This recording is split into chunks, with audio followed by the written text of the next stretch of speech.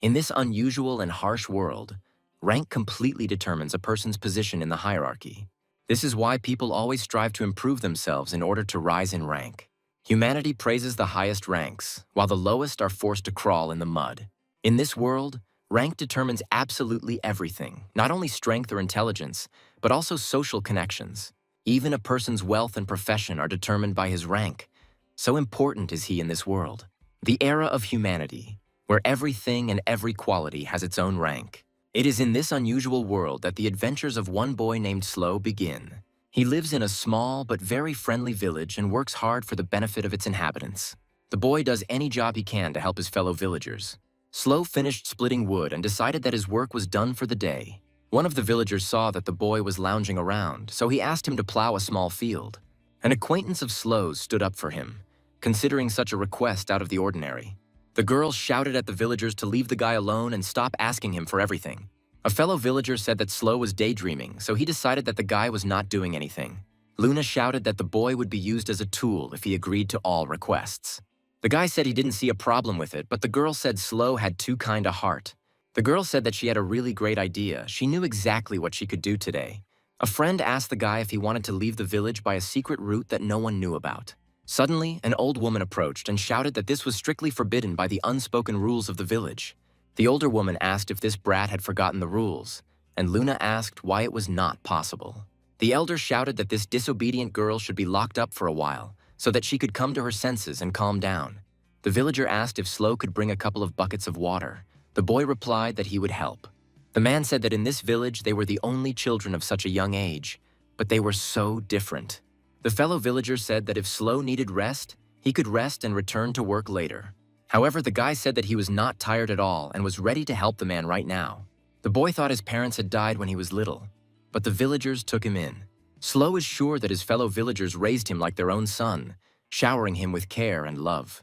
The guy feels that he will not be alone here anymore, so he wants to repay the kindness. The boy said that he loved this village and all its inhabitants with all his heart. The man asked if Slow wanted to live in his house from that day on, and the boy said that was not the case. The boy thought that the inhabitants of this village in the middle of nowhere were very dear to him. The guy thought that the outside world wasn't that important to him when all his family was here. Luna couldn't believe that she had been put in a cage for some talk about a secret path out of a remote village. Grandma said the girl was too stubborn. If only she were even a little obedient like Slow. The elder said that they sometimes call traitors and added that the girl was really missing something. Luna stated that there was a big world outside, so why did they live locked within the walls of the village? Grandma said that they were doing this against their will, but because someone hated them. The girl did not calm down. She asked who exactly hated the villagers. What kind of childish story was this? The elder said that the girl should not know all the details. One day time will sort everything out. The boy had already finished pouring water at the request of his elder, who had gone away on business. Slow said that he had done an excellent job with the task. The boy had filled the well with water. The guy felt a small stone fly at him. It seemed that the one who threw it didn't mean any harm. The boy realized that this someone was his friend, who asked him not to speak loudly. The girl gestured for him to come closer. She had a rather important conversation with Slow. Luna said that the cage would no longer hold her, and the guy noted that this was no reason to be proud. Slow's friend told him that he just needed to follow her and she would lead him to a cool place. The boy said that if they went outside the village, his grandmother would scold him loudly again. Luna said that everything was perfectly fine. They would be back in a minute and no one would know. The girl said that there was a place outside the village that she wanted to show her best friend. The teenagers crawled under the fence and went out into the forest. Slow had no idea how huge the world was. Luna pointed to the approaching edge of the forest and said that they were almost there. The guy couldn't believe his eyes, because something incredibly amazing opened up before them. Luna told her friend to look carefully, because in front of them was that very outside world. The girl exclaimed loudly that the world outside the village was incredibly vast and beautiful. The boy was speechless because he couldn't even imagine that he would see something like this. Slow exclaimed that the outside world was so amazing that only adults hid it. Luna saw that this fascinated her best friend, so she decided to ask. The girl asked if Slow knew the rules of the outside world. Without them, it would not be easy to survive in it. A friend said she read about them in a book she secretly took from traders who came to the village. Luna explained that in the outside world there is a special system that is called ranks here. The girl said that in this world there are different types of ranks, and the people who receive them are called rankers. Slow's friend explained that in the outside world there are adventurers, doctors, musicians, and many others. Luna said that people assign rank to everything, from food and weapons to personal power and wealth. The girl is sure that outside the village everyone seriously competes with each other. The boy chuckled because the outside world also had rules, just like their village. Luna asked her friend if she thought that, unlike the village rules, the outside world was fun. The girl stated that one day she would become a ranker adventurer and compete with strong opponents. The young man reminded her that according to the village rules, she couldn't leave, and the girl shouted that she didn't care. Luna admitted that she had long ago decided to leave this remote village and go out into the outside world. The girl said that she wanted to go on this difficult journey with Slow. The guy's friend said that he too should go out into the outside world to meet adventures. Luna reminded the boy that when she was 5 years old, she was attacked by a bird of incredible size. The girl was incredibly scared at that moment. It seemed to her that she was about to die from its sharp claws. However, Slow stood up for her, demonstrating incredible strength with which he scared off the feathered predator. Even then, Luna began to suspect that the adults were not telling them something important. The guy asked if anything like this had ever happened. He had no memory of being attacked by a bird. The girl said that then she understood only one thing. In front of her was a guy who was constantly in the clouds. However, the girl added that in the right situation, he can become the strongest in this world. Luna is sure that Slow will shine even brighter if she goes outside and immerses herself in this beautiful world. The boy's friend invited him to go explore this vast outside world together. The girl is confident that they will have unforgettable adventures that they will remember for the rest of their lives. Slow thanked his best friend for such a wonderful offer, but he refused to leave the village. The guy admitted that he would still stay here. He loved his native village too much. Luna shouted at him. What a stubborn fool he was. Wasn't he ready to share her grandiose goals with her? The girl said that she didn't care. She would go first, and the guy couldn't stay behind the walls forever. The boy told his friend to be careful on the way back. You never know what kind of bird might attack her. Slow thought he couldn't even imagine that Luna would leave the village so quickly. The guy thought that the evening had arrived suspiciously quickly. The skies had already turned red. The boy decided that it was time for him to return. He had been outside the village for long enough. Slow rose slowly, trying to prolong his admiration of the sunset. The outside world was indescribably beautiful. However, something was bothering the guy. He noticed an unusual object among the dense clouds. The boy froze, asking himself what it was, what exactly he was now observing in the sky. Slow kept his eyes on the floating island, which was frozen just above the forest that hid the village. The boy noticed how the outlines of the floating island flashed with a bright, blinding light. The enormous crystal at the base of the island absorbed incredible power and released it down. Slow couldn't believe his eyes, because a stream of incredible, unknown power fell upon the forest. The boy didn't understand. He had never encountered such a strong wind in these parts. The guy, trying to figure out what had happened, asked himself how long this would continue. Slow realized that the unknown floating island had disappeared as suddenly as it had appeared. The boy quickly realized that his native village was located on that side of the forest. The guy was afraid for his family, but tried to convince himself that everything was fine. Nothing bad had happened. Slow ran without looking back, thinking about Luna, his grandmother, and all the villagers, about everyone who was dear to him. The boy ran out of the forest thicket and couldn't believe his eyes. There was nothing in front of him. The guy froze in a daze. Where was his native village? It was here, where all the people were. Slow realized that there was now a huge crater where his home village had been. Barely containing his rising feelings, the boy asked what it was that had happened here. The boy asked himself in despair where his native village was, where all the houses were, where the inhabitants were and their familiar voices. Slow called out loudly to his grandmother, hoping to hear an answer somewhere near this empty place.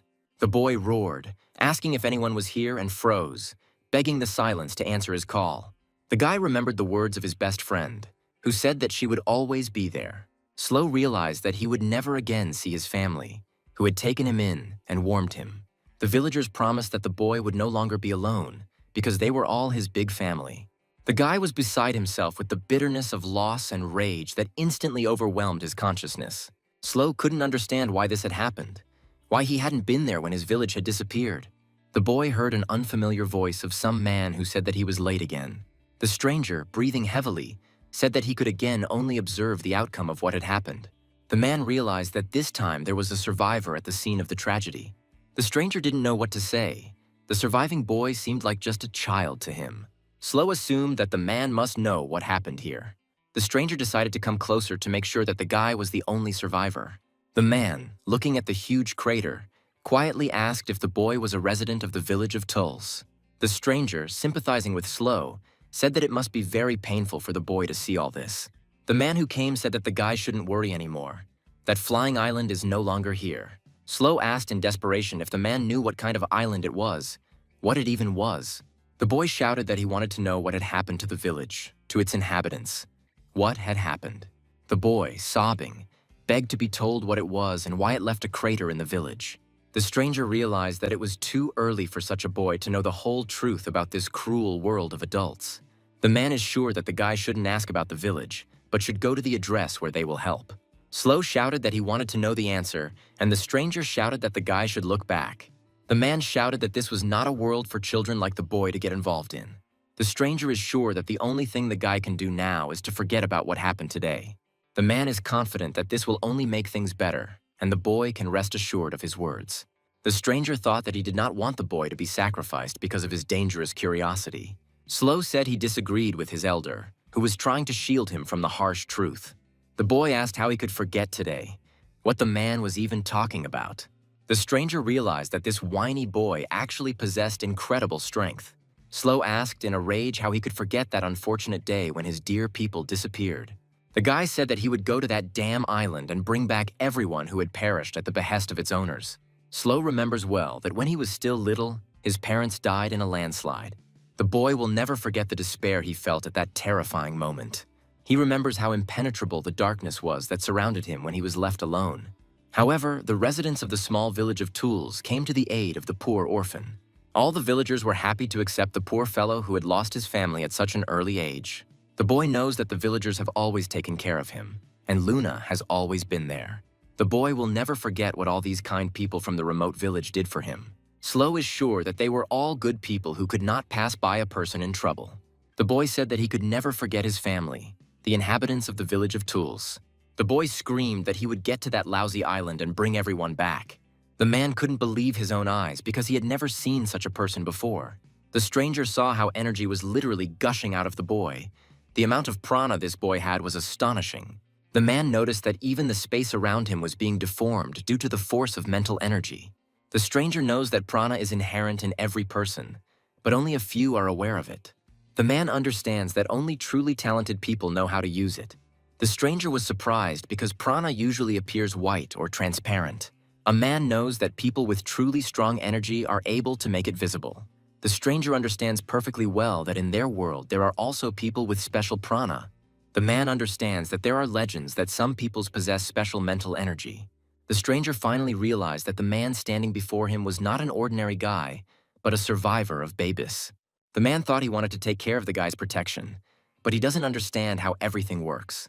The stranger threw his sword to the boy so that he could pick it up and be ready to fight. The man said that Slow must pick up the sword if he really wanted to get to the flying island. The stranger said that if he saw potential in the boy, he would become his mentor. The boy realized that he had to show all his strength in order for the man to accept him as a student.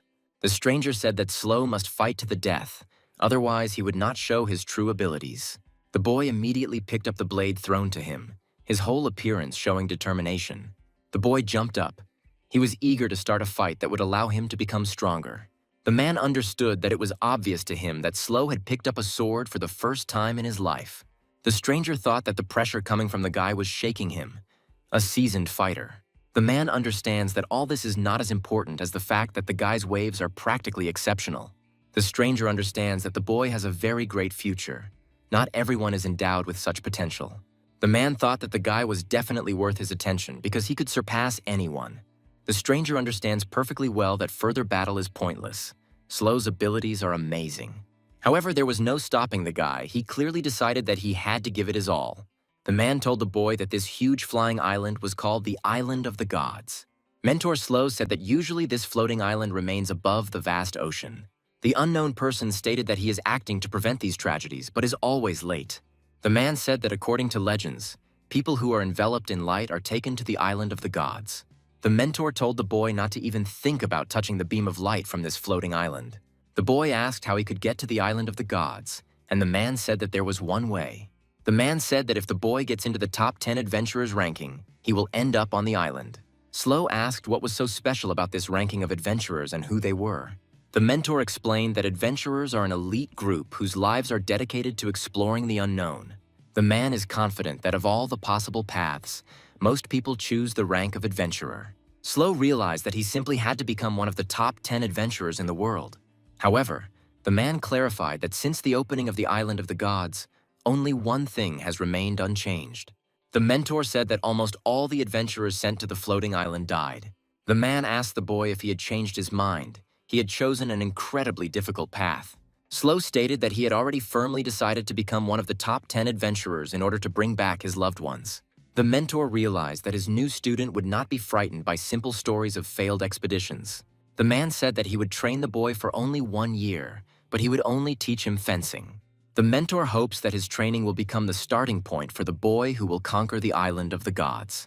The man introduced himself as Adler and presented himself as a knight of the first rank, the strongest knight of humanity. Adler asked the name of the guy who was aiming to conquer the top of the rankings. He introduced himself as Slow. The mentor stated that he was not going to spare the boy who was striving to become the best. The man said that Slow was the first one to hit Adler with one swing of his sword anyway. The boy realized that he now had an excellent mentor who was able to teach him properly. The guy understood perfectly well that this year would not be the easiest in his life, but he had to overcome it. Slow endured torn muscles and burning blisters on his hands and feet because he wanted to become stronger. A year of training with a first-rank knight became a series of severe trials for the boy. Adler did not spare the boy so that he would grow stronger and achieve his main goal, conquering the Island of the Gods. The training of the strongest knight was so tough that the boy bled every day. Slow noticed that after that evening, Adler said nothing more about the Island of the Gods. The boy realized that his mentor wanted him to figure everything out on his own. Slow understood that 2 questions awaited him: why the village had disappeared and what the Island of the Gods was. The boy decided that he would rise in the ranks of adventurers and personally answer them. Slow realized that in order to answer his questions, he would have to do the almost impossible. Adler admitted that this year passed almost unnoticed for him. Although his student experienced a lot, the knight of the first rank asked if the young man was ready to set out on his own adventure. Slow immediately replied that he had been prepared for his journey for a long time. The guy thought that his girlfriend had suggested that he become adventurers a whole year ago. The young man understands that the moon, striving to understand the world, left without realizing her dream. Slow realizes that he is now embarking on a long journey to become a ranker adventurer. The boy clearly decided that he would make Luna's dreams come true, for her sake and for the sake of all the villagers. The strongest knight of humanity told his student that he must move. Adler said that the boy had grown very tall, and the boy said that now was his growing period. Slow understood that as a first-rank knight's apprentice, he was finally beginning his journey to the Island of the Gods. After some time on his journey, the boy finds himself in the capital of the Kingdom of Trackland. The guy knows that it is only possible to obtain the rank of adventurer in a bureau that specializes in recognition. Meanwhile, at the Ranker Assessment Center, someone was persistently calling out to a girl named Lucy.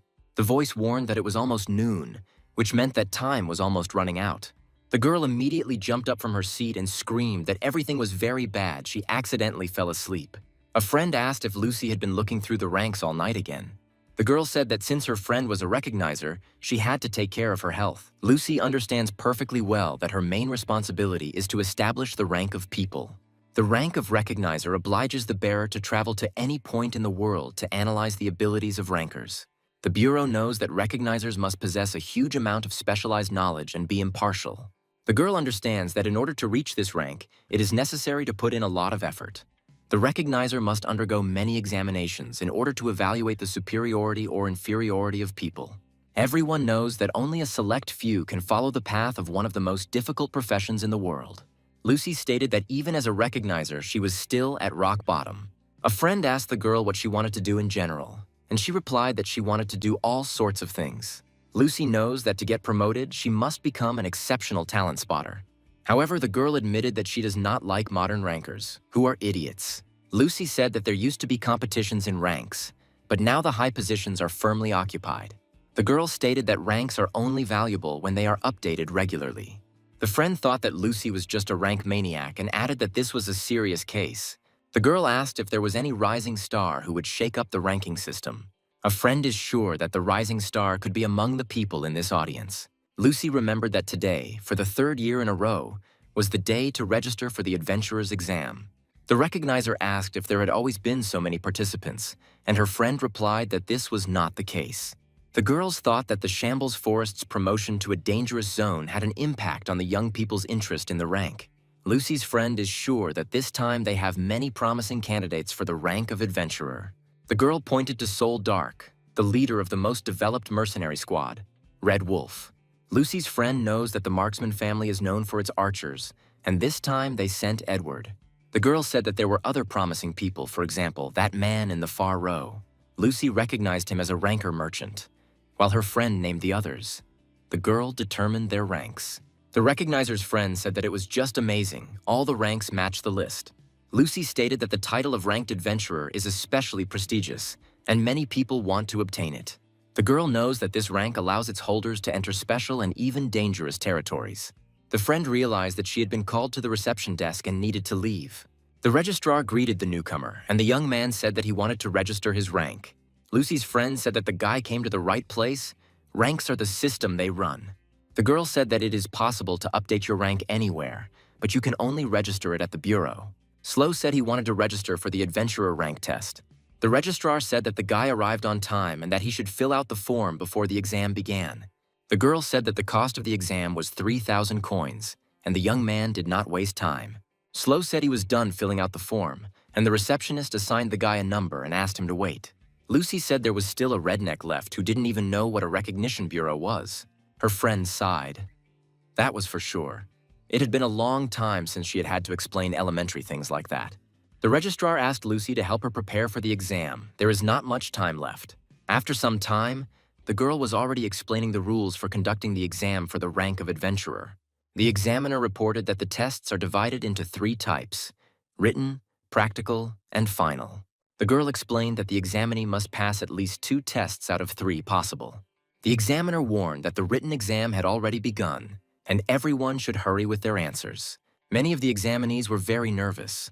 The range of scores on this test was unusually wide. The girl announced that the first stage of the exam was already over and that those taking the test could put their papers aside. The examiner warned that the practical part of the exam would be held in a forest outside the city. The girl said that they would accompany the examinees when they checked the work of the first stage. Lucy volunteered to help her friend to finish checking the forms as quickly as possible. The recognizer came across a special form. She had never seen such sloppy handwriting. Lucy realized that this answer sheet belonged to that illiterate guy with the lifeless look. However, she couldn't even imagine that he was doing so badly even with his basic education program. The recognizer didn't find a single correct answer. It couldn't even cope with the picture task. The girl asked herself not to judge harshly people who can't even answer questions for villagers. 2 hours later, the examiners brought all the participants to the location of the second practical stage. The girl announced that at this stage, the examinees would have to hunt for treasure in the forest. Lucy's friend said that the board behind her displayed items and their point values. The examiner warned that fighting between exam participants is unacceptable. The girls announced that the practical part of the adventurer rank exam was now open. The examiner told her friend that they had a free minute and could finally take a break. Lucy asked her friend how many participants thought would pass the exam, maybe half. The girl said that this time the participants seemed unusually strong to her, and more than half would pass. Soul Dark asked the examiner if he was the first to return from the forest with prey. The girl noticed that the guy still had plenty of time. Why did he limit himself to just 1 oar? The young man stated that he would pass this part of the exam anyway, so why should he strain himself beyond his means? The examiner noted that Soul would be able to achieve a rank higher than the one she declared when registering for the exam. Edward Marksman was surprised that he was not the first to return with the loot. Had he really been too late? The girl noted that the feather she brought was highly valued, but the guy did not know that these birds were so rare. Soul said that Edward found something to be proud of, some useless bird feather. The archer stated that this bird flies at the speed of sound. The mercenary's gaze could not even keep up with it. Soul Dark apologized, adding that the boy looked much better in a clown costume. Edward asked the young man if he wanted to catch the bird himself, and the young man said that he could. The examiner noted that many of the rankers were incredibly proud people, and Lucy became inflamed by the growing confrontation. The girl heard the heavy steps of one of the participants. Was someone really hurt, or worse? Those who completed the second stage turned around to see what had happened that was so unusual. Slow also completed the practical portion of the exam, but was delayed due to the weight of his workload. The young man easily dealt with the huge red bear that ruled the forest. The guy said he didn't know how to remove the gallbladder from this red grizzly. Slow said he had brought the whole carcass and asked if he could deliver the item just like that. The examiner accepted the boy's work without hesitation and gave it the highest score. The other examinees whispered among themselves, not understanding how this guy had taken down the bear single-handedly. Lucy noticed that Slow was well aware that this magical beast was a red grizzly. The guy said that he was well acquainted with it because this type of monster lived near the village. One of the test takers asked if anyone had ever seen this guy defeat a bear. The man said it happened right before his eyes, but he couldn't describe what exactly happened. A witness to the duel, Slow, stated that everything happened so quickly that he did not understand anything. The man explained that he saw the young man simply swing his sword, and then the bear froze. The man said that before he could notice anything else, the bear collapsed dead. Lucy thought that either she was facing the rising star or a vile deceiver. An hour later, all examinees were gathered at the underground training ground. The examiner stated that adventurers should be afraid of magical beasts as well as people. The girl said that the task of adventurers is to pave the way to new, unknown lands. Lucy's friend knows that bandits and pirates are a strong threat to adventurers of any rank. The examiner stated that the final part of the exam is a simulated battle, and the participants will fight. The girl said that it doesn't matter whether they win or lose. They need to show their abilities. The man asked if Soldark would like to fight him. He was sure that the fight would be equal. The elder heard that this guy only carried stones during the practical part of the exam. The man declared that he would teach this boy, who was not even third rank, a lesson right now. Soldark didn't even turn around to look at the man who attacked him from behind. The young man easily knocked the man out so that he would no longer think of attacking him from the shadows. The boy apologized to the examiner, explaining that he could not contain his anger. The girl said that she would turn a blind eye to this because the man had already failed the exam. The examiner thought that the only person she could pair with Sol was Edward Marksman. Lucy called out to her friend because she had a small request. The girl asked the examiner to pair Sol with a boy named Slow. The matches flew by almost unnoticed, and none of the examinees stood out from the rest. The examiner announced the start of the 8th match. She called out numbers 28 and 41. However, Lucy still decided to intervene in the announcement of the participants of the next fight. The girl said that number 53 was also taking part in this battle. Lucy announced that number 53 would face 2 examinees at once. Sol asked if the examiners were making fun of them, and Edward said that he hadn't been underestimated like that in a long time. Lucy's friend said the girl was making an obvious mistake, but she was completely sure. The girl joyfully exclaimed that if her eyes did not deceive her, she had found that very rising star. Lucy saw incredible potential in the unremarkable boy from a remote village. The named participants in the exam were already fully prepared to begin the battle. They were just waiting for the start. The examiner thought her friend was going too far when she demanded a fight between 2 and 1. Slow understands perfectly well that he cannot lose to his opponents, despite their numerical superiority. The girl once again announced the participants of the 8th duel of the Adventurer rank exam. Lucy's friend said that Soldark is the leader of the ferocious Red Wolf mercenaries. The girl knows that this squad made its name last year when it destroyed the Cayman Mafia. The examiner spoke about rumors that the leader of the Red Wolf personally killed the Mafia boss. Lucy's friend said that Edward Marksman is the young master of a famous family of archers. The examiner knows that he was trained by his father, who was ranked 2nd in the archery rankings. The young man received his rank at the age of 5. There is not a single archer who does not know this genius. The girl stated that an unknown young man would confront these talents. Slow understood that he should not be afraid of his opponents, because his teacher was the strongest knight. The examiner announced the beginning of the 8th duel to obtain the rank of adventurer. Edward Marksman decided that he had to end this senseless fight immediately. The young man prepared to defend himself. He had to assess the abilities of his opponents. The guy easily dodged the arrows heading his way and noticed Sol running up. The leader of the Red Wolf mercenaries quickly closed the distance to Slow. The young men crossed blades, blocking each other's attacks, and a serious fight ensued. Not everyone present at the underground training ground could keep an eye on the swordsman. Sol was not inferior to the first-ranked knight's apprentice, although the boy's strengths were not equal. Some of the examinees asked their comrades why they couldn't see what was going on there. Others replied that they themselves did not see it, but only heard the incessant ringing of steel. Slow decided that he had studied his opponent sufficiently and parried the swift attack with one movement. The leader of the Red Wolf mercenary squad realized that he had lost this battle. The guy who came out of nowhere turned out to be a cut above him, the strongest in his squad. Slow didn't forget about his second opponent, who was moving around the court and attacking from a distance. The boy chose his positions very well and released his arrows, designed to kill the enemy. The student of the strongest knight understood that a whole year of backbreaking training had not been in vain. The young man wielded his sword with incredible precision, demonstrating a skill beyond the capabilities of many adventurers.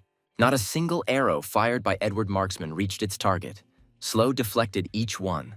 The archer continued to shoot arrows despite the spectators standing behind the target watching the duel. Some of the examinees thought that they should not have applied for the exam with these monsters.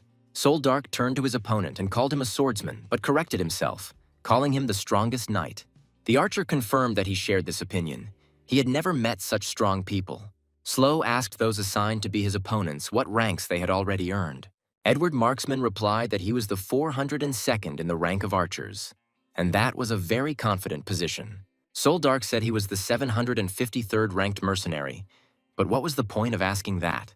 Slow said that if he beats his rivals, he will definitely rise to the triple-digit rank. The young man decided not to drag out the fight. Since there were two opponents, he would use prana. Edward Marksman couldn't believe his eyes, because only the strongest possessed such an amount of energy. Soul Dark realized that his opponent suddenly had a terrifying aura of intimidation. Lucy was surprised. The amount of prana was so great that its color was visible to the naked eye. The archer stated that ranks are not assigned only based on a person's specialties. The guy said he was ranked 78th in the world among precision shooters. The boy decided that he could defeat this monster that had come to their land out of nowhere. However, Edward Marksman did not even have time to release the string of his bow when Slow knocked him down. Soul Dark realized that his comrade had lost to the unknown youth in just one moment. The young man saw how the student of the strongest knight was approaching him to strike. Soul understood perfectly well the gap in strength with the apprentice of a first-ranked knight, so he was afraid of him. The leader of the Red Wolf mercenary squad saw the confidence in his opponent's eyes.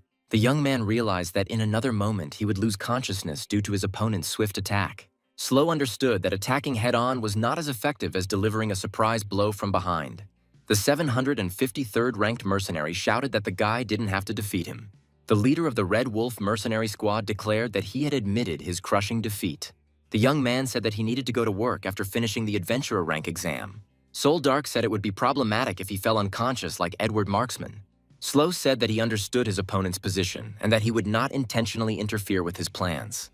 The leader of the Red Wolf mercenary squad did not understand what kind of monster came for the rank of adventurer. Soul Dark, in incredible fear, asked himself who the hell this guy was. The examinees couldn't believe what was happening. An unknown young man had defeated two people with 3-digit ranks. The examiner shouted that this was enough. The 8th duel for the rank of adventurer was over. The girl announced that the winner was exam participant number 53. Lucy's friends shouted where this girl was going. They still had groups of people taking exams. However, the recognizer could not miss this rare chance. She wanted to confirm her guesses. The girl turned to the recognizer's exclusive database to find Slow. Lucy found no record of examinee number 53. He never achieved rank. The girl thought it made sense if he lived in some remote village. The recognizer realized that the young man had not committed any crimes and did not belong to any special organizations. The girl thought that it was just a jackpot, and where had such a nugget been hiding all this time? Lucy burst into the room screaming that she wanted to become Slow Tool's personal recognizer. The guy who made a splash during the exam was literally surrounded by other recognizers. The girl realized that she was late, although she was distracted for just a couple of minutes to check the information. Lucy understands that you can only propose after you've researched the background of your desired ranker. The young man asked who this personal recognizer was and why everyone was so eager to become one. The girl realized that this was her last chance. She shouted loudly that she was ready to explain everything to him. Lucy said that the personal recognizer only works with one ranker to record rank updates. The girl said that usually, to update your rank, you have to wait for a decision from the Recognition Bureau. Lucy is confident that a personal recognizer saves a ranker a colossal amount of time. The girl said that such recognizers are especially valued by rankers who travel the world. Lucy stated that this was not all, because each recognizer had an exclusive terminal. The girl said that the boy would be able to receive the latest information on this device at any time. Lucy said that if Slow wanted to effectively rise through the ranks, he had to hire a recognizer. The guy asked again whether the recognizers would really help him climb the rank ladder more effectively. The young man stated that he had only one condition for his future personal recognizer. Slow Tools asked if anyone had the strength to help him get into the top 10 adventurers.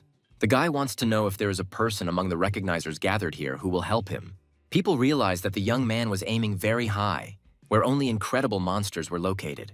The judges acknowledged that Slow's fencing was impeccable, but even with him, he would not be able to break into the top 10. The young man realized that no one believed in him, which meant that no one would agree to become his exclusive recognizer. Lucy couldn't believe her ears, because Slow Tools said exactly what she had been waiting for. The girl quickly came to her senses and noticed that the guy was already leaving in splendid isolation. The recognizer shouted at the young man not to go far. He should wait for her. However, Slow continued walking, not paying attention to the young recognizer running after him. The girl continued to call him and ask him to stop.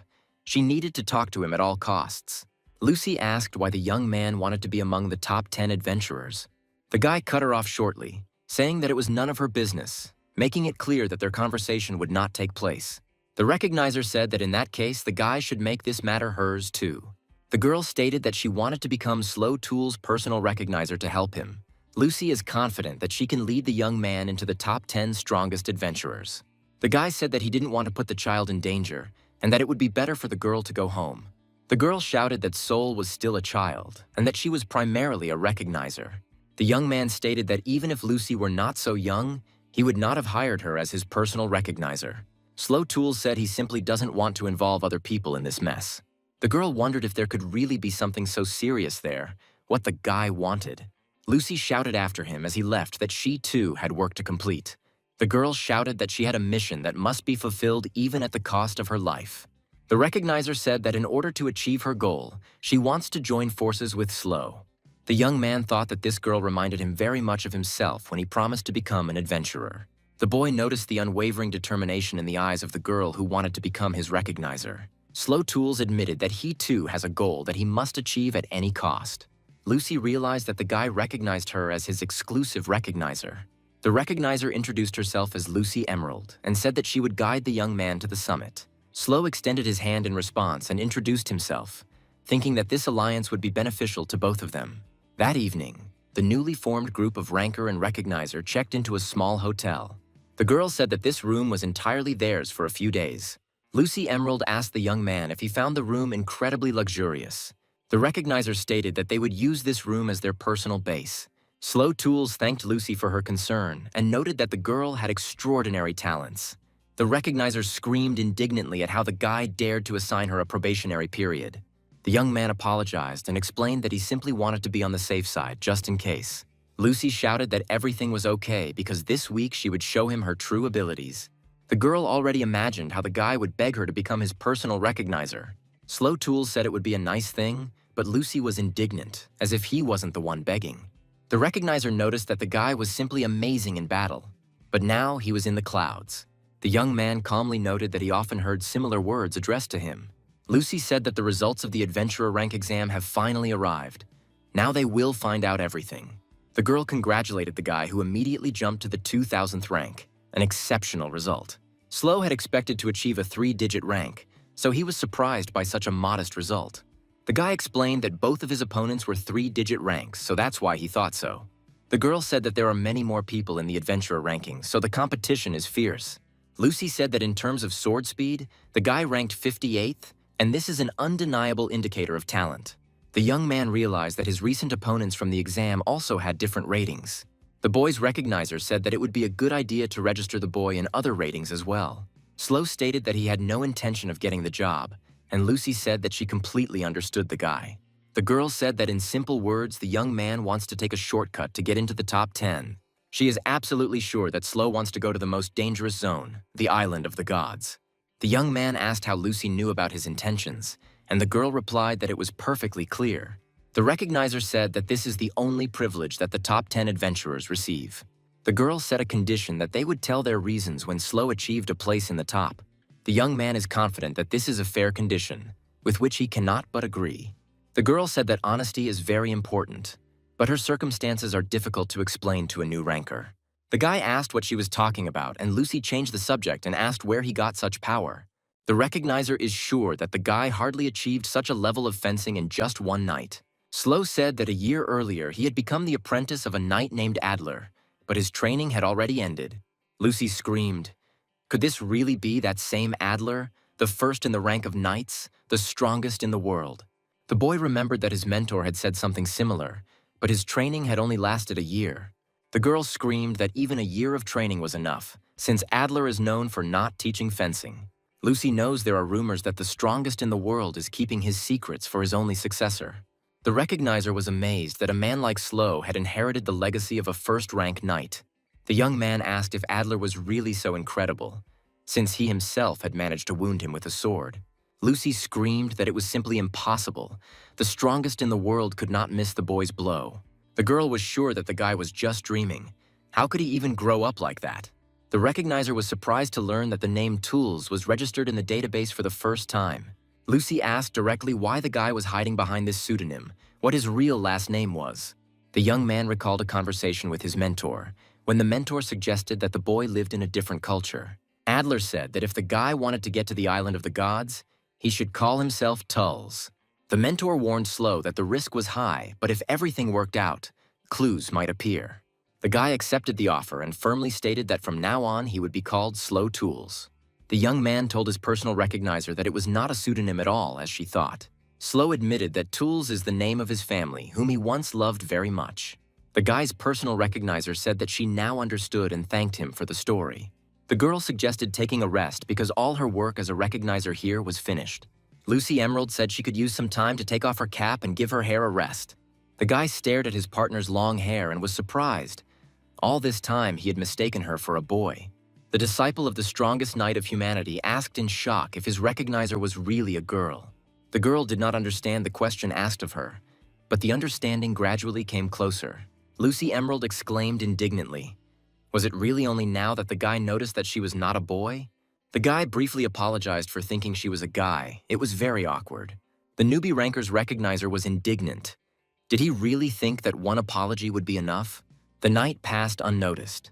Outside the window of Slow and Lucy's luxurious room, it was quite lively.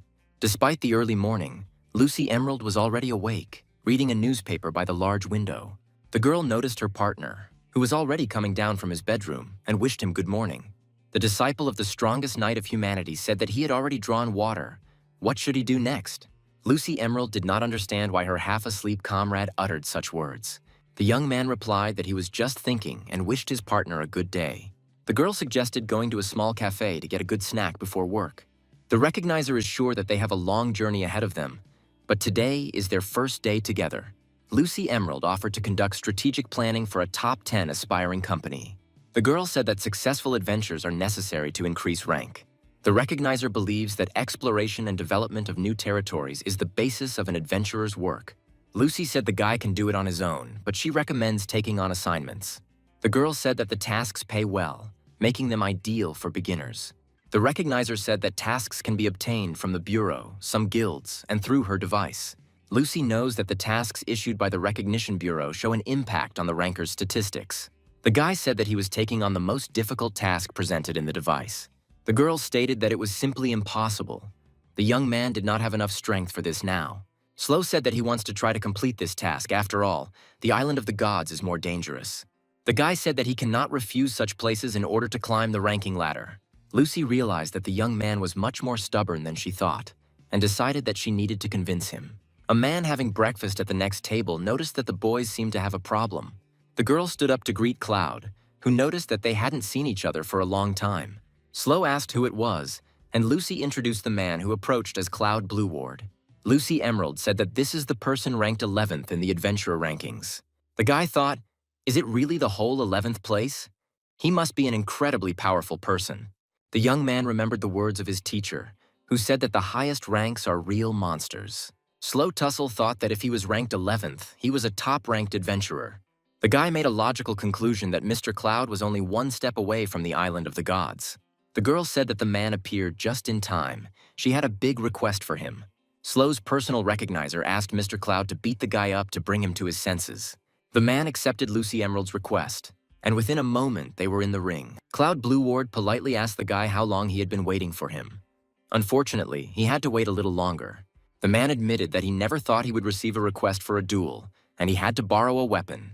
Cloud Blue Ward said that the spear felt very light to him, and Slow Tools formally introduced himself. The man asked Slow to put off formalities.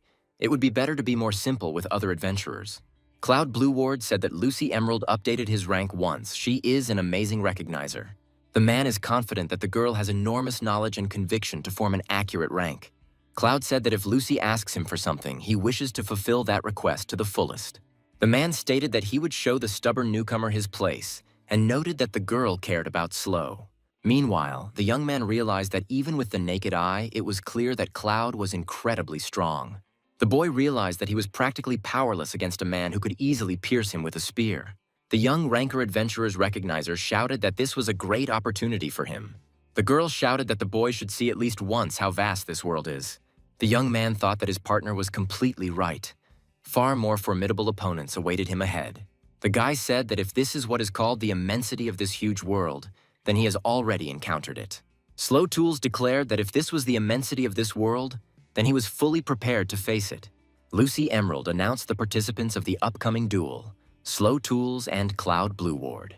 The recognizer made sure that each of the duel participants was ready to ensure that the fight was fair. The girl announced the start of a duel, which was intended to teach the young ranker a hard life. Slow Tools immediately took off and closed the distance to the high-ranking adventurer. The guy decided not to hold back his strength. In front of him stood an opponent who was head and shoulders above the young man. Cloud Blue Ward realized that this guy already knew how to put prana into the blade of the sword and release it with a swing. The man thought that the young man was wrapping prana around his legs and arms to increase his own agility. The 11th rank adventurer realized that the boy's swordsmanship seemed incredibly familiar to him. Cloud knows that this is a secret sword technique known only to one person. Slow Tools asked if his opponent had been too distracted during the intense battle. The man easily blocked the young opponent's punch, which was aimed at his blind spot. Cloud Blue Ward said that he had plenty of time.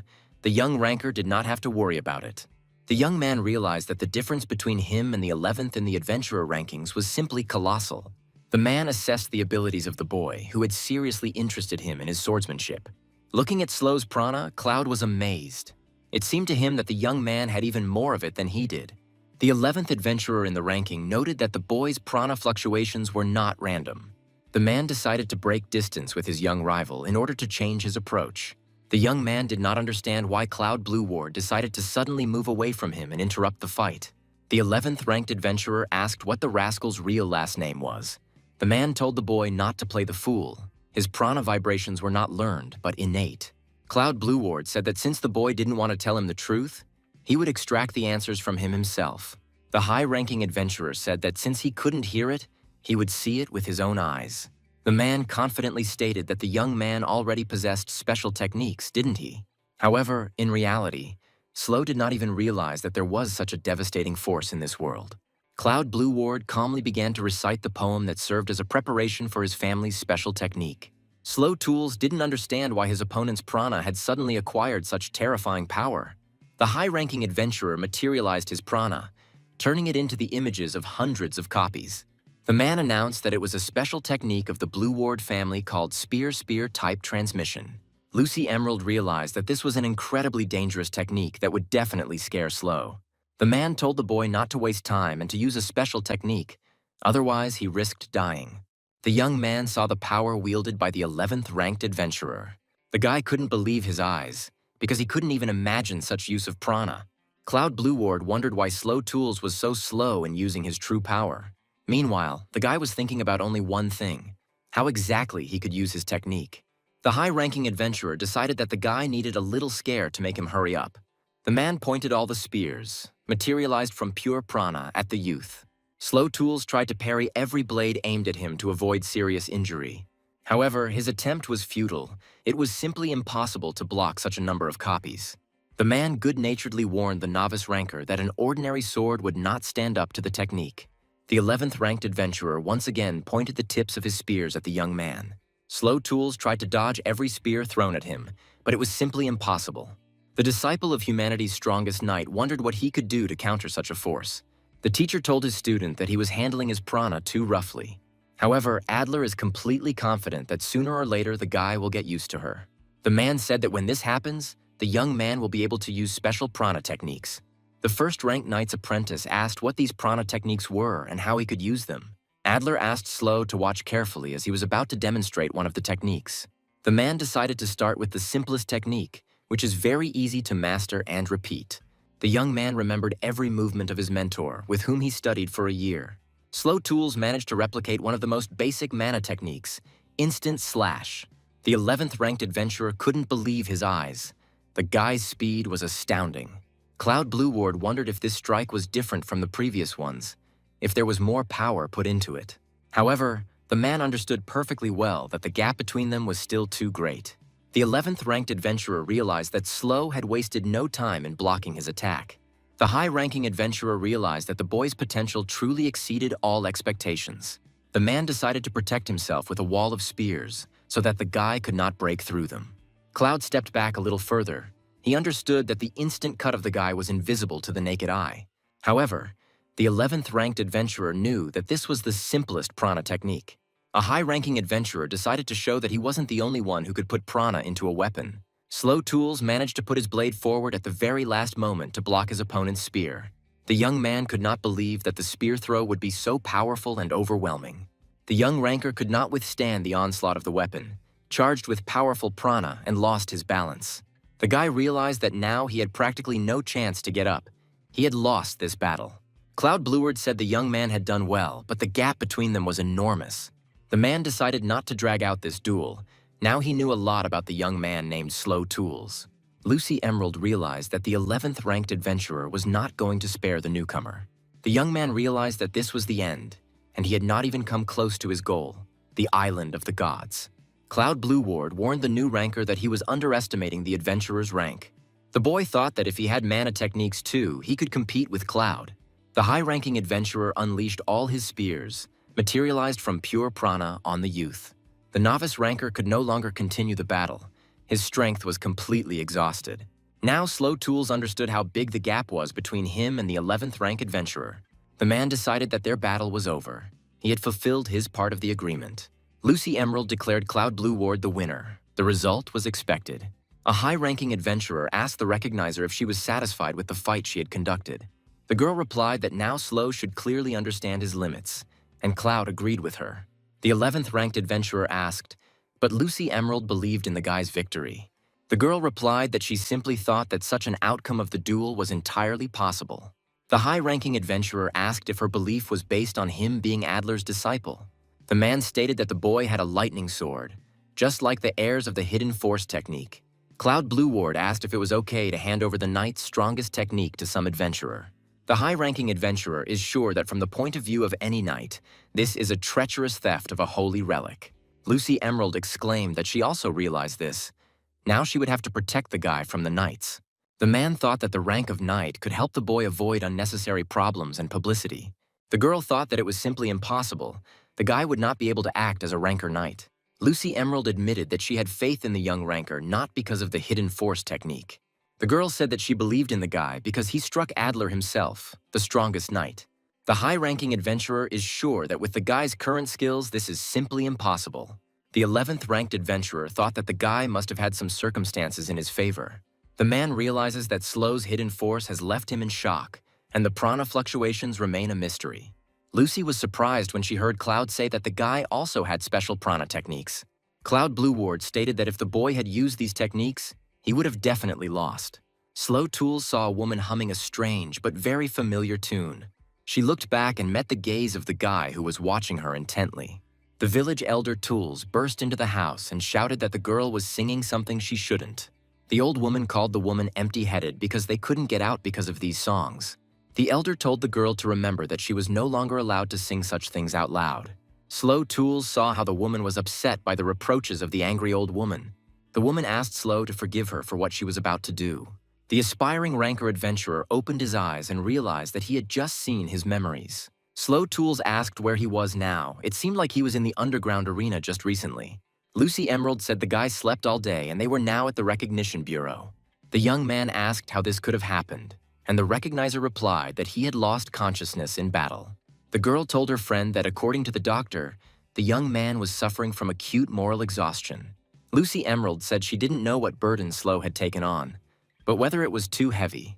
The guy replied that perhaps the girl was right, because he really was trying to jump above his head. The boy's personal recognizer thought that the duel with Cloud Blue Ward had taken its toll on him. The girl said that she had to tell Slow Tools something incredibly important. Lucy Emerald asked if the young ranker adventurer knew what poetry techniques were. The young man replied that he did not know the techniques of poetry and asked if this was really Cloud's powerful technique. The discerner said that this is a method of using prana that is available to some nations. The girl said that at the top of the adventurers list, there are many people who have mastered the techniques of poetry. Lucy Emerald knows that Cloud Blue Ward is from a race of outstanding hunters who live in the mountains. The discerner knows that such peoples transmit knowledge orally, encoding it into poetry. The girl explained that it was for this reason that such techniques were called poetry techniques. Lucy Emerald said that genetics plays a major role in these types of prana uses. The personal recognizer stated that Mr. Cloud Blue Ward had discerned the boy's predisposition to technology. The girl asked her friend if he had any idea where he got such an unusual talent from. The young man said he thought he had an idea, and Lucy cried out joyfully that it was amazing news. Lucy Emerald exclaimed that for a ranker, mastering the technique of poetry is an incredible gift. The girl stated that Slow would become the best ranker and added that she had found a task suitable for him. The guy's personal recognizer informed him that this was an assignment to investigate the Shambles Forest. Lucy Emerald said the boy needed to know the state of the forest's ecology. The girl reported that in this dangerous zone, people were disappearing one after another without a trace. The recognizer is confident that if Slow figures out the reason for the disappearances, his ratings will skyrocket. The girl is sure that it is worth it. Although the risk is high, perhaps the guy should prepare better. The young man stated that he was taking on this task. The guy could no longer sit in low positions. Slow Tools asked if Lucy had suggested this task only because she believed in its success. The girl exclaimed that of course that was true. She would not send a ranker to certain death. Lucy Emerald said she would immediately mark the device as accepting this assignment. The recognizer warned that there were restricted areas in the Shambles Forest where entry was strictly prohibited. The girl knows that protected species live there, but she is confident that under her supervision everything will be fine. The young man asked what would happen if he couldn't complete the task. Would his rating really drop? Lucy Emerald explained that the rating reflects the trust of others, and it will fall if there are failures. The girl warned that she was confirming this task because she was confident that the guy could handle it. The boy's personal recognizer said that this would be his first step towards raising his adventurer rank. The girl said that they must try their best to get through this difficult path. Slow Tools said he would give his all to live up to the expectations of those around him.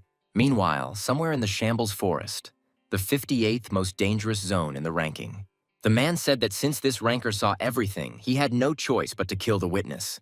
An unknown man approached and asked if the gentleman was really killing again, and he asked what difference it made. The man is confident that no matter what rank these idiots hold, the Bureau will not look for them. The poacher shouted that climbing the rankings by honest methods was a very stupid idea. The man said that if he sold the horn of this unicorn, he would instantly receive money and experience. The smuggler said that there were a whole bunch of these little animals in the Shambles Forest. A man standing nearby stated that it was impossible to increase an adventurer's rating by force alone. Romeo Cooper said that for those who are forced to suffer, there is salvation that he will bring. The killer asked who in their right mind would give up such wonderful hunting grounds. Iris Darkin shouted that he would instantly rise to the 100th place in the adventurer rankings. The man understood that from his 672nd place in the ranking, it would be easy to rise to the top. After some time, Slow Tools and Lucy Emerald approached the guarded border of the Shambles Forest. The guards demanded to see identification. Not everyone was allowed into this area. The man checked the data of the young man, an adventurer ranked 2000th. The guy asked his recognizer how many people there were in the rank of adventurers. The girl replied that there are about 30,000 adventurers in the rating, of which 20,000 are active. The girl said that adventurers with a 4-digit number will be on par with 3-digit ones from other ratings. Lucy Emerald explained that this is due to the incredible density of the adventurer rating. The young man said that the bar for the adventurer rating is incredibly high and that he will have to try hard.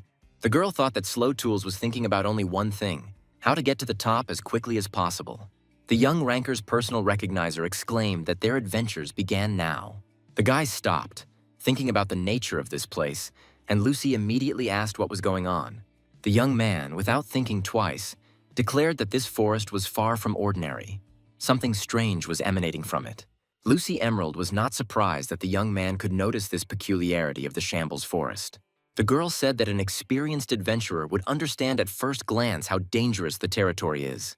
The recognizer said that an ordinary person cannot notice such a feature of such places. Lucy Emerald knows that this is why they, the recognizers, assign danger ratings. The girl said that 2 months ago, this forest was included in the list of dangerous places accessible only to adventurers. The individual recognizer stated that this was due to the sudden appearance of strong monsters. Frightened by the sudden attack, Lucy Emerald shouted that the young man must protect her. Slow Tools said that his personal recognizer doesn't have to worry about it. He will protect her. The young man easily dealt with every monster that emerged from the depths of the dark forest. The young adventurer felt no threat from the attackers. They were too weak. Slow Tools saw new monsters in the distance, rapidly closing the distance. The young man used one of the simplest techniques taught to him by the strongest knight of humanity. The monsters fell dead one after another, not even having time to get close to Slow and his partner. The girl asked if this was the same incredible technique that Adler had taught him. The young man said that this was indeed one of the techniques that the strongest knight in the world taught him. Slow Tools saw another monster. It looked scary, more dangerous than all the previous ones. Lucy Emerald said that this is a blood orc. He is ranked 126th. The young man said that now was the best time to try one of the more powerful techniques. Slow Tools tried to repeat after his teacher, who once showed him this technique. The young man understands that in order to strike successfully, he must soften all his insides. The disciple of humanity's strongest knight realized that he had made a mistake in thinking that he could handle it. Slow Tools realized that he was not yet accustomed to his own prana to use complex techniques. The girl realized that the young adventurer had failed to harm the very dangerous monster from the shambles forest. The young man said it was a complete failure, and Lucy Emerald shouted that he had only angered the orc. The guy admitted that he had hoped that this technique would work, but he had miscalculated badly. The girl screamed that he had apparently forgotten that he was supposed to protect her from the dangers of the shambles forest. The young adventurer's personal recognizer shouted that there was a cliff ahead and he needed to turn. The young man grabbed his partner and confidently declared that they would jump and that she should not be afraid. The recognizer screamed that this was the most reckless plan possible. Lucy Emerald screamed that they were about to crash because of Slow Tulsa. Why did she believe in him? However, the young man didn't even doubt his decision. During his year of training with Adler, he had experienced worse. The young man landed very nimbly in the dense crowns of the spreading trees of the shambles forest. The guy understood perfectly well that he couldn't just fall, so he slid along the tree trunk. From such antics of the young man, his personal recognizer realized that her soul was about to part with her body. Seeing Slow sigh, the girl yelled at him, because something like this should be warned in advance. The young man apologized, saying that due to Adler's training, he had become accustomed to this kind of thing and had forgotten that it was very dangerous. The girl asked what kind of training these were and whether they were really so inhuman. The guy said that this place was different from the previous one. The trees looked completely different. The girl said that they were very lucky because they had found themselves in just the right area of the forest. The recognizer said that after the shambles forest was included in the ranking, it had to be re-examined. Lucy Emerald explained that the environmental assessment for the area is 80% complete. The girl added that the remaining 20% of the territory is located in this very place.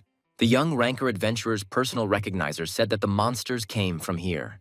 She is sure that rare species of animals also live in these places, and one must be careful in battles. The girl asked why her partner was daydreaming again. He should be listening to her carefully. The young man said that this was the first time he had seen such unusual plants and animals. It was very beautiful here. The young ranker adventurer thought that this was exactly the kind of place and adventure Luna was talking about.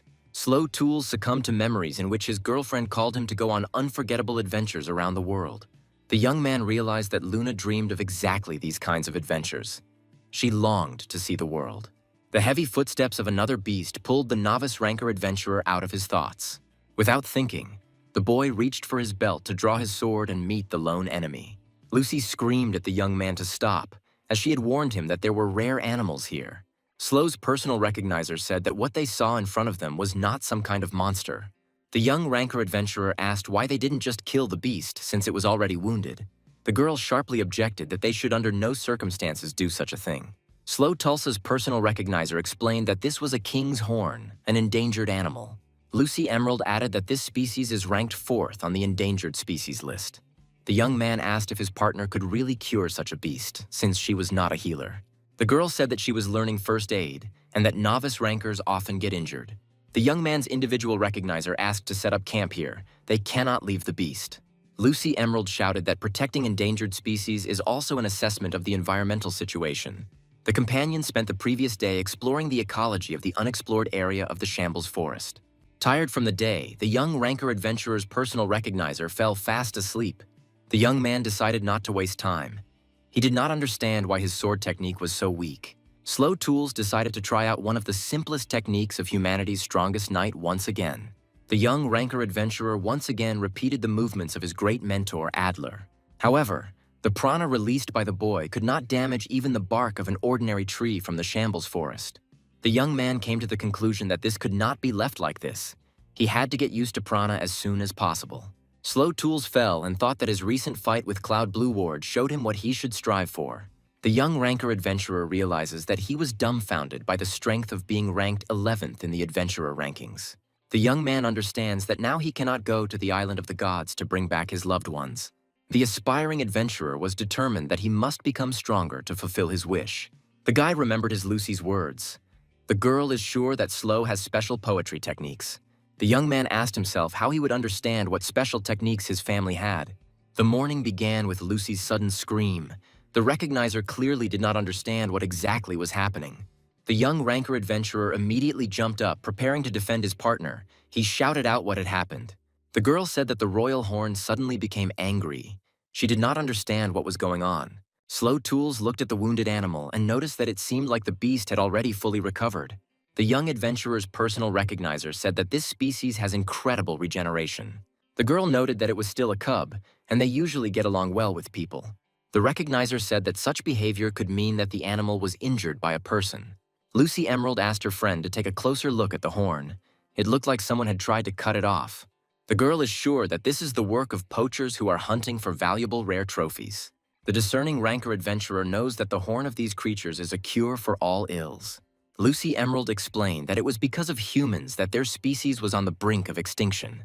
The royal horn decided to attack first, without waiting for the actions of those whom he considered his offenders. The young man easily blocked the rare beast's attack, covering his partner with the blade of his sword. The king's horn was frightened when he saw the tip of Slow's blade. The poachers left an indelible scar. The young ranker adventurer noticed that the beast was very scared, and Lucy wanted to catch up with it. The girl said that even if he had recovered, it did not mean that he had completely recovered. The recognizer stated that no one had previously known that the king's horn was found in the Shambles Forest. Lucy said the chase was part of an assessment of the ecological safety of the dangerous forest. The young man immediately prepared himself and declared that he would go forward, and the girl asked him to be careful. Lucy said there might be poachers nearby, and Slow asked what if he ran into them. A young adventurer asked if he would rise in rank if he eliminated the dishonest businessmen. The individual recognizer said that everything would depend on the capabilities of the opponents encountered. The young man exclaimed that in that case he would try to eliminate as many poachers as possible. The boy was amazed at the speed of the king's horn, which is a very fast, rare beast. The novice ranker quickly got his bearings and realized which way the frightened beast had run. Slow Tools continued to run at full speed to catch up with the fleeing king horn. The young man managed to notice the arrow in time, which was clearly fired by someone who was not the most simple archer. Soldark shouted that this poacher should not have been caught by the leader of the Red Wolf Squad. The mercenary who attacked Slow Tulsa said that he was in a very bad mood today. The king's horn's pursuer was able to easily parry the attacker's attack from a blind spot. Soldark immediately noticed the bright green color of the prana of the one he mistook for a poacher. The leader of the promising mercenary squad, Red Wolf, asked Slow Tulls to stop immediately. The young man thought that the stranger's voice seemed incredibly familiar, but he could not remember it. Slow Tools thought he might have heard the mercenary in the recognition bureau or on the city streets. However, the young man still could not understand why they had attacked first and were now asking him to stop. The young ranker adventurer demanded to know who these people were and by what right they were attacking. The boys shouted out their names. They were Slow Tulsa's opponents in the adventurer rank exam. The day after the adventurer rank exam, the following happened at the recognition bureau. All those who had passed the exam gathered in the main hall, each hoping to receive a good assignment to start with. Soldark said he came for work, and the receptionist asked what rank to select the task for. The leader of the Red Wolf mercenary squad said that he was interested in working for the adventurer rankings. Edward Marksman shouted that he had come to receive a quest for his adventurer rating. The boys realized that yesterday they had fought on the same team and lost to a knight who came out of nowhere. Soul Dark and Edward Marksman walked away silently, not knowing where to begin their conversation. The boys turned to each other at the same time, their tone expressing clear dissatisfaction with their interlocutor. Both young men yielded the first word to the other, each waiting for an excuse for yesterday's defeat. The archer sighed and said that he had not been able to find out about the knight who had defeated them both. The leader of the Red Wolf mercenary squad confirmed that there is indeed no information about the mysterious warrior. Soul Dark said it was hard to believe, but that guy really wasn't listed among the rankers. Edward Marksman admitted that it was shameful for him to lose to someone who is not even a ranker. A boy from a famous family of archers said his pride had been dealt a crushing blow. Soul Dark remembered his return to the mercenary squad after the exam and how his comrades greeted him. The leader informed everyone, in response to the question, that he had successfully obtained the rank of adventurer. The Red Wolf mercenaries joyfully exclaimed that they would now be able to expand their sphere of influence. The girl confidently said that their captain had probably made the other participants suffer through the exam. Soul's mercenaries are completely confident that their leader, with a triple-digit rating, could not lose to the newcomers. The confidence of his subordinates only fueled the rage within the young man, who was forced to surrender to the unknown.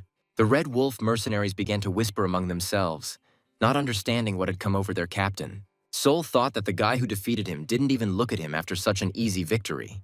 The leader of the promising mercenary squad thought he was a nobody to that guy. Soul Dark announced that starting tomorrow, all members of the Red Wolf will train 3 times harder. The girl quickly found an explanation for the leader's decision. Now they would certainly be receiving serious orders. Soul Dark stated that this world turned out to be much wider than he could have imagined. The young man clearly decided that he too would train hard to surpass that guy. The leader of the mercenary squad admitted that the stranger had hurt his pride and he could not leave it unpunished. The archer said that they were ranked 6th in the adventurer rankings, and Slow Tools was ranked 2nd. Edward Marksman said they would catch up with this guy in no time and might even leave him behind. Soul Dark admitted that he could agree with the guy on at least one thing and offered to take on the task. The archer suggested going to the forest, which is rated as a dangerous place. Soul asked if they were talking about the Shambles Forest, because the more dangerous the place, the higher they would go. The archer and the mercenary knew perfectly well that they would not be able to cope with the warrior's slow tussle. The comrades thought that it couldn't be that this guy was engaged in poaching. The adventurer ranker realized that he had been attacked due to a stupid mistake, so he suggested that they talk later. Slow Tools decided that he couldn't stand still. He needed to quickly catch up with the frightened rare beast. Edward Marksman asked if the young man really wanted to protect the wounded king's horn. Slow confirmed the archer's guess and added that the animal had been wounded by poachers who were still somewhere nearby. Edward Marksman said that when moving through the forest, you need to take advantage of the unevenness of the landscape. The guy, Slow's former opponent in the exam, demonstrated in practice how to move correctly through the forest thicket. The young man couldn't believe his eyes when the archer pulled ahead and began to rapidly increase his lead. It only took one look for Slow Tools to understand how he should move over the uneven forest. Edward Marksman shouted that he saw the king's horn, but there was a small problem. The guy pointed out that the animal, which belonged to an endangered species, was attacked by a terrible monster. The archer is fully confident that this will be a difficult fight, and Slow Tools will have to sweat a lot. The young men understand that saving the endangered animal will have a significant impact on their adventurer rating. The monster that attacked the king's horn immediately noticed its prey running towards it. With a precise blow, Slow Tools severed the monster's writhing limbs, shielding his comrade. The young man realized that the huge creature was approaching, which meant he needed to stop it. The young ranker adventurer knew he couldn't land a blow that wouldn't hit the king's horn. Slow Tools asked Edward Marksman if he could distract the huge monster for a second. Soul Dark, who had arrived in time, shouted that the archer needed to aim for the eyes, and the knight needed to get closer to the monster. The aspiring ranker adventurers accepted the mercenary squad leader's orders without hesitation. Edward Marksman easily struck the eyes of the huge monster, and it roared in unbearable pain. The young man noticed that the enraged monster had pressed himself to the ground in desperation, exposing himself to attack. Soul Dark shouted that Slow Tools needed to cut the blinded monster's legs. The disciple of humanity's strongest knight received a new order from an experienced commander. The young man put prana into the blade to cut through the limbs and belly of the huge monster with one blow. The monster didn't know where to go. Terrible pain pierced his body, making him forget about his recent prey. The leader of the promising group of mercenaries shouted that Slow should grab the king's horn and run away. The young man obeyed. And when he ran away from the dangerous monster, he gave a signal to Soul Dark. The leader of the Red Wolf mercenary squad brought down a tree right on the head of a dangerous monster from the forest. The monster that attacked the king's horn felt the massive oak trunk approaching him. The comrades watched in silence as the dangerous creature from the shambles forest expired under the weight of a centuries-old tree. Edward Marksman admitted that it was a very good decision. The mercenary follows the battle well. Soul said that he was used to working with subordinates, and the boy shouted that he was not a mercenary's subordinate. The disciple of the world's strongest knight thought that he couldn't handle it alone. The monster was strong. Slow Tools remembered the words of the recognizers. He wouldn't reach the top 10 in the rankings with fencing alone. The young man was clearly convinced that swordsmanship alone was not enough for the island of the gods. The disciple of humanity's strongest knight realized that he had much to learn. Now the young man understands perfectly well that he must learn many things in order to rise in rank. The young ranker's personal recognizer apologized for not being able to get here sooner. The girl did not understand what had happened in this clearing and why there was such a mess there. Slow Tools told his individual recognizer about what happened in this clearing.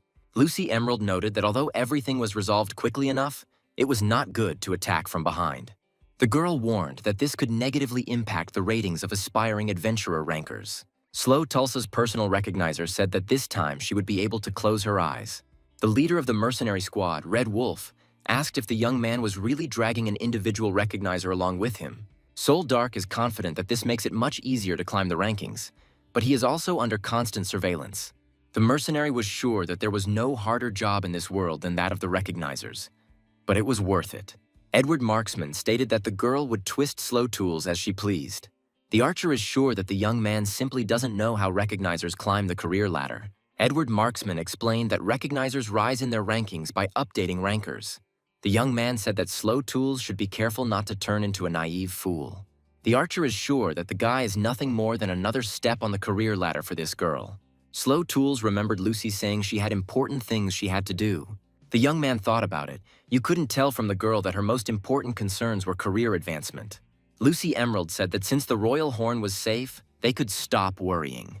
The disciple of humanity's strongest knight assumed that this beast wanted to befriend only the girl. The recognizer corrected her comrade. The royal horn does not feel safe near armed people. The leader of the Red Wolf mercenaries noticed that this rare beast turned out to be unusually ungrateful. Slow Tools said he had done nothing wrong, but Lucy said the guy had an unpleasant aura about him. Lucy Emerald stated that the defeated dangerous monster reminded her of the Frost Catcher. Soul Dark said that he had never encountered such monsters before. Did they live in these parts? The girl explained that these creatures used to be found exclusively in snowy regions. Lucy Emerald is certain that the snowcatchers have never appeared in the Shambles Forest. Slow Tulsa's personal recognizer suggested that the young man register the presence of this monster. The girl said that they came to this forest on assignment from the Recognition Bureau to assess the environmental situation. The leader of the Red Wolf mercenaries said that they also came here on behalf of the Recognition Bureau. The girl thought that the Bureau had not issued orders to transport reinforcements to the Shambles Forest. Lucy Emerald realized the true reason for the two's arrival in such dangerous territory. The personal recognizer is sure that they have fallen under the influence of her novice adventurer ranker. The girl thought that Slow Tools should pull himself together because he had some competition. Lucy Emerald reported that she had great news for the boy who fought Cloud. The personal recognizer announced that the young man had risen 26 places in the swordsman rankings. The girl is sure that her ranker adventurer is simply a combo master. He should be happy about this news.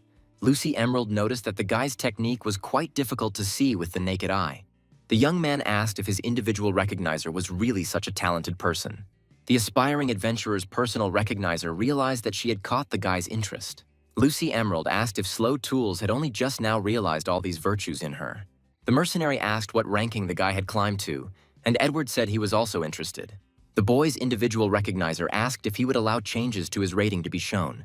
Soul Dark said that the guy jumped so many positions in the sword speed rankings with one blow. Edward Marksman admitted that he is very angry about all these numbers, as they will not catch up with Slow. The student of the strongest knight said that he wanted to learn to fight with more than just swords. Slow Tulls asked his comrades to teach him the intricacies of battle tactics and shooting with a combat bow. Edward Marksman clarified that the boy had previously only fought with swords, but now he decided to master the bow. The young man said he already understood how to best exploit the unevenness of the landscape. Slow Tools noted that Soul, as the leader of a mercenary group, was forced to develop a good strategy.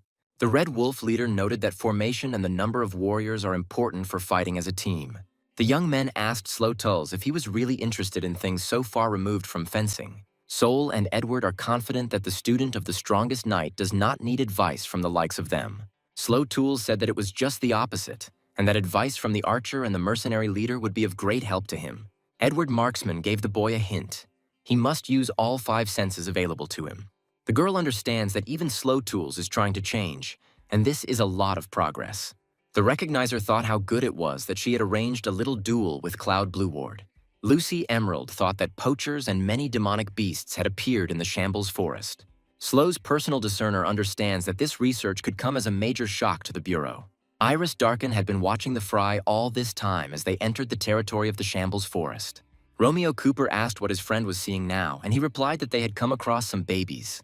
The smuggler claimed that these children had fresh organs and that they would be able to sell them for a higher price. Iris Darkin muttered that the king's horn was no longer as valuable, but now they would have to catch them all. The man stated that these are the laws of nature, and anyone who sets foot on his territory will pay for it. Edward Marksman said that using all 5 available senses at once is not so easy. The archer explained that it is important to rely not only on sight and hearing, but also on smell and touch. Edward Marksman stated that this forest is simply ideal for training. There are very strong smells here. The archer said that it would be difficult for the mercenary to distinguish the scents of the forest because he was accustomed to blood. Edward Marksman asked the young man to use prana, which would help speed up the learning process. The guy is confident that if Slow Tussle focuses his prana on the skill he wants to learn, everything will work out. Edward Marksman knows that prana is a constantly moving faculty. The archer asked Slow to concentrate on his consciousness. Then he would definitely master all his senses. His comrades were convinced that the guy had an incredible amount of energy. It was mind-boggling. The young man thought that he should direct his prana to the organs of all 5 senses. In an instant, Slow sensed his entire surroundings, felt even the slightest movement in every bush. The guy saw that someone was watching them. This man was already very close. The young man was even able to discern the distraught expression on the stranger's face, who was staring at them. Slow Tools immediately stood up, preparing to meet the man rapidly approaching them. The guy explained that he saw someone and added that they had incredibly little time. The disciple of humanity's strongest knight instantly realized that their opponent was unusually strong. Iris Darkin put prana into the blow and threw Slow Tulls back a good 10 meters. Lucy Emerald froze in horror, because it was almost impossible to survive such a blow. The budding adventurers stood dumbfounded as they watched the colossal destruction caused by the man's blow.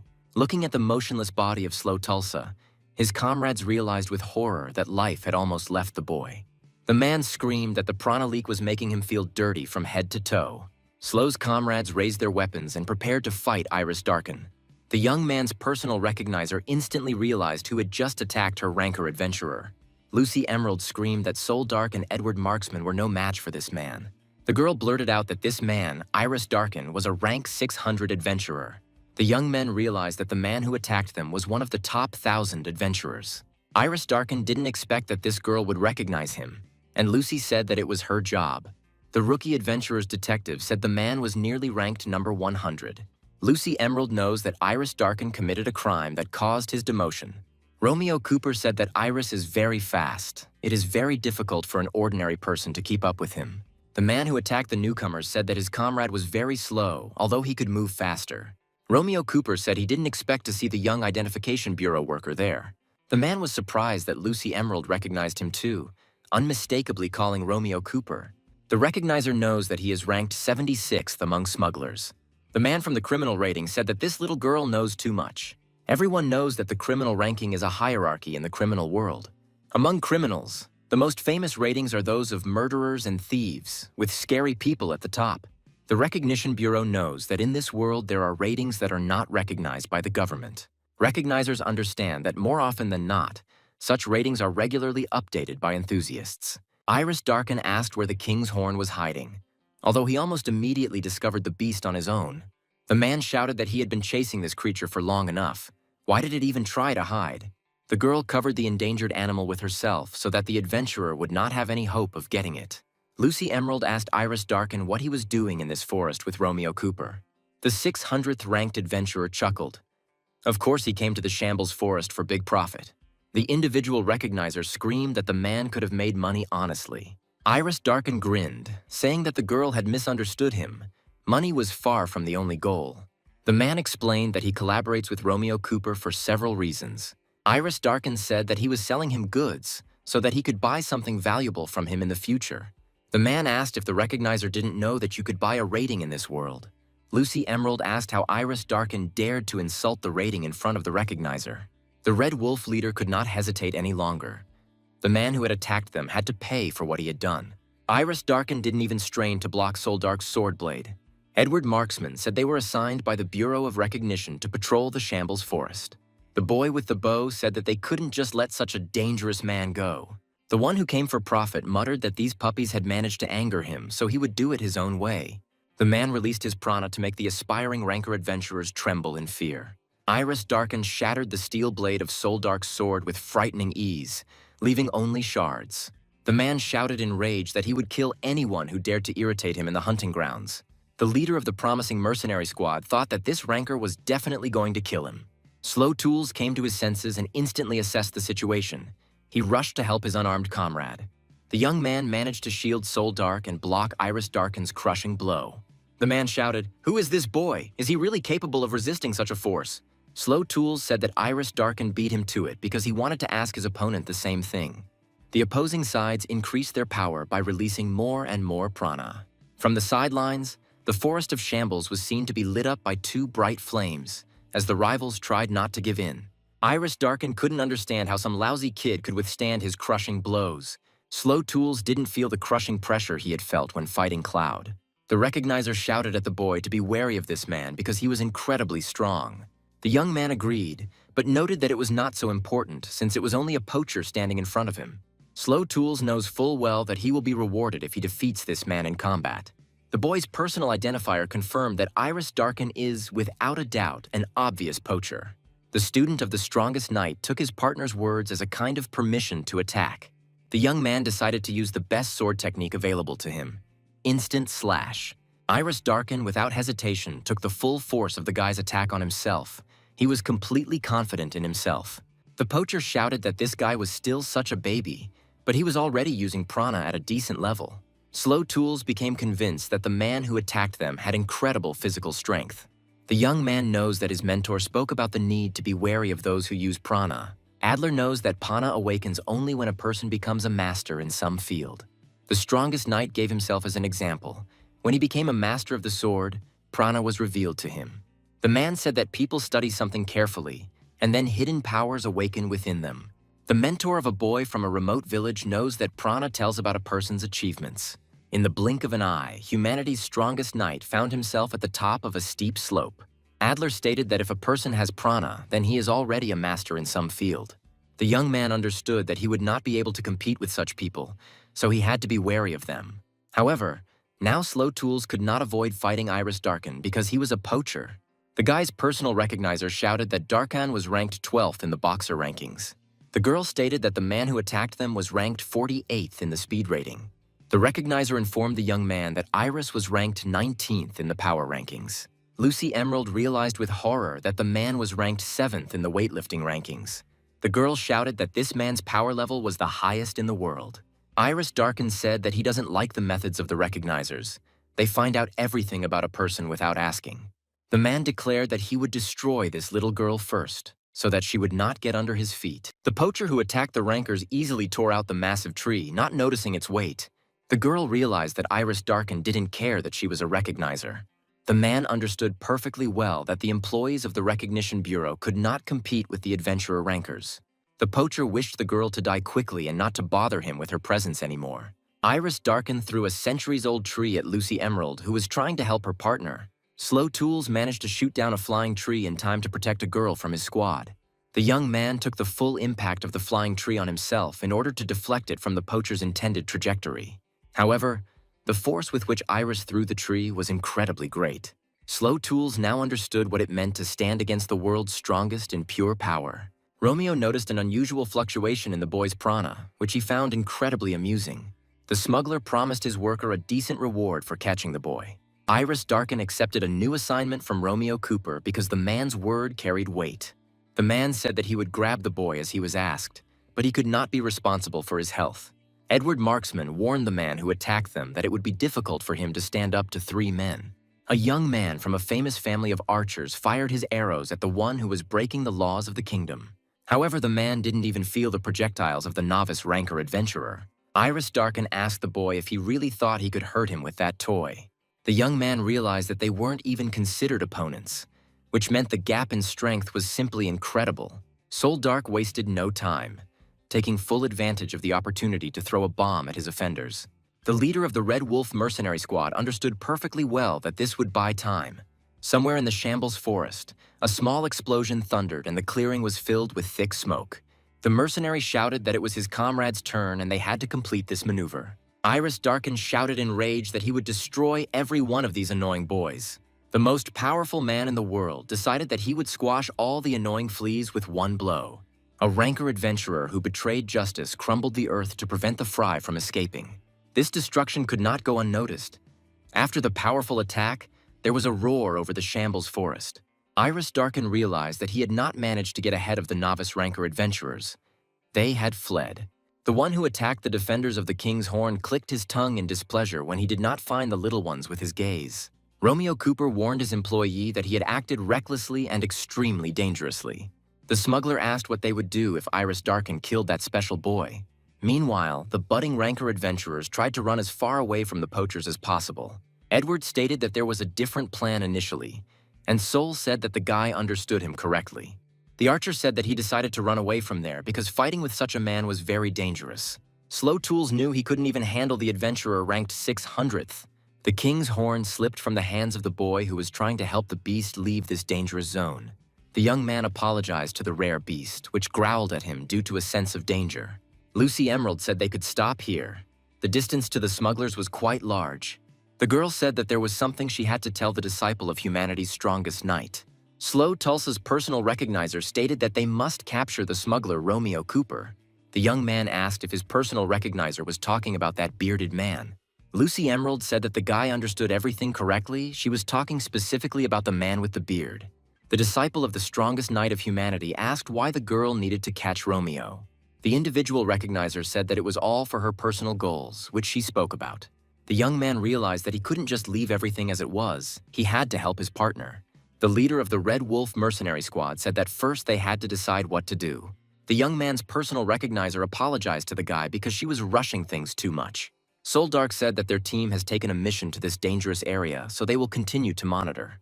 The detective stated that the young men were unable to cope with the men who attacked them. The mercenary said that after they uncovered the poacher's plan, they would report it to the Identification Bureau. The young man asked how much their rating would change once they implemented their plan. The girl asked if she couldn't influence these guys' reckless decision. The recognizer said they would rise in the adventurer rankings by at least 1,000. The leader of the Red Wolf mercenary squad convinced the girl that they would not run into trouble. Soul Dark asked what exactly Slow and Lucy were going to do. They probably already had a plan. The young man replied that they would carry the King's Horn to a safe place. It was part of their task. Edward Marksman is confident that the presence of such a rare beast significantly complicates the fight. However, Slow Tools said that he had a reason for not wanting to involve this kid in their squabbles. The guy's personal identifier said that the Royal Horn had already suffered because of poachers. The leader of the mercenary squad, Red Wolf, said that in that case they would have to split up. The young man said that he and Edward Marksman would wait for their comrades under that tall tree. Soul Dark explained that he and an archer from a famous family would take turns keeping watch underneath him. The leader of the mercenary squad explained that they should unite to be on the safe side. Edward Marksman told the boy that he would now teach him to move through the forest much more efficiently. The boy with the bow said that his comrade could already move on. He would definitely catch up with him. Edward Marksman asked if the mercenary was in a hurry, and he said that he also had something to tell. The young man showed the student of humanity's strongest knight how to navigate tall trees. The leader of the mercenary squad explained what the young man should pay attention to first. Adler's student thanked his comrades for the valuable experience they shared that day. Soul Dark asked if the young man could lend him his dagger because the mercenary's sword was broken.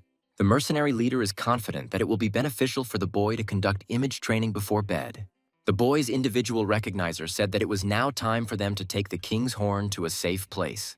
The girl said that she was worried about Iris Darken, but they had to complete the task they had taken on. Lucy Emerald asked her partner if he understood exactly what she had just asked. The young man replied that he understood everything completely. They were assessing the ecology of the forest and hiding the animal. Slow Tools is confident that Sol and Edward are not bad guys, so they can rely on them. The girl asked, "How about doing an ecological study and finding the habitat of the king's horn?" The boy's personal identifier said that she was very curious about where this baby could have come from. Lucy Emerald is confident they can find the rest of this endangered species. The girl is confident that this baby will be able to take them to his home, where they will meet the rest of the individuals. The recognizer thought that the rare beast heard her words, and therefore had already run to its home. The girl said that they should trust the instincts of this royal horn. He is quite smart. The guy's personal recognizer is sure that this animal is scared, so he will run to his house. The disciple of humanity's strongest knight said that he completely agreed with his partner. Lucy Emerald exclaimed that the royal horn had led them to another unidentified magical beast. The girl screamed that Slow Tools must immediately draw this incomprehensible magical creature. The young man hastily tried to carry out the task given to him, but admitted that it did not work out very well. Lucy Emerald screamed that she saw another beast. They had to hurry or it would run away. The rest of the difficult day was spent completing the task from the Recognition Bureau. The King's Horn never led Slow Tulsa and Lucy Emerald to their home in the Shambles Forest. The young man decided to try to follow the advice of his comrade, the leader of the Red Wolves. The disciple of humanity's strongest knight understood that prana could attract Iris Darkin. However, he had to learn to control it better in order to use stronger techniques. The guy's individual recognizer called out to him. The girl wanted to talk to Slow. Lucy Emerald asked if she was distracting the guy, to which he replied that everything was fine. The young man said that he was simply conducting the training that Soul Dark told him about. The girl said that she checked the guy's report and his drawings made her very happy. The recognizer hoped that in the future they would sort out the boy's lack of artistic talent. The girl said that the recording should be shorter but objective. Slow almost failed. The young man recalled that his personal recognizer said that she wanted to catch Romeo. Slow Tools asked if this was the same goal she had told him about when they first met. The girl said that the student of the strongest knight of humanity understood her correctly. Everything is so. The young man said that he was ready to cooperate with the girl because he could not pass by. Slow explained that he went to bed so late because he couldn't sit still without doing anything. The guy said that he was very familiar with this feeling, so he wanted to help the girl. Lucy Emerald screamed. How could Slow talk about this so easily? He couldn't understand her. The girl thought that she had gone too far because she didn't know what this guy had been through. The guy's personal recognizer asked if this was really why he trained every day until midnight. Lucy Emerald realized that the disciple of humanity's strongest knight was somewhat similar to her. The girl thanked the guy for agreeing to help, but he doesn't know her goal. The young man stated that they would be able to cooperate without any problems, even without knowing everything about each other. Individual recognizer Slow stated that she was ready to tell him about her goal. The girl explained that the rating is a list of outstanding people, arranged from top to bottom. Lucy Emerald is absolutely convinced that being included in the ranking proves a person's worth. However, the girl knows that in this world there is a different rating, which is written from the bottom up. The guy's personal identifier stated that she is hunting for people from this dark rating. The girl told Slow Tools that 5 years ago she had a very close friend. Lucy Emerald said that this girl's name was Morella. She was blind from birth and did not know the world. The boy's personal recognizer said her friend never laughed at her dreams. The girl continued to say that she dreamed of taking first place in the recognition rankings. Lucy Emerald believes that it is the most honorable job to record the great people who make history. The future recognizer said that her friend is the only one who doesn't laugh at her dreams. Morella believes that the school is too small for Lucy Emerald and that the girl should move on. The girl said her family was invited on a cruise. I think its name starts with Bond. Lucy Emerald shouted that Bond Solution was the most luxurious cruise there was. Morella said she wouldn't be interested in this cruise, so she would give the seat to Lucy. The girl is sure that she won't be able to enjoy this cruise anyway because she can't see anything. The future recognizer screamed that she could not accept a ticket from her only friend. Lucy Emerald said she doesn't want to go on the luxury cruise without her best friend. The girl said that she would hold Morella's hands and tell her everything she noticed. The future recognizer's best friend said that she would definitely ask her father for permission. Lucy Emerald was very glad to hear such words from her only friend. After this conversation, Morella's mother gave her ticket to her beloved daughter's friend. The future recognizer boarded the Bond Solution liner with her friend and her friend's father. Morella and her family were incredibly grateful to their only daughter's best friend. Lucy Emerald remembers that after 2 days of sailing, the liner ran aground due to engine failure. The recognizer said that the ship began to sink quickly due to the hole that had formed. The mate shouted that they had lost almost all of their lifeboats after the impact. The captain ordered his crew to gather all the liner's passengers on the upper deck. The man said he had decided who would board the surviving lifeboats. The cruise ship captain knew full well that he had no other choice. The man said that he would now announce the list of passengers for the first lifeboat. The captain warned that all named people must immediately climb up to the lifeboat. Lucy Emerald told her friend that everything was okay because she would always be there. The future recognizer heard her name and was upset because her friend's name was not mentioned. The captain announced that this was the end of the list of passengers on the first lifeboat. The girl did not understand why the man only said her name, why he separated her and her friend. Morella let go of Lucy Emerald's hand and shouted that her friend was wasting a lot of time because of her. The future recognizer's friend said that she was completely fine and there was no need to worry about her. The girl is sure that they must obey the captain's orders, otherwise everyone on this liner will die. Morella said she believed Lucy Emerald would be a great recognizer. Recognizer Slow remembers the lifeboats reaching the shore and then heading back immediately. The girl continued to hope that her friend would arrive in the second group of evacuated passengers from the plane. However, when the lifeboats docked again, the girl's only friend was not on board. Lucy Emerald knew that the lifeboats would not have time to return to the liner a third time. The future recognizer fell into despair because her only friend did not return from the ship. The sailors rejoiced at their rescue, believing that they survived only thanks to their honesty and clear conscience. Lucy Emerald heard the sailors. They were sure that the people with the worst rating were left to drown. The girl asked what these people were talking about, what they meant by the words worst rating. The men were scared because this was not information that every person should know. The future recognizer asked to explain to her the meaning of these words. Otherwise, everyone would find out about this conversation. The sailors realized they were cornered and agreed to tell if the girl did not turn them over to the captain. Lucy Emerald still can't get the words she heard that dark evening out of her head. The recognizer explained that it was a list of people arranged in order of least ability. The girl said that no one knows where such ratings will be used. They are terrible. The young man suggested that such ratings are used when the situation gets out of control. The guy's personal identifier said that such ratings are reserved for those on whom human lives depend. The girl is sure that even hospital directors have lists in store to decide who will live. Lucy Emerald has stated that she wishes with all her heart to wipe the worst ranking off the face of the earth. The guy understands what the worst rating is, but what does it have to do with the smuggler Romeo Cooper? The girl explained that she sincerely wanted to defeat a criminal with the help of another criminal. The individual recognizer said that the criminal ranking is also an unofficial ranking. Lucy suggested that Romeo Cooper might know who was compiling the unofficial rankings. Slow Tools asked the girl if she had any idea who might be behind this, but she just shook her head. The young man's personal recognizer suggested that there might be an entire underground hierarchy there. The young man said that it must have been difficult for Lucy Emerald to go through all this all alone. The guy said that it must be very painful, but still the girl never stopped and moved on. Slow Tools is absolutely sure that his individual recognizer is simply an incredible person. The girl thought that the young man now knew her personal goal in life, but still had not revealed his. The individual recognizer asked the guy not to say anything like that, otherwise she would cry. The disciple of humanity's strongest knight thought that his recognizer was very easily moved.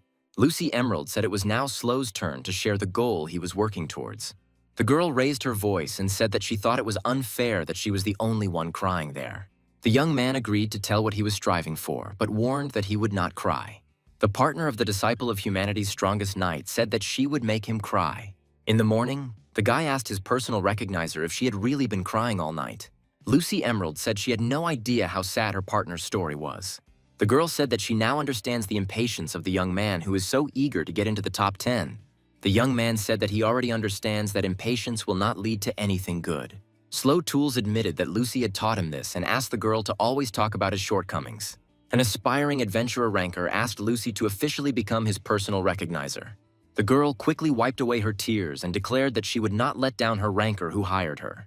The disciple of humanity's strongest knight now knows he has a reliable comrade. The girl said that they had already walked quite a long way. Could the poachers really have gone that far? The individual recognizer hopes that the royal horn can find its way home. Slow Tools wondered if the girl even knew where the royal horns lived. The guy's personal recognizer knows that they have a lot of life force, so they hunt little. Lucy Emerald said most individuals of this species live in spacious caves. The king's horn sensed something ahead, so he immediately rushed into the forest thicket. The boy's personal recognizer shouted to him that they couldn't miss this rare beast. The girl understood that they would soon approach the probable lair of the king's horn. However, the recognizer and the aspiring ranker adventurer were surprised when they saw something in front of them. Lucy Emerald said it was a very large stone. She had never seen anything like it before. The girl already roughly understood what exactly they had stumbled upon, but she wanted to make sure of it.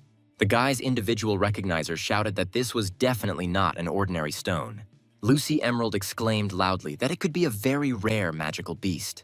The girl said that it was simply impossible. Such a monster could not be here. Slow Tulsa's personal recognizer informed the adventurer ranker that her doubts were now cleared.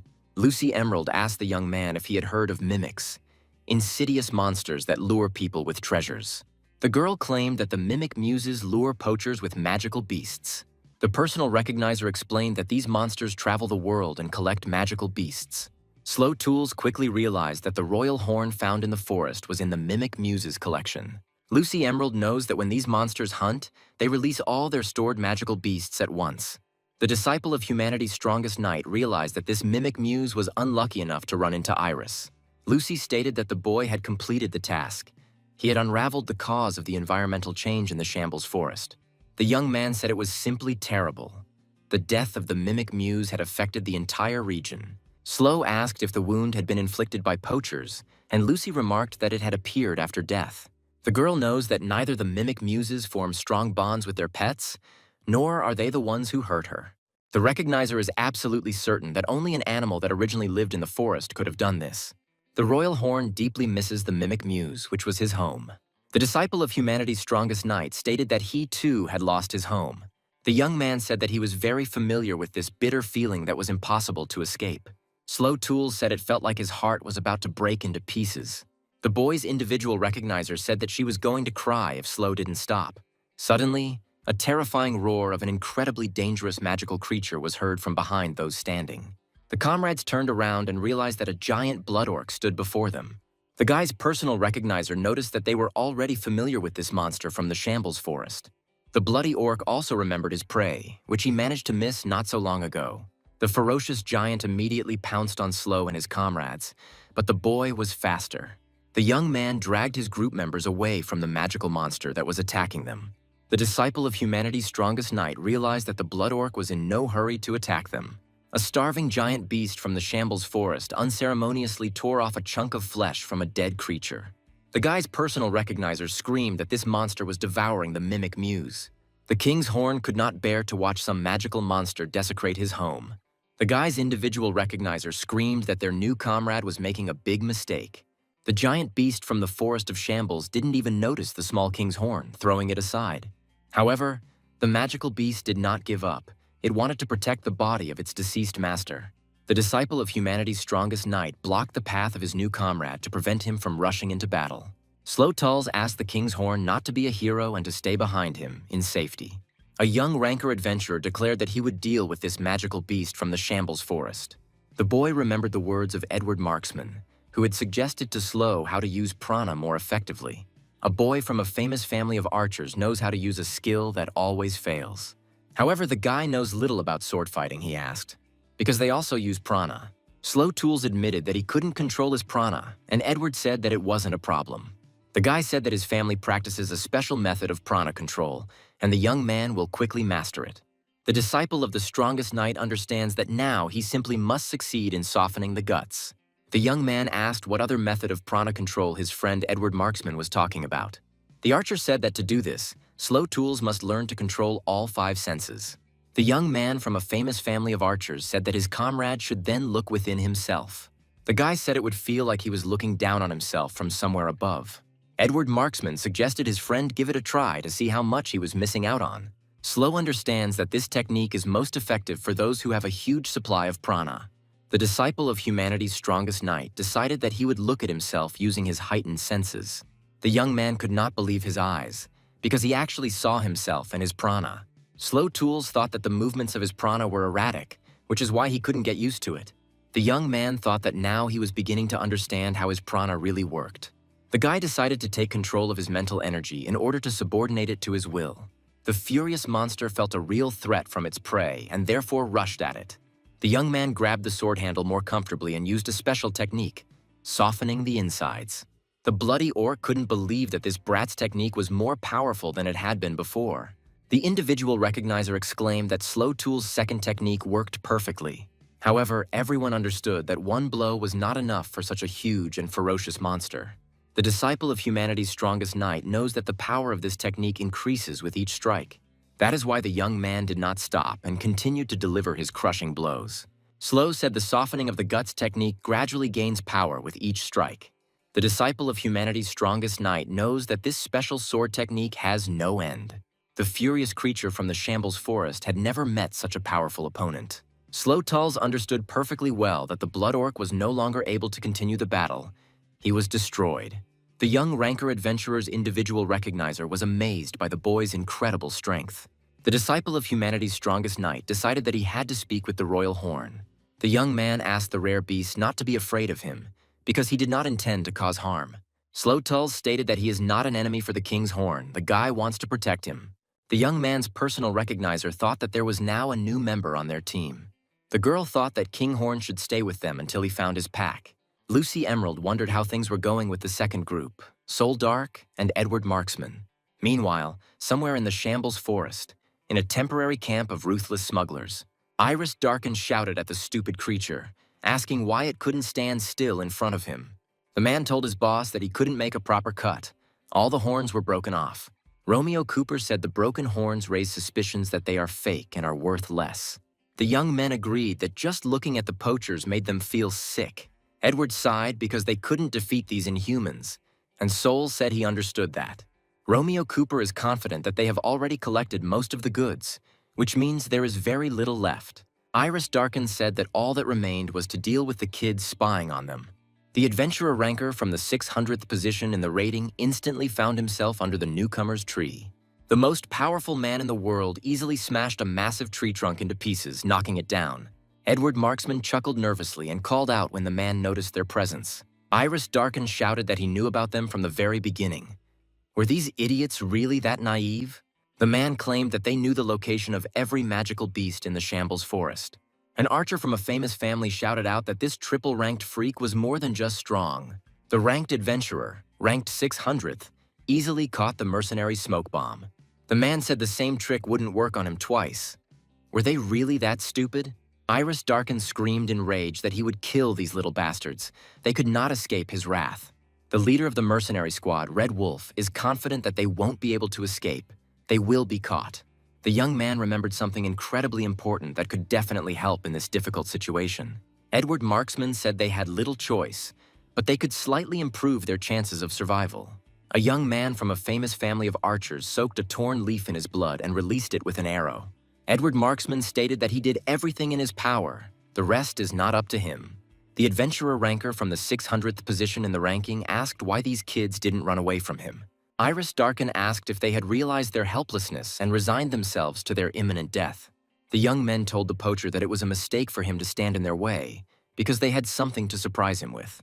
Edward Marksman said that an archer's true skill comes when he has cover. Soul Dark was surprised by the coincidence, because his skills are demonstrated when he has subordinates. A boy from a famous family of archers declared that he would not carry out the mercenaries' unacceptable orders. The leader of the promising squad agreed with his partner and said that giving ridiculous orders was not his style. Soul Dark suggested to Edward Marksman that they begin right now. There was no point in dragging out the battle. Meanwhile, in another part of the Shambles Forest, Slow Tools felt a surge of energy coming from the side. The young man wondered what it could be. The feeling he had just experienced was too strange. The young ranker adventurer's discerner asked what they would do with the Royal Horn. The girl is sure that the best thing they can do now is to provide protection for this baby. The guy is sure that in order to protect the King's Horn, they must defeat the poachers they encountered yesterday. Lucy Emerald said that Slow Tools might be right, but they had nothing to counter Iris Darken. The personal recognizer said that she could only think of 2 ways to defeat such an opponent. The girl said that they could send a letter to the Recognition Bureau so that they could send reinforcements. Slow Tools admitted that Iris Darken handles her prana head and shoulders above the boy. Lucy Emerald stated that there is another way, which is the easiest to perform. The disciple of humanity's strongest knight realized that his partner had come up with something incredible. Meanwhile, in another part of the Shambles forest, a serious confrontation was raging. The aspiring ranker adventurers were barely able to stand on their feet due to the pressure of Darkin's prana. The man asked if the brats also had prana. Iris didn't understand what kind of strange kids these were. The young ranker adventurers were well aware that this ability had not existed until recently. The young men acknowledged that they only now had the opportunity to take advantage of their new powers. Adler said that people who receive prana cannot use it without a special trigger. Soul Dark realizes that he honed his sense of teamwork while serving as the leader of a mercenary squad. Edward Marksman, in turn, was a brilliant archer with an incredibly strong pedigree. Unfortunately, both guys were undefeated and were exclusively on the winners list. Luckily, however, these guys were brought together by an incompetent prana user named Slow Tools. Each of the comrades of the strongest knight's disciple understood that this was enough for awakening. Therefore, the young ranker adventurers decided to accept the fight with Iris Darkin on new terms. The leader of the Red Wolf mercenary squad rushed into battle while the enemy did not consider them a real threat. The adventurer ranked 600th thought the young man had decided to commit suicide. Iris Darkin is well aware that even the appearance of prana in the boys cannot affect their fight. However, Soul Dark easily parries the attack of the most powerful ranker adventurer in the world. The poacher is amazed by the abilities of the boy, who previously could only fear his devastating strength. The leader of the mercenary squad thought that now he could see the enemy's attacks. Could it really be the power of prana? Meanwhile, a young man from a famous family of archers has already taken aim at a powerful poacher. The young man noted that he had used something similar before, but this was the first time he had seen everything in color. Edward Marksman notes that he will now shoot more accurately using the precision arrow technique. The young man clearly sees the point where his arrow, charged with mental energy, will fly. The man realized that this little bastard was aiming straight for his head. Now he was a formidable opponent. The ranked adventurer from the 600th position released his prana to block the arrow. Iris Darkin realized that the leader of the small mercenary squad had used the smoke bomb again. The man did not waste any time and immediately rushed after the retreating ones. This time he would not let them go. The poacher couldn't believe that an archer from a famous family was able to hit him through the thick haze. The adventurer ranker from the 600th position quickly found the guy who dared to injure him. Iris Darkin understands perfectly well that the young man manages to aim exactly where he is moving away. The world's most powerful poacher realizes the boy has climbed a tree to improve his view. Soul Dark knows that now he will be able to attack the enemy almost endlessly without interfering with the archer. The adventurer ranker from the 600th position in the rating quickly realized that the newcomers understood each other. The man wondered if this mercenary was really signaling to his comrade with his free hand. The smuggler's worker thought he could understand how they communicate, but Soul is a master bluffer. Iris Darkin stated that he would retreat because he saw no point in wasting his stamina on brats. The man asked to be understood because this was not a problem that could be solved simply by thinking. The leader of the promising mercenary squad shouted that the poacher was wrong to underestimate them. A boy from a famous family of archers released his arrow at the same time as his partner's swift attack. However, Iris Darkin was not just a simple ranker adventurer, he was one of the best. The man parried Edward's precise arrow and Soul's sharp blade with one left hook. Iris Darkin is ranked 48th in the reaction ratings, making him difficult for newcomers to defeat. Therefore, he easily grabbed the young man's dagger and decided to lose that only weapon. The man said that he is ranked 19th in the strength rankings. Have the brats really forgotten about that? The poacher easily threw aside the guy who had just lost his weapon. The leader of the promising mercenary squad, Red Wolf, realized that prana had not helped them at all. A boy from a famous family of archers called out to his comrade, who could no longer continue the fight. Iris Darkin tore out the nearest tree to use it to cut off the remaining boy's support. Soul Dark, with the last of his strength, croaked to his partner to run without looking back. They had lost. The ranked adventurer from the 600th position smirked as he saw the mercenary clinging to life. The poacher said the boy's organs were already damaged, so they wouldn't be able to sell him for a high enough price. The poacher realized that someone had prevented him from finishing off the brat, who had lost to him in a fierce battle. Slow Tools thanked his comrades for the message. Without it, he certainly wouldn't have made it on time. The leader of the Red Wolf mercenary squad asked the man who came to their aid to call Edward.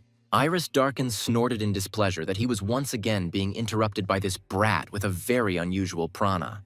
The young man declared that this was his last simple way. He had to defeat the poacher in battle. Everyone understood that an incredible duel was beginning. A 2,000 rating against a 600th. Romeo Cooper noticed that his subordinate was late. How much longer could he mess around with stupid kids? The man with the beard thought that it was definitely not because of those brats. Something unexpected must have happened. The smuggler thought that the only possible option was the boy with unusual prana. Romeo Cooper couldn't help but grin because he was not mistaken in the abilities of the young ranker adventurer. Meanwhile, the situation between the duelists became increasingly tense, each trying to assess the opponent. The disciple of humanity's strongest knight understood that this duel would be very difficult. The adventurer ranker from the 600th position in the rating decided not to delay his quick victory. The man made a swift lunge, intending to instantly crush the rookie ranker. However, slow tools blocked the powerful fists of the poacher, who was an excellent boxer. The young man wrapped his legs in prana to bypass the furious opponent in the blink of an eye.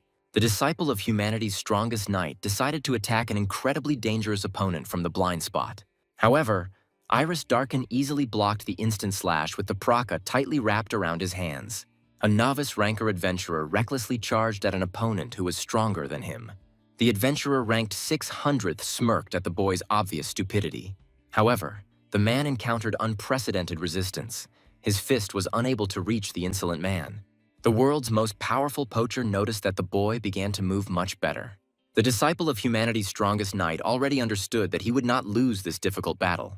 Iris Darkin stated that the boy had shown a significant increase in strength, but it was still not enough. The man released all his prana and declared that this newbie ranker was no match for him. The young man didn't understand why his poacher had such overwhelming power that it shocked him. The guy didn't even have time to realize that Iris Darkin was going to crush him with one blow. The adventurer ranked 600th in the rankings sent the guy flying with a powerful kick. Slow tools couldn't do anything. He could only protect himself with prana until he landed. However, the young man did not lose faith in victory over such a formidable opponent, despite his crushing power. The world's most powerful poacher did not let go of his prey, quickly catching up with the young ranker adventurer.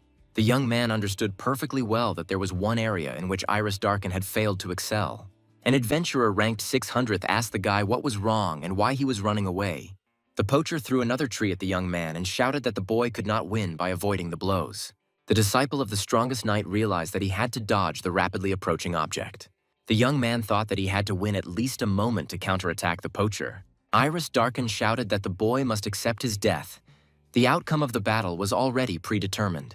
The student of the strongest knight ordered himself to come to his senses immediately. Now was not the time for doubts. The young man thought he was fighting a man who was only ranked 600th.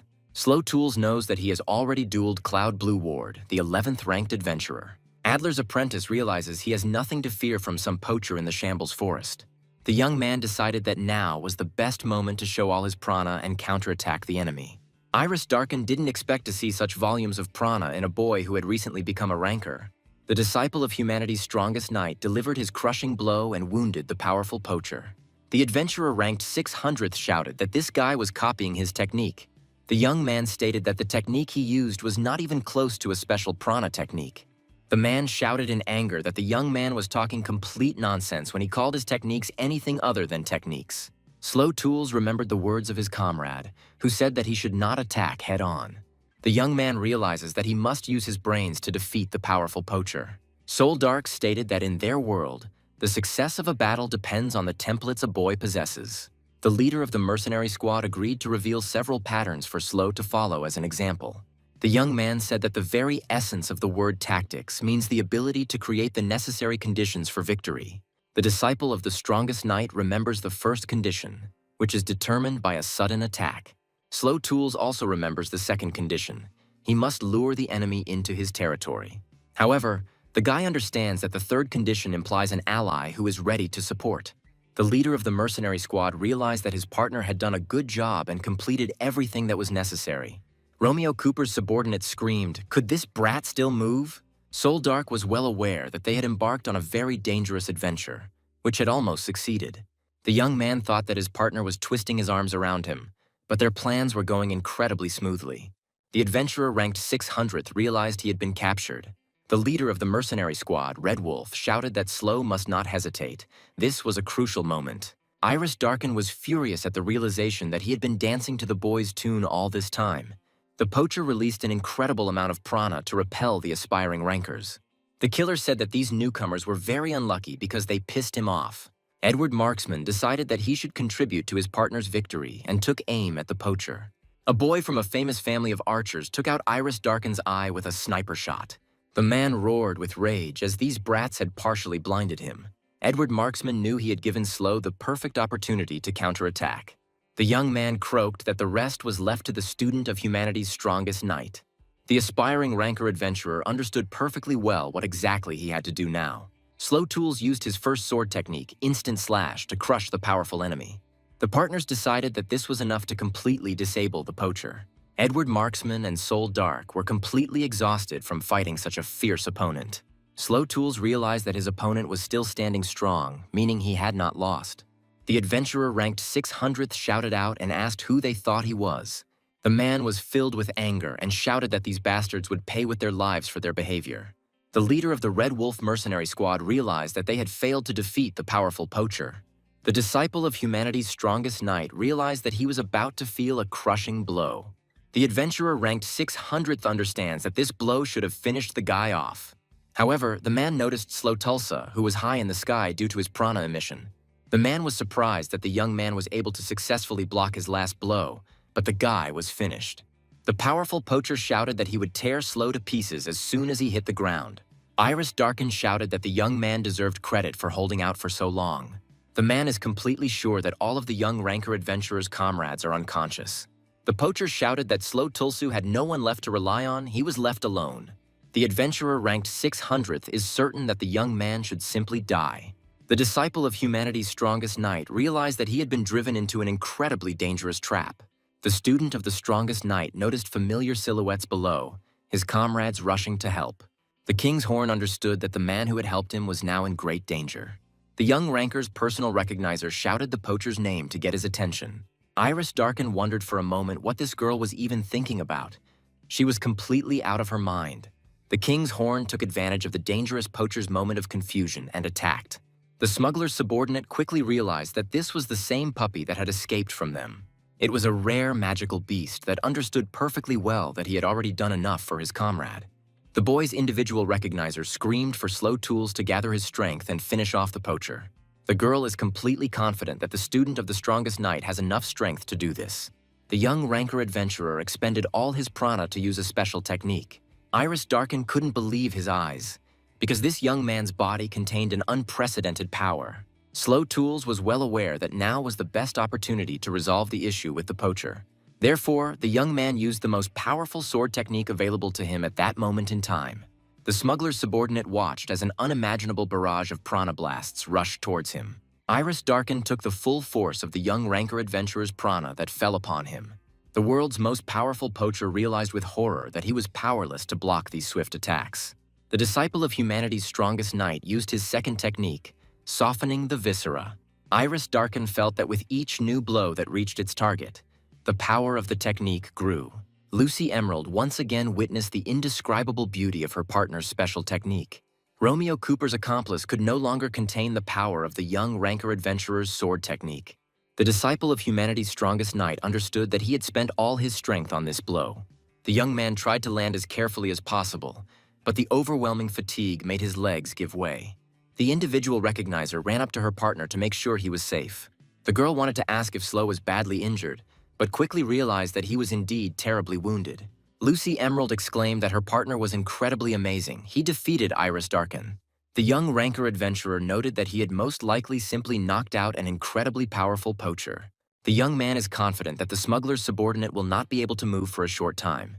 Iris Darken, with the last of his strength, fueled by incredible anger, reached out to the guy who defeated him.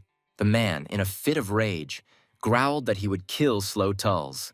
Finish off that annoying little bastard. The young ranker adventurer realized that the man still had not lost his strength and could resist. Romeo Cooper's henchman realized he lacked the power to finish off the nasty ranker boy.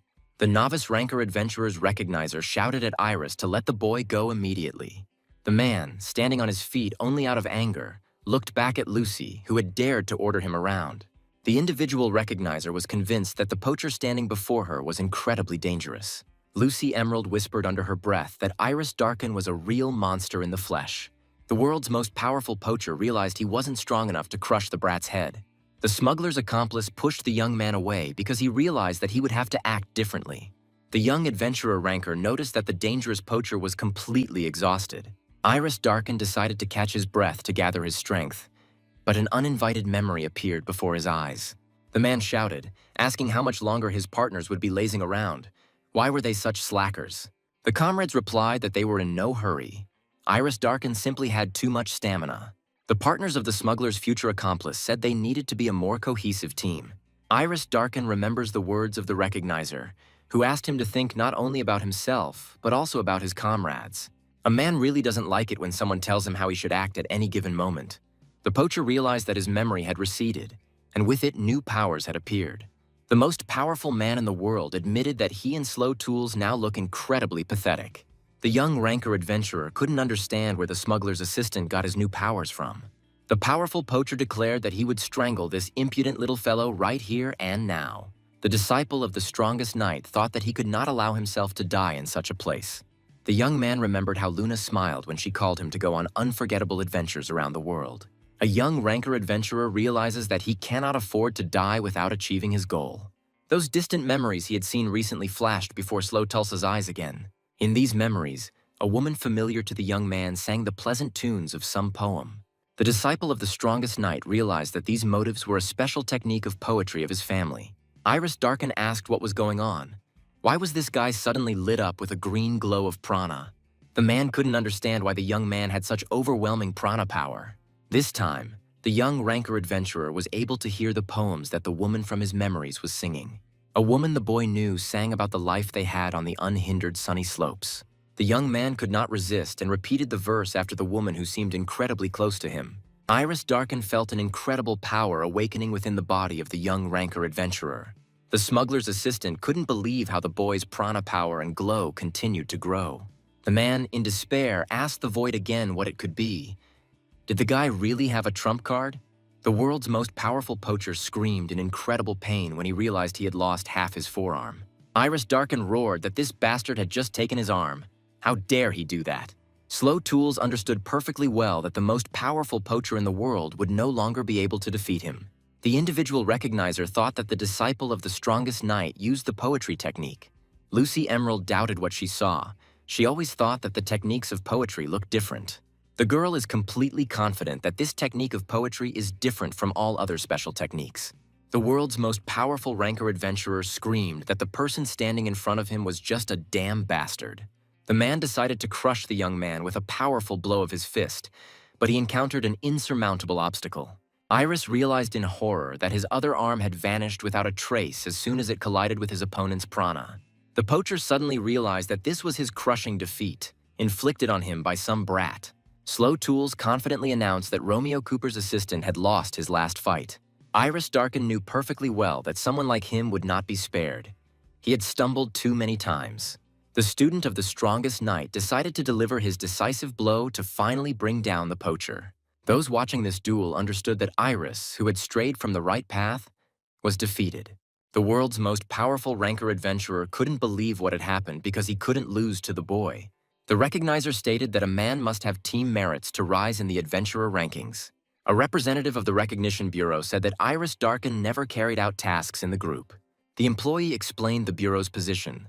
The man had too little ability to cooperate with other rankers. Iris darkened shouted that the recognizer should judge on merit. He was stronger than many double digits. A representative of the Recognition Bureau stated that they cannot change the criteria for evaluating adventurers. The man shouted that the second-ranking adventurer also specialized in solo missions. The recognizer explained that certain exceptions may apply to some rankers. The representative of the Recognition Bureau noted that Iris, unfortunately, does not have such privileges. The future poacher thought that from the outside it was simply not obvious how hard he was trying. The man is completely confident that for a ranker, his rank is the embodiment of all his aspirations. Iris darkened decided to cooperate with some rankers just to rise in the adventurer rankings. Race remarked that collaborating with a 3-digit ranker was, no matter how you look at it, cool, and Melos confirmed it. The future poacher is completely sure that he is not inclined to cooperate because he is too good. The man is firmly convinced that his partners will always be nothing but an incredibly annoying burden for him. Reyes apologized to Iris darkened because he didn't think there were griffins in such a place. A 3-digit ranked adventurer dispatched the beast with one blow. The future poacher said that they needed to quickly complete the task. Such monsters were no obstacle. The man thought about how when he joined the team of these rankers, he began to encounter powerful monsters. Iris Darken doesn't see this as a big problem because dealing with them isn't that difficult. However, something is bothering the future poacher, as if his new partners are leading him by the nose. Iris Darken noticed that his new comrades left the camp every night after the battles. The man became curious about what Race and Melos were up to, so he followed them. Iris Darken realized the bitter truth that he had indeed been led by the nose all this time. The guy exclaimed that the slain monster was entirely composed of incredibly valuable materials. Rice said that everything turned out just as they planned, and that this idiot did everything for them himself. Melos asked if Iris really didn't understand anything, but he was as dumb as a brick. A close friend of the girl said that among rankers there are sometimes such complete fools. Iris Darken approached his comrades who had betrayed him and told them that they had turned out to be incredible scum. The man warned those who were leading him on that they should throw away the bag containing the stolen valuables. The future poacher's comrades realized that their plans had been discovered, and there was no turning back. The guy figured out how to get out of it. Reyes called out to his friend and without hesitation punched her in the face. Melos didn't understand why her partner had acted so meanly, how he could hit her so hard. The guy's face immediately changed, and he asked why the girl's face was covered with such terrible wounds. Ray smiled cynically and raised his voice, asking what the adventurer Iris Darken had done. The man approached the actor and said that he was not just a scoundrel, since he was ready to do something like this for profit. Race shouted, even if they were bothering Iris so much, it was still no reason to beat his comrades. The guy made a face and said that this was the very reason why a man couldn't rise in the rankings. Rice raised his girlfriend and stated that he would immediately report this incident to the Recognition Bureau. However, the guy said that they were magnanimous. If Iris Darken apologized, they would hush up the matter. Reyes told his friend that she would not report the man's misconduct if he apologized. The future poacher asked himself whether he was really willing to listen to the barking in order not to lose his rating. Iris Darken warned that he was not going to bend to the will of such worthless people as his comrades. The powerful man, without hesitation, decided to rid the world of such scum as Rice and Melos. The poacher admits that he still hasn't regretted this act, although it affected his rating. Romeo Cooper's subordinate realizes that the Bureau has investigated and solved his serious crime. The recognizers did not imprison Iris Darken given his incredible past achievements. However, the Bureau revoked his rating and prohibited him from registering a new one for 3 long years. The future poacher, in a fit of fleeting anger, sold everything he had, and this became a turning point. While waiting for the opportunity to get a rating, the man earned money as best he could. Romeo Cooper found Iris Darken and offered him a very strange and incredibly profitable deal. The smuggler asked if the former adventurer would be interested in buying a rating. The poacher was incredibly happy with this offer and admitted that he wanted revenge. Iris Darken wanted to destroy the existing rating system because the ratings are complete crap. The man wanted to make all the recognizers regret that they underestimated his abilities. Now Iris was thinking that this damned boy, Slow, would experience the bitter torment of a ranker. Romeo Cooper's subordinate understands that the young man will soon be plunged into hopeless agony. The boy's individual recognizer declared Slow Tulsa the winner of the duel with Iris Darken. The young man exhaled calmly. Now the dangerous poacher would not harm anyone. He was exhausted. Lucy Emerald asked where the guy was going. He was too exhausted after the battle with Iris. The disciple of humanity's strongest knight declared that this is not the end. Romeo Cooper is free. Slow Tools said he had to catch the smuggler while he was somewhere in the Shambles Forest. The guy's personal recognizer realized that he was trying to make her dream come true as soon as possible. The girl remembers that it was she who spoke about her goal to cleanse the world of the illegal worst rating. The recognizer shouted that Slow Tools should stop because now was not the time to be a hero. Lucy Emerald stated that even she could defeat the guy now, they should wait for the next chance. The young man tried to object, because the next chance might not come for a long time. The girl said that even meeting a ranker adventurer like Slow Tools is enough for her now. The disciple of humanity's strongest knight turned around to confirm the sincerity of the girl's words. The young man apologized for causing the personal recognizer so much worry. The aspiring ranker adventurer who defeated Iris Darken collapsed to the ground from his own exhaustion. Edward Marksman was the first to wake up and decided to immediately go to the recognizer's bureau to report. The next to wake up was Soul Dark, who volunteered to help treat Slow Tools' wounds. The leader of the mercenary squad, Red Wolf, admits that he is also wounded, but his prana allows him to move. The comrade of the disciple of the strongest knight of humanity understands that his strength serves to help his partner. Slow Tools realizes that while he is unconscious, he is having an incredibly long dream. In this dream, the boy's mother asked if it was really enough to just talk about their techniques.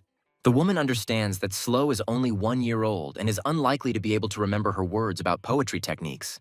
The boy's father said that everything was fine because that's how the techniques work. They are imprinted in prana. The man is confident that his son will gradually remember all this when he tames his prana. Father said that Slow might even remember this dialogue, and mother said that they shouldn't talk about strange things. The man turned to his son and said that their ancestors possessed a special and incredible power. The father said that because of this powerful force, an incredibly terrible wrath fell upon them. The man said they began to live in hiding in this remote village called Tulsa. The father explained that thanks to the decision of their ancestors, they were able to live days far from the fierce battles. Slow Tools turned to his father and said that he completely shared his feelings and agreed with them. The young man wondered if his parents longed for peace, then why did they teach him the technique of poetry? The young man guessed that both his parents and all the villagers had guessed about the approaching inevitable catastrophe. Adler's student realized that they all knew that the day would come when he would have to fight. Cloud Blue Ward was one of the first to notice that the guy who defeated the poacher had already woken up. Lucy Emerald was incredibly happy that her partner woke up. He made her worry. The recognizer said that the young man slept the whole day, and everyone began to worry about his health. The young man noticed that his wounds were bandaged by his partner, so he immediately thanked her. Slow Tools asked why Mr. Cloud was here. Did the Bureau really send such an important person? The man replied that he had heard a story about a friend of his getting involved in such a troublesome matter. The 11th ranked adventurer asked if Slow could move on his own, and he confirmed it. Meanwhile, Soul was asking Edward why he had returned and whether he was really worried about his comrades. Cloud Blue Ward asked Iris Darken if he could move. They needed to go to the Bureau. The 11th in the rank of adventurers said that he would remove the shackles from the poacher who had won his own. The man realized that he had made a mistake in getting involved with Romeo Cooper, but the desire to redo the ranks was stronger. Cloud Blue Ward noticed that the once powerful poacher's arms were worn down to the elbows. The high-ranking adventurer wondered what this man could have done to end up in this situation. The 11th ranked adventurer noticed that the poacher's hands had not been cut off. They had literally disappeared. Cloud Blue Ward realizes that this is the first time he's seen something like this. Is Slow Tools really that strong? The high-ranking adventurer realized that the boy had something in him that could kill him with one blow. Lucy Emerald said that once her ranker's wounds heal, she will register him in other rankings. The individual recognizer is confident that rating is a path to self-knowledge for any ranker. Slow Tools asked if his girlfriend was telling him that he should figure out his strengths through rankings. The girl stated that the Recognition Bureau has equipment for measuring all sorts of different ratings. Meanwhile, Romeo Cooper walked through the Shambles Forest in proud solitude. He knew that his subordinate had lost. The smuggler thought that the last burst of unusual prana marked Iris's defeat. The man thought that for someone who had been in hiding for many years, this guy appeared quite self-confident. Romeo came to the conclusion that the young man was behaving provocatively in order to capture the attention of the Island of the Gods. The smuggler from the 76th line of the dark rating approached the huge gate in the forest. The massive doors opened before Romeo Cooper, who stepped forward with confidence. The smuggler who entered was greeted by the voice of a subordinate, who said that he was waiting for the leader. Romeo Cooper turned to his fellows and announced that they had finally discovered the descendant of babies. The man exclaimed that this allowed them to make significant progress in their incredibly large-scale plan. The smuggler is convinced that the time has come to save the world, which should not dance to the tune of ratings. Romeo Cooper ordered his brothers not to hold back their strength in the upcoming fierce struggle. The smuggler's comrades declared that they, all under the name of Ouroboros, would save this world. Romeo Cooper turned out to be the pseudonym of an incredibly legendary criminal named Adam. He ranks among the top smugglers, murderers, drug dealers, and prana scientists. Meanwhile, his criminal organization, Ouroboros, is the world's #1 dark organization. After some time on the road, Slow Tools and his comrades reached the capital of the Kingdom of Trackland. The young ranker adventurer's individual recognizer notified everyone that they had arrived.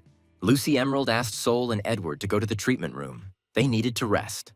The boy said that his recognizer gives orders very clearly, and the girl admitted that she had already gotten used to this. Lucy Emerald asked her partners to clear their schedules in 10 days. The girl stated that the Recognition Bureau would update the ratings of the rankers who caught Iris. The archer and the mercenary were incredibly happy about this news. because they were hoping for a good promotion. The recognizer added that she had something to say to Slow Tools about the king's horn. Lucy knows that when the Identification Bureau takes rare animals into its care, someone has to become a guardian. The girl asked her ranker to take the royal horn to her. She knows that he is a responsible guy. The recognizer assured that she herself would like to become the guardian of this animal, but her work does not allow it. The disciple of humanity's strongest knight agreed to become the master of the royal horn. The girl stated that since the young man became the full guardian, he must give a name to the rare animal. Slow Tools thought about it because this was a very important step in building a relationship with a smart pet. The young man said that he would name his rare magical beast with the worthy name of Ralph. The boy said that when he was still very little, the village was attacked by a red grizzly. Slow Tools added that one brave man had fought him to protect the village. The boy explained that he took the name of the village's protector because he thought they looked alike. The disciple of the strongest knight thanked Ralph for helping him in the battle with Iris Darken. The young man declared that he would continue to count on King's Horn, his new comrade. The partners handed the animal over to the protection of the Identification Bureau. The young man can visit him at any time. Edward and Sol were lying in the treatment room, arguing over who would rise higher in the rankings. The disciple of humanity's strongest knight wondered how many places his ranking would change. The man who defeated the most powerful smuggler admitted to himself that he was a little nervous. The staff doctor at the Recognition Bureau shouted that the young people were being too loud. Clara Save shouted that if the sick were in her hands, their wounds would be cured in just 10 days. The woman screamed that Slow Tool's insides were in complete disarray, but he was acting as if nothing had happened. The doctor is absolutely sure that young rankers are fools because they do not spare themselves. The archer and the mercenary declared that they would quickly catch up with the knight's apprentice, and Clara was outraged by the boy's disobedience. Slow Tools noticed that the Bureau of Recognition's staff doctor was using prana to control the bandages. The young man wondered if this was also the power of prana, and admitted that Clara Save's skills were undoubtedly amazing. The personal recognizer visited her partner several times, and the guy noted that she looked busy. Slow Tools is sure that the girl is simply swamped with her work as a recognizer. The young man understands that the work of a recognizer is the most rigorous and impartial in the whole world. Lucy Emerald's friend noted that the girl has been having a very difficult time in the last few days. The girl said that this recognition review would take a long time, and Lucy agreed. The recognizer asked Layla to contact a pranic scientist of at least rank 50. The girl realizes that no matter how much she searches, there is no information about the people called Tools. Lucy Emerald wondered what kind of poetry technique this could be. It seemed incredibly special. 10 days later, the comrades were discharged from the treatment ward and sent to a special meeting room. The recognizer explained that when updating complex ratings, this space has to be rented. The leader of the mercenary squad noted that there was an incredible amount of materials in this room. The girl stated that she works on all of this mostly alone, so the results are more accurate. Soldark thought that they hadn't collected that much documentation when updating the mercenary rankings. The mercenary thought that this recognizer could handle the update of 3 at once on his own. The disciple of the strongest knight said that they caused trouble for his personal recognizer. The girl joked that among the recognizers there would be those who could handle it in just half a day. However, the girl quickly warned the novice rankers that she would now get to the heart of the matter. The individual recognizer stated that she would now update the ratings for the 3 adventurers. Lucy Emerald stated that Soul Dark cornered Iris Darken while patrolling the Shambles Forest. The girl said that the guy showed real leadership qualities and was promoted to a 2,000 rating. The recognizer declared that Edward had demonstrated true mastery of hitting the target in any situation. Lucy is confident that he has mastered prana enough to reach the 1800th position in the rankings. The girl stated that Slow Tools had discovered new species of animals and had found out the reason for the appearance of monsters. The recognizer thought about it, because she still hadn't managed to find out what kind of technique the guy was using. Lucy said the boy had outstanding swordsmanship and the potential to master techniques.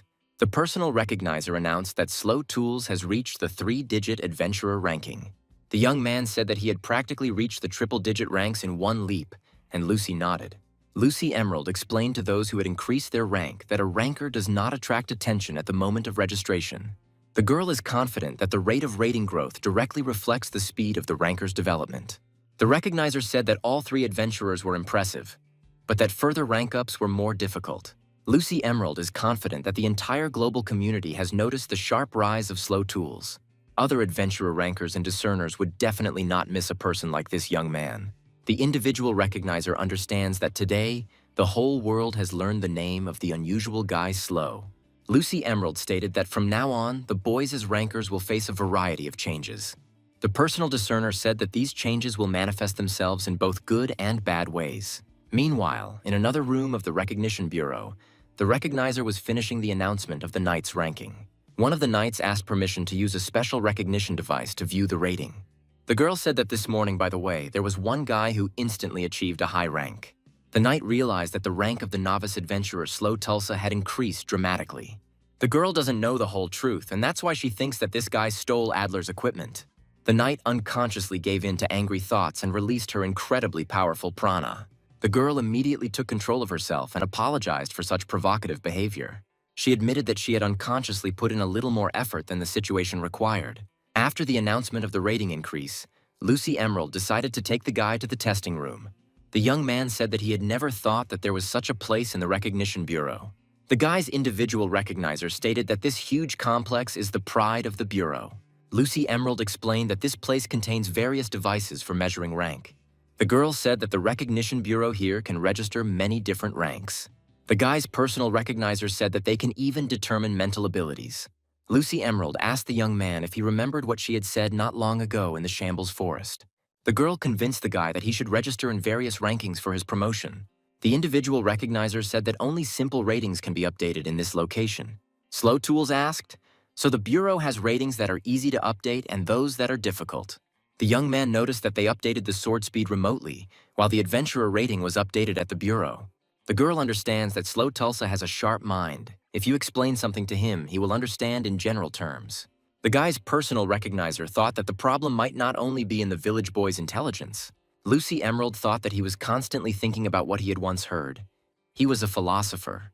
The girl stated that they would be analyzing the young man's abilities in this room all day today. The recognizer stated that the guy would raise his rating if he took high places on the equipment. The boy asked if he could use prana, and the girl said that this was also his ability. The young man promised his personal recognizer that he would approach the matter with the utmost seriousness. The first thing Slow Tools did was head out onto the track, interested in the rankings among sprinters. The specialized equipment in the testing room immediately displayed the result to the Recognition Bureau. Lucy Emerald noted that the guy is ranked 1,000th in the world for the highest jump. The recognizer recorded that the guy ranked 2,200th in the grip strength rankings. The girl noted that in weightlifting, Slow Tools took the 1,800th position in the ranking. Equipment measuring reaction speed placed the guy in 900th place in the ranking. Lucy Emerald recorded the boy's result in the sense of balance. He took the 800th position. The personal recognizer noted that the guy's lung capacity corresponds to the 2,500th place. The individual recognizer decided to conduct a test of the heightening of all 5 senses of Slow Tools. Lucy Emerald was surprised by the guy's high position. He almost broke into the top 100. The girl noted that Slow Tools ranks 98th in the sense of smell rankings. The guy's personal recognizer informed him that they were finished with the physical tests for today.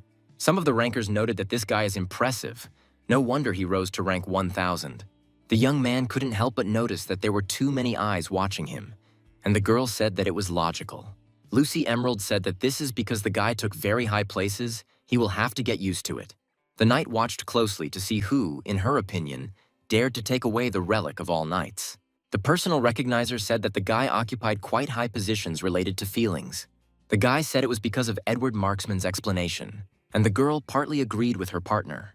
The discerner concluded that the boy's prana was effective in enhancing the senses, observation, and accelerating movement. The girl chuckled because it made her compare Adler's student to a wild animal. Lucy noted that his muscle strength has potential to grow, but the guy needs to develop his mobility. The individual recognizer said that she was still in doubt because of the guy's strength.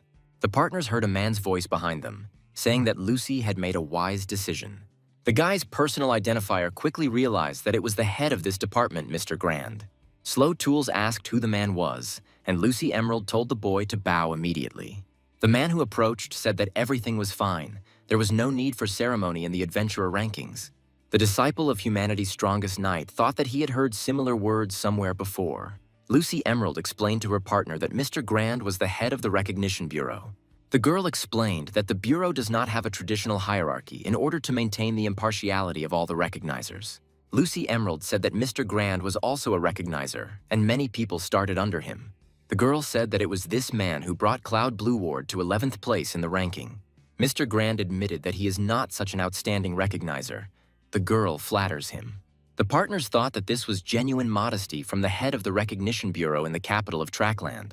Mr. Grand said that in addition to the outstanding Cloud, he also dealt with the adventurer Iris Darkin. The man said that he came to Lucy and Slow for this very reason. He wants to apologize and thank them. Grand acknowledged that this young man was an outstanding ranker who quickly mastered the ranks.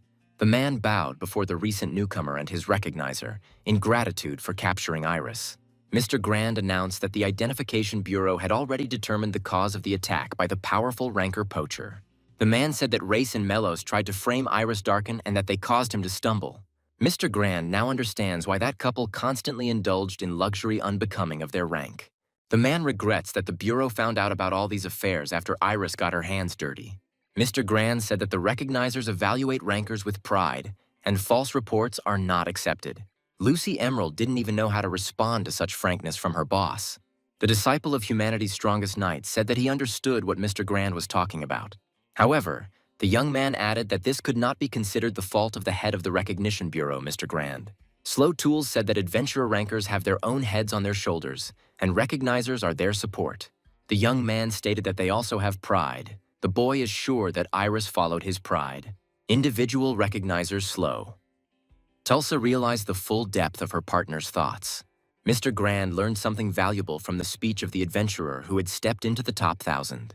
The man decided that he had to meet with the ranker who had embarked on the slippery path of a poacher. Iris didn't expect to see her old recognizer, who said they hadn't seen each other for a long time. The loser of the duel, Slow Tulsu, said that this damn recognizer appeared in his cell. Mr. Grand replied that he would not deny it and asked why Darkin had not fled from the Bureau. The Bureau chief is confident that this ranker could have easily escaped from Lucy before Cloud Blue Ward arrived. The captured poacher told the man to shut up. He didn't want to talk about such topics. Mr. Grand thought that a ranker striving for the top was paying tribute to someone stronger than him. The Bureau chief realized that Iris had remembered the ranker's pride, and it was Slow who had helped him remember. Mr. Grand said he once again expressed his deepest gratitude to Slow Tools. The man said he thought he'd go, and Lucy said they planned to practice. The Bureau chief asked which specific rankings the young adventurer ranker was planning to participate in. The recognizer stated that she was very curious about the prana capacity rating and ratings related to fencing. Mr. Grand looked at the guy carefully and came to an ambiguous conclusion about him. The Bureau chief stated that measuring the boy's prana might be extremely difficult. The man is completely sure that the equipment that is here is unlikely to be able to measure the guy's prana. The young employee of the Recognition Bureau asked what exactly her boss meant by this. Mr. Grand said the girl had better get ready if she was going to continue being a slow recognizer. The Bureau chief left the young man and Lucy Emerald and walked calmly down the corridor. The disciple of humanity's strongest knight asked what exactly Mr. Grand wanted to tell them. The discerner said that she wanted to try to change the prana, but since her boss thought otherwise. The girl said that they have a lot of sword-related ratings, so they'll have to start with them. Lucy Emerald knows that the sword is a popular weapon, which is why there are many ratings with it. The personal recognizer said that she had a request. The guy should not use the Adler technique. The girl explained that the hidden force sword technique is an art passed down in a direct line. Lucy Emerald explained that this technique was only used by the top-ranked knights. The girl is sure that it would not be an exaggeration to say that everyone dreams of mastering this secret technique. The guy admitted that he never attached any importance to the technique that the strongest knight taught him. Lucy tried to explain to her partner that hidden force was an advanced technique from the start. The girl said that even the instant cut, which is simple for slow, is available to others with a rating of 800. The recognizer said that this legendary technique was founded by the greatest knight, Lawrence Wolfriven. Lucy Emerald explained that the man was a genius who developed many sword styles. The girl explained that the power the young man possessed was a great treasure that was worth hiding. The boy's personal recognizer is confident that the young man should not incur the wrath of the High Knights. Lucy Emerald said that they will still try to register new sword ratings. Slow asked if it wouldn't be better not to register in the rankings than to occupy low places. The girl said that the guy was worrying for nothing. In their time, without registration in the ratings, there is no trust. Lucy Emerald stated that they will start with the serial strike rating, which Slow is good at. The girl explained that a special magic stone would record the number of blows the boy struck. Slow Tools couldn't understand why the guy being tested was so happy with his slow punches. The young man saw that the same stone was used for all certification participants. It regenerated. Slow knew that with his second technique, softening the guts, the results would be better. The student of the strongest knight nevertheless decided to listen to the words of his recognizer and did not use hidden force. Slow Tools was surprised when he saw the result recorded by the stone, 149th place. The guy's individual recognition immediately directed the young man to the cutting accuracy rating. The examiner must pass the sword between two gradually tapering plates without touching them. The student taking this rating exclaimed that his teacher had achieved a magnificent 3-digit rating. The man replied that there are many people who wield a sword, but only a few are true masters. The mentor added that every self-respecting fencer should be at least in the triple digits. A special device showed that Slow Tools was ranked 87th in cutting accuracy. Adler's student thought that he needed to begin mastering the third technique given to him by his mentor. Lucy Emerald realized that even without using hidden force, the boy was superior to most swordsmen. The guy's individual recognizer thought that it couldn't be otherwise. She saw talent. Lucy Emerald asked her partner if he had brought his personal ranker card with him. It needed to be replaced. The girl explained to her friend that up to 10 of the ranker's best ratings could be entered into it. The guy's personal identifier stated that she is already submitting an application to change the ratings on the map. Lucy Emerald and Slow Tools heard a female voice, the owner of whom asked, "High places." The one addressing the young man and the recognizer asked if he had not yet reached a high level. Suspecting Slow of stealing the knight's sacred relic, Tulsa decided to show the real result. The girl, with unprecedented ease, riddled the special skill test stone in the blink of an eye. Adler's student realized that this female knight was in the top 30 in the strike speed ranking. The girl asked why the young man was surprised by her modest result, since he could do it much faster. The stranger said that if the guy tried, he himself was capable of achieving a similar result, wasn't he? The female knight said that she had no doubt that this guy was using the hidden force technique. The disciple of the strongest knight realized that his recognizer's plan had failed. But from what moment? Lucy Emerald was scared because now Slow's survival was a pressing issue. The female knight demanded that the disciple of humanity's strongest knight fight her. However, an unknown girl from the knight ranking stated that she would have one condition for the guy. The knight girl demanded that Slow Tulls not touch the sword after his loss. The ranker, who had risen to the triple-digit rankings, wondered if she was really asking him to give up fencing. An unknown girl from the knight ranking realized that they were attracting too much attention. The knight girl demanded to move to another place. The young man should follow her. Lucy Emerald and Slow Tools realized that this was their last chance to leave things as they were. The girl stated that the dissemination of the hidden force technique was the greatest humiliation for her. The ranker knight admitted that she would not want the young man to demonstrate his skills to others. The girl introduced herself as Fidelia Goldsmith and said that she occupied the 300th place in the rank of knights. The ranker knight made it clear that she wanted to show at least a minimal amount of respect to the greatest technique. The boy's recognizer asked the girl how she knew that he possessed this legendary technique. Fidelia Goldsmith asked if they thought no one would notice these perfect movements. The girl said that even during the adventurer rank exam, her senior noticed Slow's unusual movements. The guy said that he didn't steal the equipment, and the girl asked how he got it then. Fidelia understands that Master Adler is a most noble man. He would not teach the young man. The girl knight is sure that the mentor wanted to pass on the greatest technique of hidden force to her. Fidelia Goldsmith explained this situation to herself. Slow Tools recreated the legendary technique from the recordings. The teaching of humanity's strongest knight stated that it was Adler who taught him this technique. The knight accused the young man of covering up and distributing counterfeit goods, which is unacceptable. Fidelia Goldsmith could not come to terms with such impudence from a boy from some remote village. The young man declared that he had become Adler's student, but he had been one for only 1 year of his life.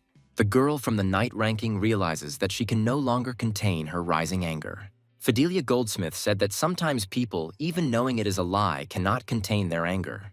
The knight girl declared that the young man had just signed his own death warrant with his own words. The knight declared that Slow Tulls had defiled her soul and violated her ideal, and that he must fall by her blade. The guy's individual recognizer had to declare a duel between Fidelia Goldsmith and Slow. The girl immediately jumped up to deal a crushing blow to the impudent guy. A boy from the remote village of Tulls managed to block a powerful attack from Fidelia Goldsmith.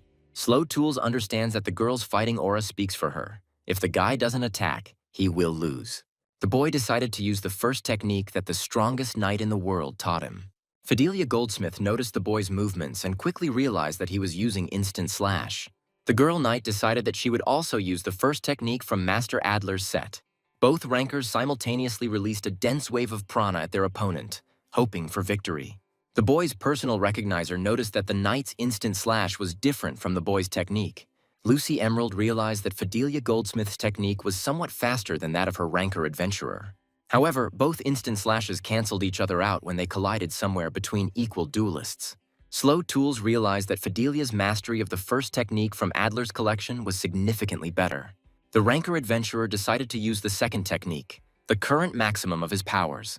The young man took the necessary stance to use Soften the Guts. The girl realized that the guy's movements were aimed at applying Master Adler's second technique. The female knight said that in that case, she would demonstrate the real second technique. Lucy Emerald noticed how the first strikes of the Softening of the Guts technique were identical.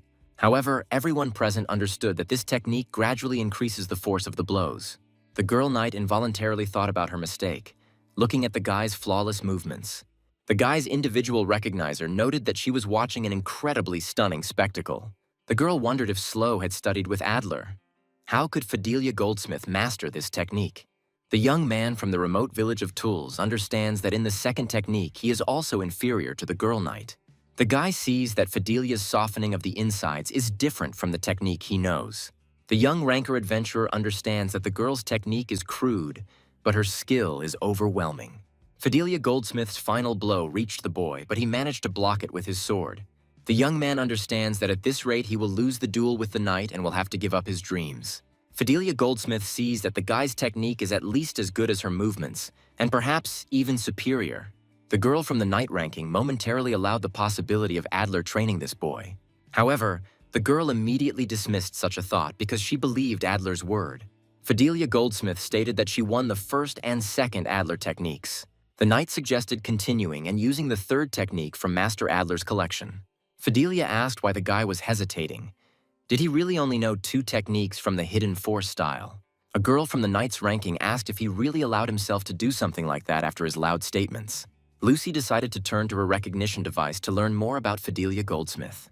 The individual recognizer of the guy realizes with horror that all the knight's ratings exceed the youth. Lucy Emerald admits that the current Slow Tools will not be able to cope with such a powerful opponent. The girl realizes that her personal ranker adventurer will not win using just a sword. A boy from a remote village called Tools realizes he must play his trump card. The youth released all his prana to use the technique of his family's poetry. Fidelia Goldsmith realized that this new ranker already possessed some special technique. The girl shouted that a newbie like Slow Tools couldn't possibly have such powerful techniques. Fidelia Goldsmith admitted that as much as she was upset, the boy's growth rate was abnormal. The girl knight thought that she would crush the guy with one blow. Any technique was meaningless in front of her. Fidelia Goldsmith promised herself and Master Adler that she would restore pride to all knights. The girl from the knight ranking still didn't believe that the young man was capable of using the technique of poetry. She knew it was a special power that could only be accessed by a select few with advanced prana control. Fidelia Goldsmith poured a massive amount of prana into her next strike to crush Slow. The female knight used the first technique, Instant Slash, from the legendary Hidden Force style. The individual recognizer notices with horror that the scent wave of prana literally exploded. However, Fidelia Goldsmith sees that her devastating attack has not had the desired effect. Slow Tools managed to use a special technique of his kind. May this be achieved by the will of heaven. The 300th ranked knight shouted out how the guy could be safe and sound after that. The girl thought that he was using a defensive technique. His prana literally became powerful armor. Fidelia Goldsmith admitted that she is currently experiencing some incredible feeling. The girl knight feels very well that her instincts are screaming at her not to go any deeper. The knight realized that in those short moments when she was thinking, the boy had come very close. Fidelia Goldsmith thought she might have time to dodge. His movements were still inferior to hers in speed. The knight decided to finish off the guy before he did something worse. She resorted to the third technique. Fidelia shouted that she was using flurry, but the boy continued to ignore his opponent's weapon. The knight ranked 300th doesn't understand why the guy doesn't block her sword. The girl confidently thought that he would not be able to withstand her attack, but Fidelius's sword cracked. The knight couldn't believe that she had been defeated by some guy from a remote, unknown village. The young man decided that he could not end his opponent's life, so he stopped the sword in advance. The recognizer, overseeing the rules of the duel, shouted that it was enough. Slow had won. Fidelia Goldsmith collapsed at the realization that she had managed to lose to the novice ranker adventurer. Lucy Emerald noticed that the young man also could not stay on his feet and fell to the ground. The girl asked if everything was okay with her ranker, and he replied that his body was refusing to obey. The individual recognizer realized that Slow Tool's poetry technique provides an extreme load. Now Lucy Emerald understands that after the battle with Iris, the guy fell for the same reason. Fidelia Goldsmith turned to the void before her as if humanity's greatest knight stood there. The girl knight burst into tears because she could no longer contain her feelings caused by defeat. Fidelia Goldsmith asked through tears why a man like this guy needed the hidden force technique. Lucy Emerald decided that she had to calm the knight down, who was restless. The recognizer said she understood that the knights idolized the hidden force, but it was wrong to attack like that. Lucy Emerald is certain that Fidelia Goldsmith has some special reason for attacking Slow. The knight cried out that of course she had such a reason because she was Adler's only student. The girl explained that her knightly ranking had once been stagnant due to her powerlessness. Fidelia Goldsmith said that Master Adler only secretly taught her the hidden force technique once. The strongest knight of humanity approached her and advised her to loosen her grip.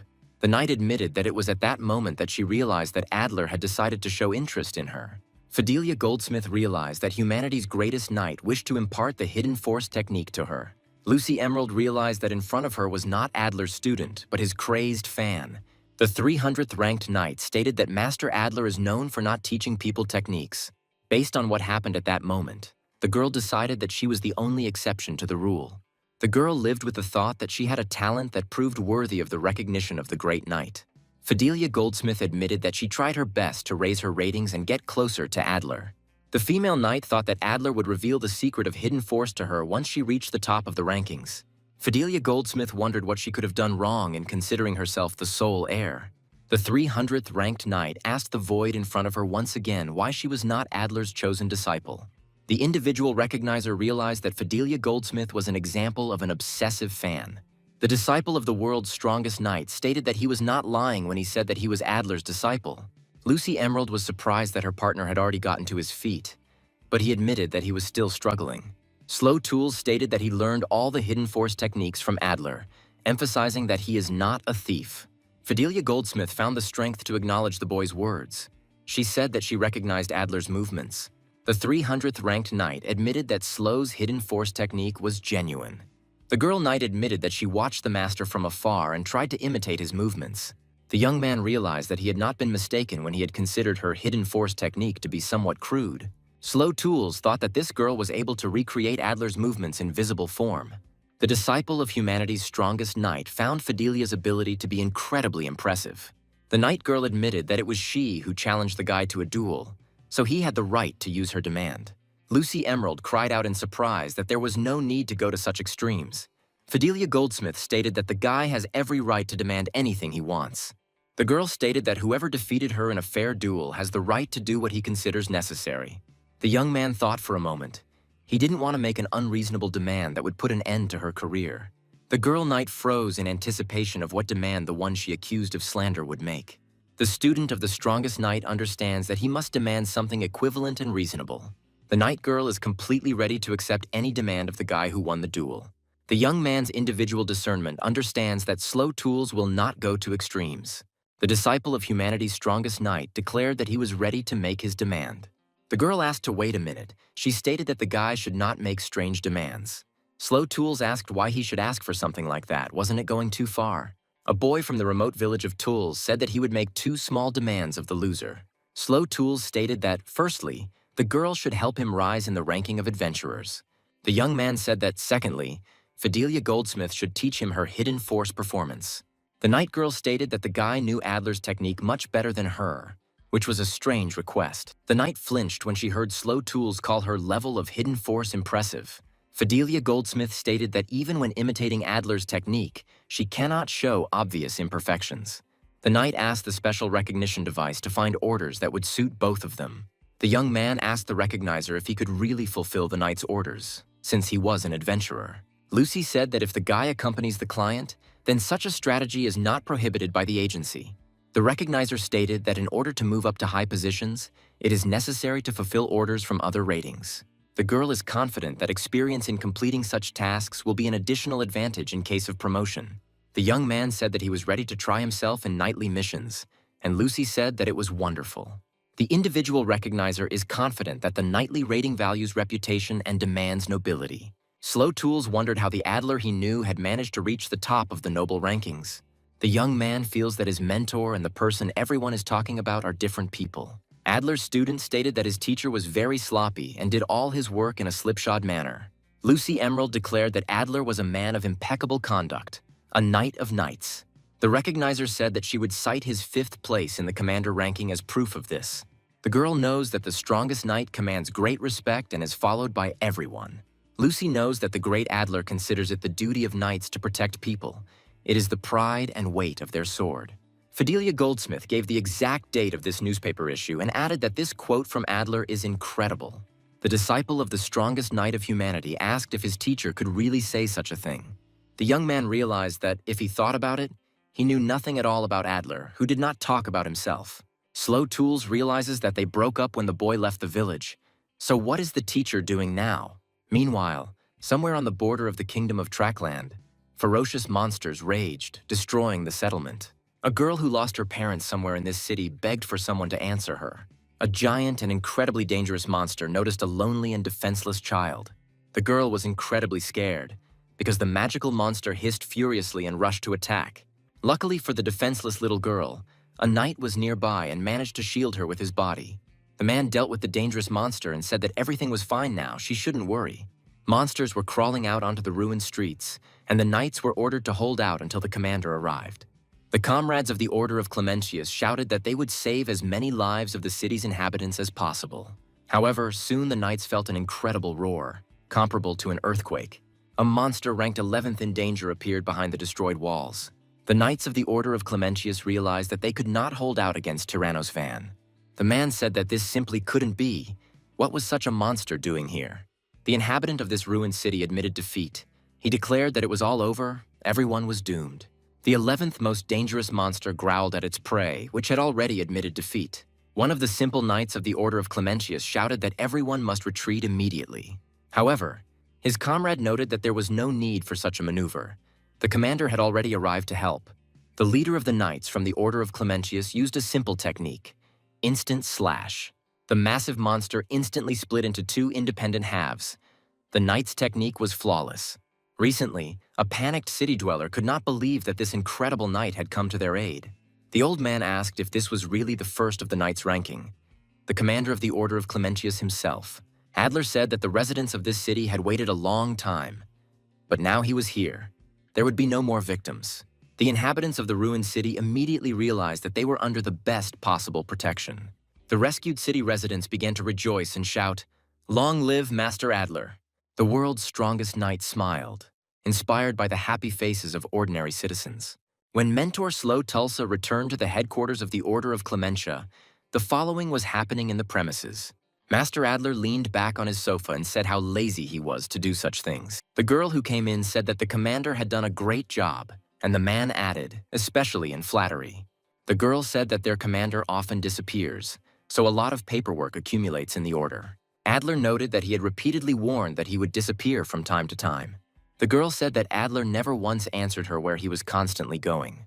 She said that last time the leader disappeared for a year, and when he returned, they saw an incredible scar. The girl noticed that in the Order of Clementius, everyone believed that Commander Adler could not be wounded.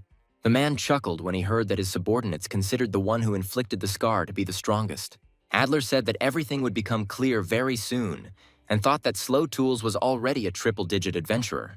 The head of the Order of Clementia thinks that his student is unlikely to possess more than 2 hidden force techniques. Adler realized that the guy would not rise through fencing alone, which meant he would awaken the technique of poetry. The man remembered his first fight with Slow Tools. The guy had amazed him beyond belief. The head of the Order of Clementius already understood that the young man had an incredibly special prana. Adler remembers well what he felt the moment he and his student crossed swords. At that moment, the man noticed that the prana of the young man from the village of Tools was literally evaporating his prana. The head of the Order of Clementius realized at that moment that if he did not throw all his forces into defense, he would die. Adler understands that this guy will become an incredible ranker. He's the only one who managed to injure him. The head of the Order of Clementia understands that 3-digit ranks are too small to reveal potential. The strongest knight of humanity mentally asked the guy to become stronger. He cannot hesitate in this position. Fidelia Goldsmith said she had chosen a near-perfect assignment for herself and her teammates. The female knight offered to take on the task of escorting an important person on a transcontinental express. The knight explained that they were to escort Thomas Waitking, the 30th ranked merchant. Fidelia Goldsmith warned that a rival guild may have hired assassins. Meanwhile, at the secret base of Ouroboros, the following dialogue took place between members of the dark organization. The man asked his partner to keep it a secret from the leader that he was going to take the initiative. Adam's brother said that it was too early, but he had to find out what Babies' heir was capable of. The man stated that he might have to tell the boy the true nature of the island of the gods. Adam's brother stated that, oddly enough, they could well become close because they had similar goals. Everyone knows that Dream Japper is a railway connecting Trackland and the neighboring republic. Lucy Emerald said their journey would total over 6,000 kilometers. A boy from a remote village was surprised by the huge locomotive. How such a colossus could move. Fidelia Goldsmith said they were supposed to meet the customer on this platform by the locomotive. The night girl asked her companions not to lose face. They must trust their employer. The guy's personal recognizer told him to show his personal card to confirm his level. Without even approaching the hired rankers, Thomas Waitking shouted out what kind of country bumpkin would be accompanying him. The young man held out the ranker's card and the merchant immediately knocked it aside, not even needing to look at it. The man shouted that he would never trust his life to a simpleton like this ranker adventurer. Thomas Waitking said he saw good ratings for those he hired, but he couldn't imagine them being jerks. The female knight suggested talking about something other than dry numbers. She stated that she was a candidate for Swordmaster. A top 30 merchant realized that his life would be safe, even with such brats. Thomas Waitking asked if this girl was really such a powerful person. The man knows that the title of Swordmaster candidate is not an official title that emphasizes power. Fidelia Goldsmith explained that Slow Tools is only simple-minded in appearance, but is actually stronger than her. A merchant from the top 30 in the rating accepted the guy's card and stated that his rating was not bad. Thomas Waitking asked who this girl was. Lucy introduced herself as an employee of the Recognition Bureau. The man said that so many terrible events had happened recently, and the presence of the recognizer was calming. The merchant's current bodyguards asked him to take care of their master until he arrived in the Republic. A merchant from the top 30 of the rating said that now you can't even trust your family, that's the problem. Fidelia Goldsmith suggested not to remain on the open platform and go to the customer's gold compartment. The 300th ranked knight asked if her comrade would continue to play the bumpkin. The girl agreed. She would tell him about the structure of the carriages so that Slow Tools could more effectively protect his employer. The Swordmaster candidate explained that the train had 8 bronze-class carriages, the most accessible. Fidelia Goldsmith said that there are 2 public dining cars located next to it. The night girl told her partner that there were 2 department store cars right behind the restaurant. The Swordmaster candidate explained that there was 1 carriage next to it that was a library. Fidelia Goldsmith said there were 6 silver-class carriages located just behind the library. The girl knight continued to talk about the next carriages, which turned out to be 2 carriages with baths. The Swordmaster candidate noted that there was a hospital car located right behind the bathhouse. Fidelia Goldsmith said that the top-class restaurant was located immediately in front of the gold-class carriages. The night girl said that there are only 4 carriages in the gold class, and they are used by wealthy people. Thomas Waitking brought the hired rankers to his room and stated that they could use the next one. Fidelia Goldsmith thanked the man and asked if he knew anything about potential opponents.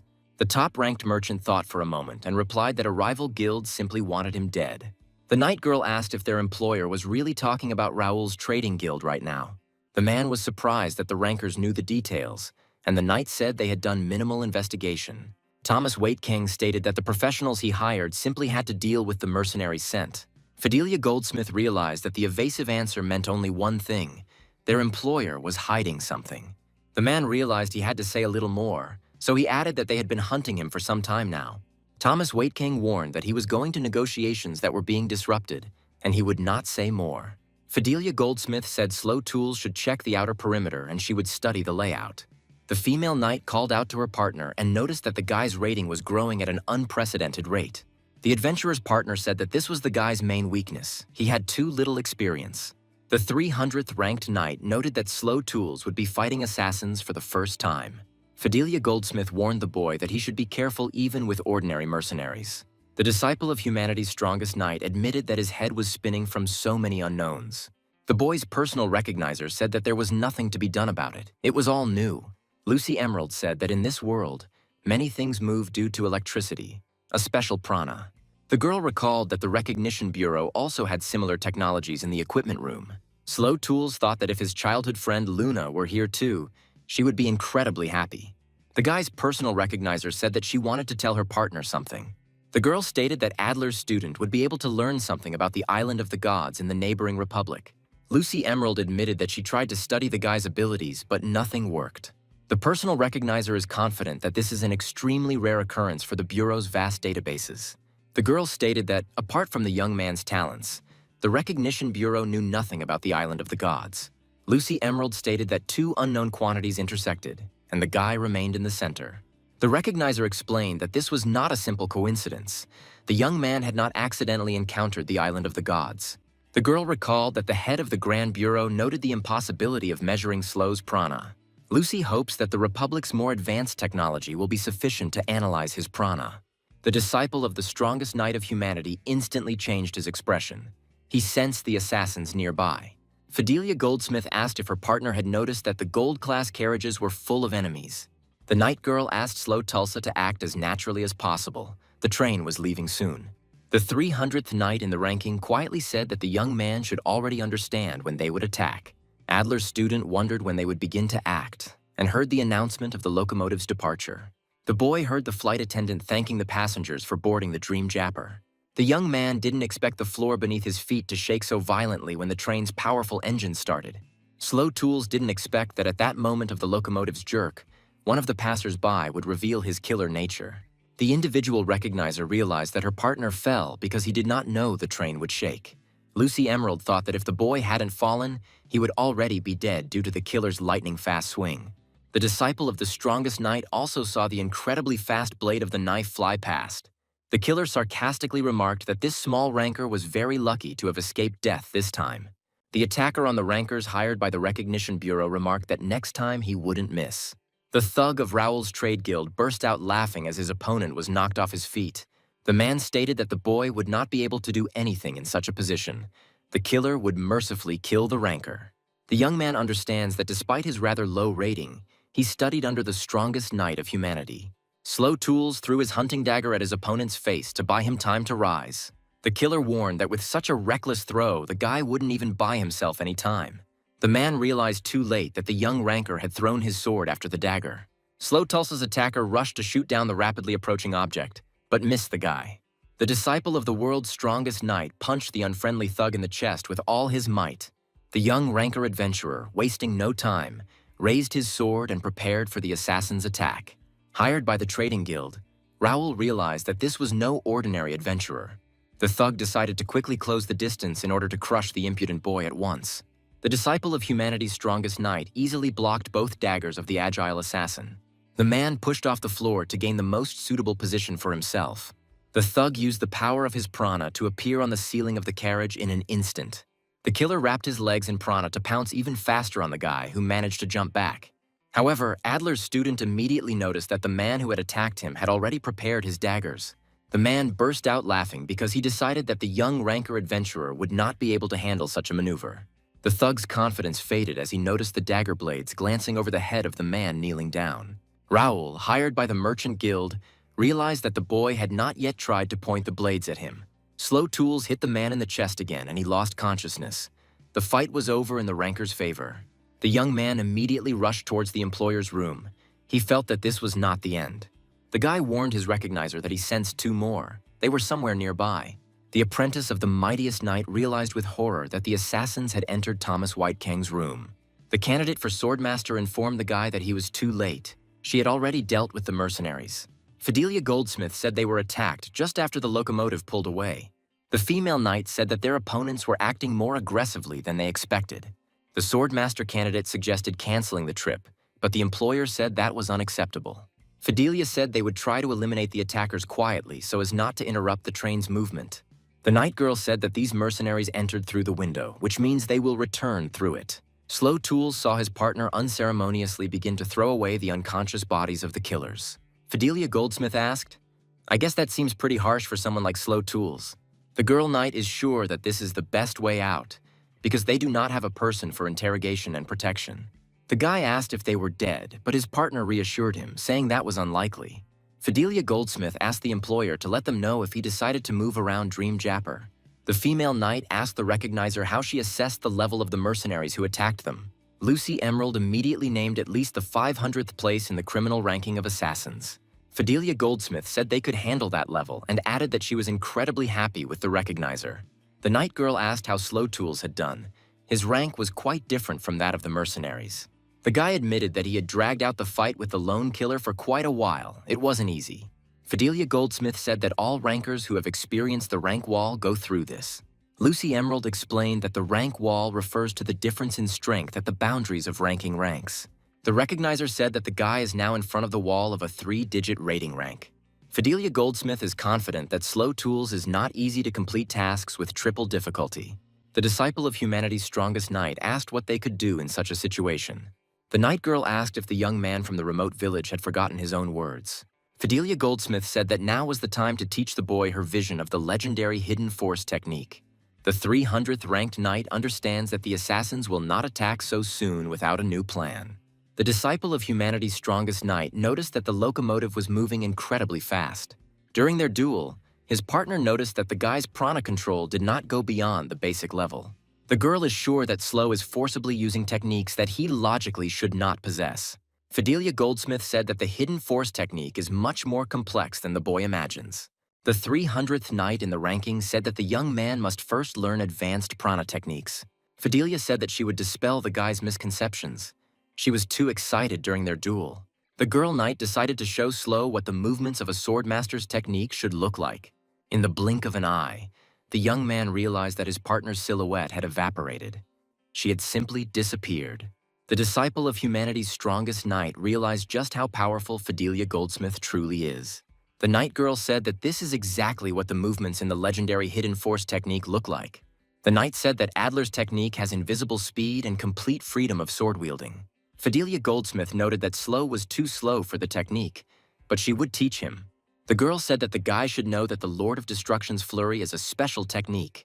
The knight admitted that even she could only reproduce the swordmaster's techniques up to Squall. Fidelia Goldsmith said that no matter how hard she tried, she couldn't copy the 4th and 5th techniques. The 300th ranked knight admits that she cannot master the legendary hidden force style. The disciple of humanity's strongest knight noted that his partner looked genuinely upset.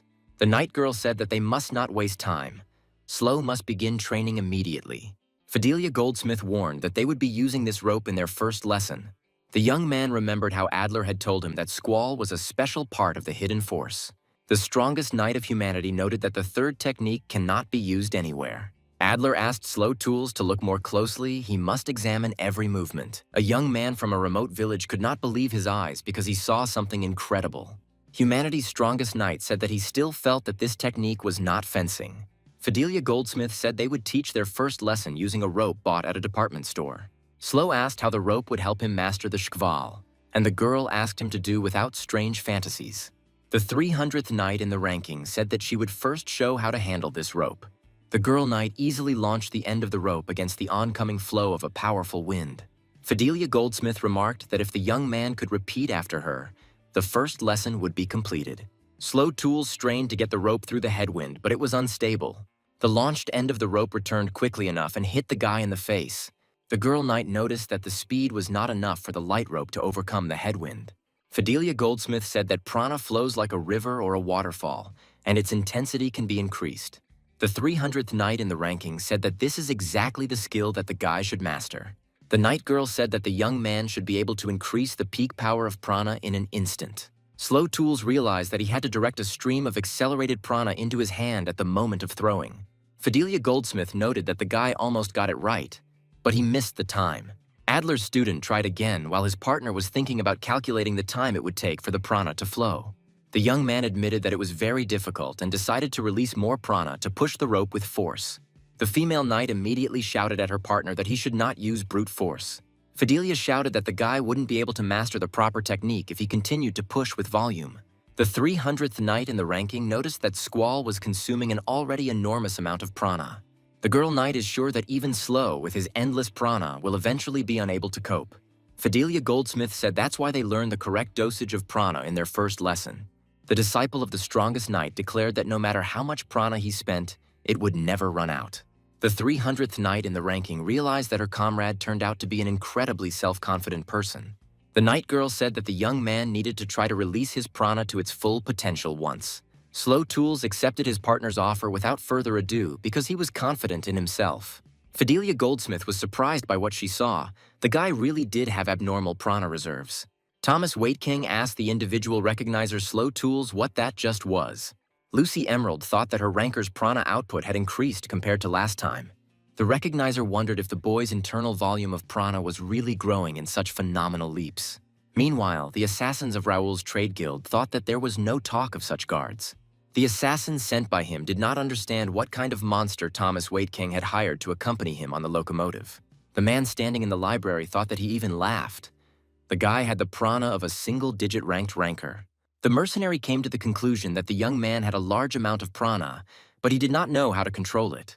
Sent by the trade guild, Raoul thought that there was less than half a day left until the next operation.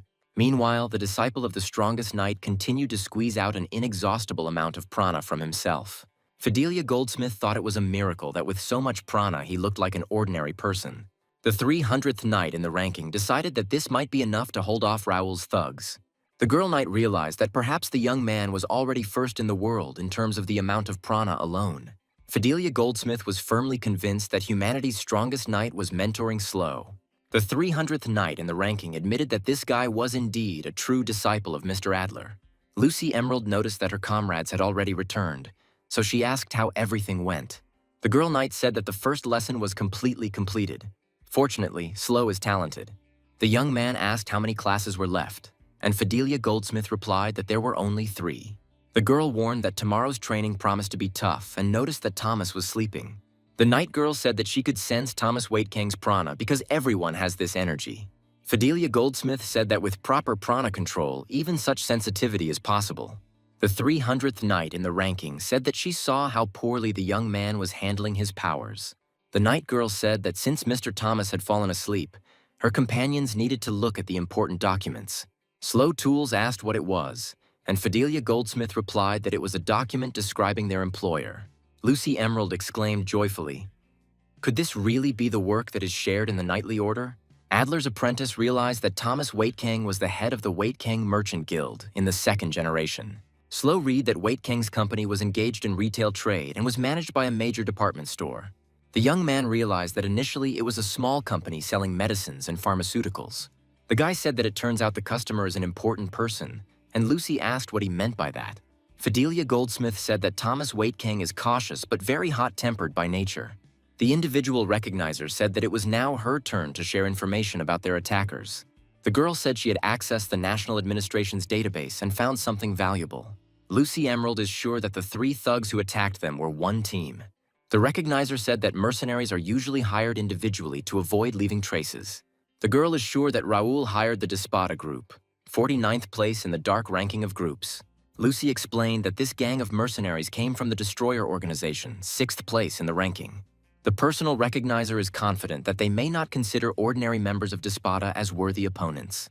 However, she is confident that their top brass are high-class ranker assassins sent from Destroyer. Lucy Emerald said that it was bad if she was really right and such people were nearby. She is completely confident that this task can rightfully be considered the most difficult for her comrades. Meanwhile, the killer came to the restaurant.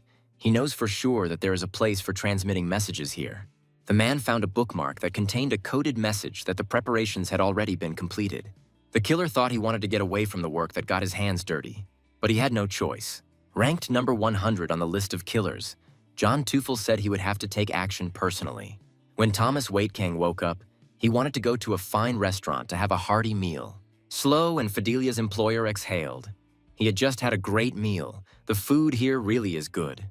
A merchant from the top 30 of the rating said that he didn't spend so much money for the gold class in vain. The guy whispered, "It was hard to taste food for poisons," the knight replied. "It's good that the chef understood everything." The boy asked Lucy why she wasn't eating, and she replied that she needed to have the same experience as him.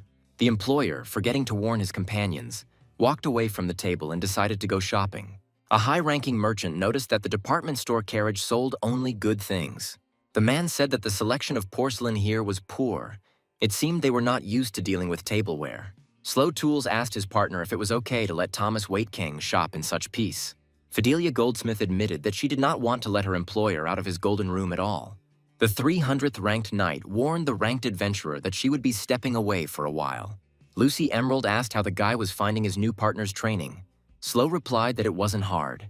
The young man said that he was learning to use prana effectively, so that it was even easier for him physically. The recognizer asked if her ranker had exhausted all of his prana, not counting the poetry technique. The disciple of humanity's strongest knight thought for a moment, as he did not remember such moments. Lucy Emerald said that this is what she finds strange.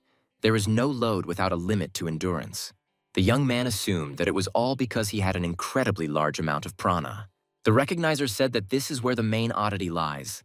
His technique drains his prana in an instant. The girl said that if his ability destroyed everything, he would remain naked and fall into the ground. The recognizer said that such precedents exist, but the guy's ability is on a different level. Lucy Emerald said she had only one hypothesis left regarding her ranker's verse technique. The girl said that Slow Tulsa's ability destroys everything that poses a danger to him. The young man said that he had not previously thought about how the special technique of his family's poetry worked. The girl is sure that the killers are not going to show up so easily, Slow said. It remains to be on guard. A sudden click preceded the instantaneous power outage in the department store car. Passengers on the locomotive wondered what the sudden power outage was about and when it would be turned back on. The student of the strongest knight thought that they were in the most difficult situation possible. Fidelia Goldsmith thought that they were in the dark in the middle of a crowd. They couldn't act rashly. Thomas Waitking shouted at the top of his lungs, "Where are his escorts? They should be protecting him." The girl knight shouted at their employer to remain quiet. It was dangerous to be so loud. The 300th knight in the ranking reacted in time to the dagger of an unknown assassin aiming at her. Fidelia Goldsmith understands that they were identified by their voices. There was no need to shout so loudly. The girl knight tried to identify the enemy by prana, but there were too many people in this carriage. The student of the strongest knight asked if light appeared in this carriage, how much it would help his partner. The 300th ranked knight exclaimed that this would indeed make it easier for her to determine her opponents. Slow Tools said Thomas Waitking's defense is now on his partner, while he will handle coverage.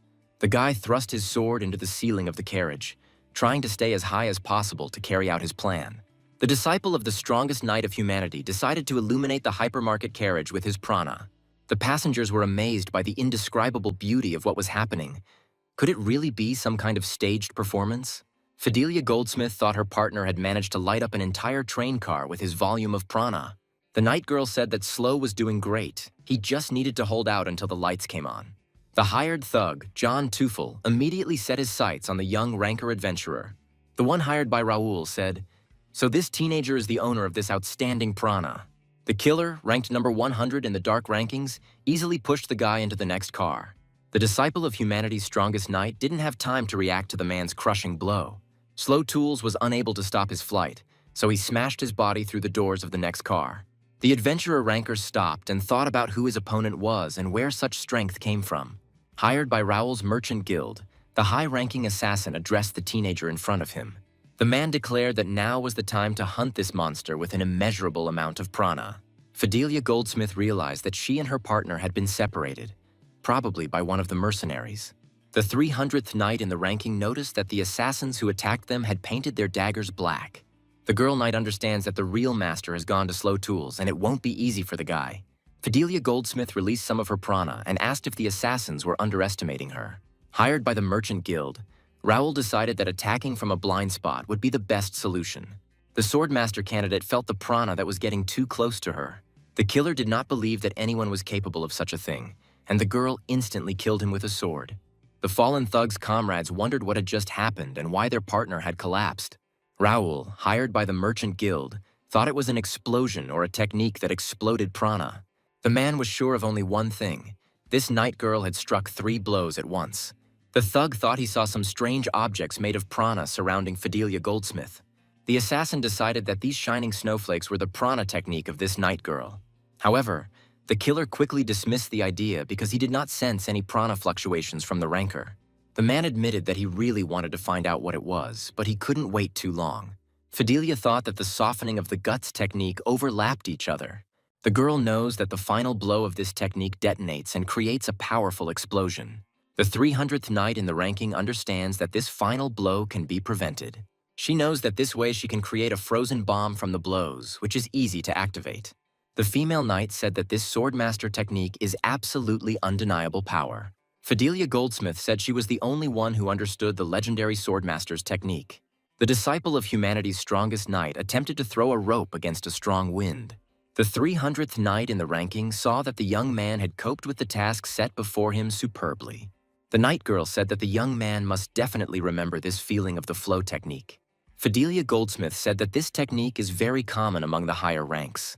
The 300th knight in the ranking said that Slow would be able to handle the force better once he mastered the flow. John Teufel and the apprentice of the strongest knight assessed each other. Rushing into battle was dangerous. A high-ranking assassin hired by Raoul's guild realizes that the boy's defenses have many gaps. The disciple of the strongest knight of humanity saw clearly that the one who attacked him was not an ordinary killer.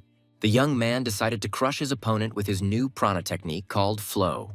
John Teufel saw that the young man was about to jump up from his seat, so he decided to keep up with him. Slow Tools and the high-ranking assassin crossed blades, each one as strong as the other.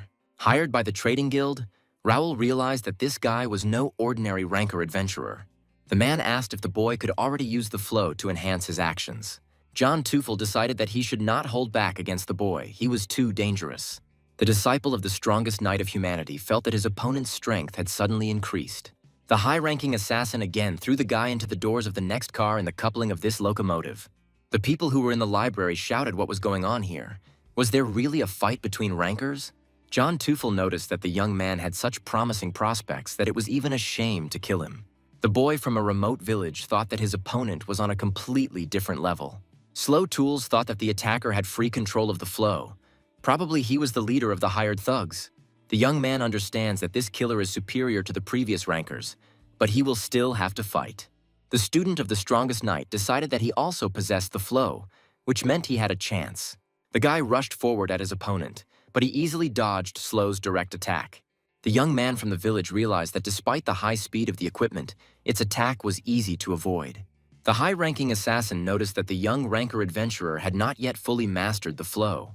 Hired by the trading guild, Raoul thought that this boy's fate was very unenviable.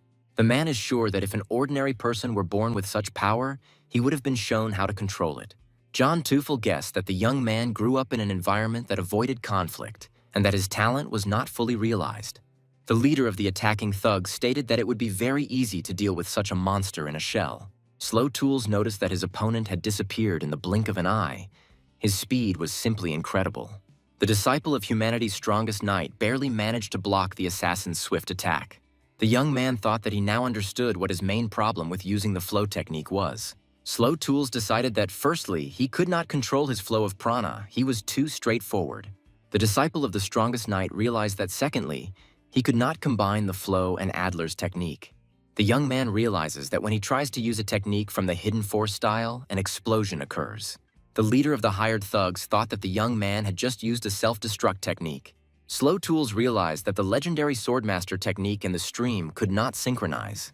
A young man from a remote village admitted that he is currently unable to use two techniques at once. The assassin ranked 100th in the dark ranking easily dodged the boy's instant slashes. John Teufel noted that Slow Tools has a high level of swordsmanship, but is otherwise of low skill. The merchant guild's hired Raoul threw his axe at the boy, but he was able to dodge the attack. The student of the strongest knight saw that his attacker instantly reached his weapon. John Teufel did not hesitate to use the fragments of the locomotive that had broken off from the wall. Slow remembered his partner, who told him that the killers use every opportunity to win. The leader of the hired thugs quickly closed the distance to crush the hesitant guy. The young man blocked John, but quickly realized that at that angle his sword would break. A boy from a remote village decided to jump away from the axe blade to save his weapon.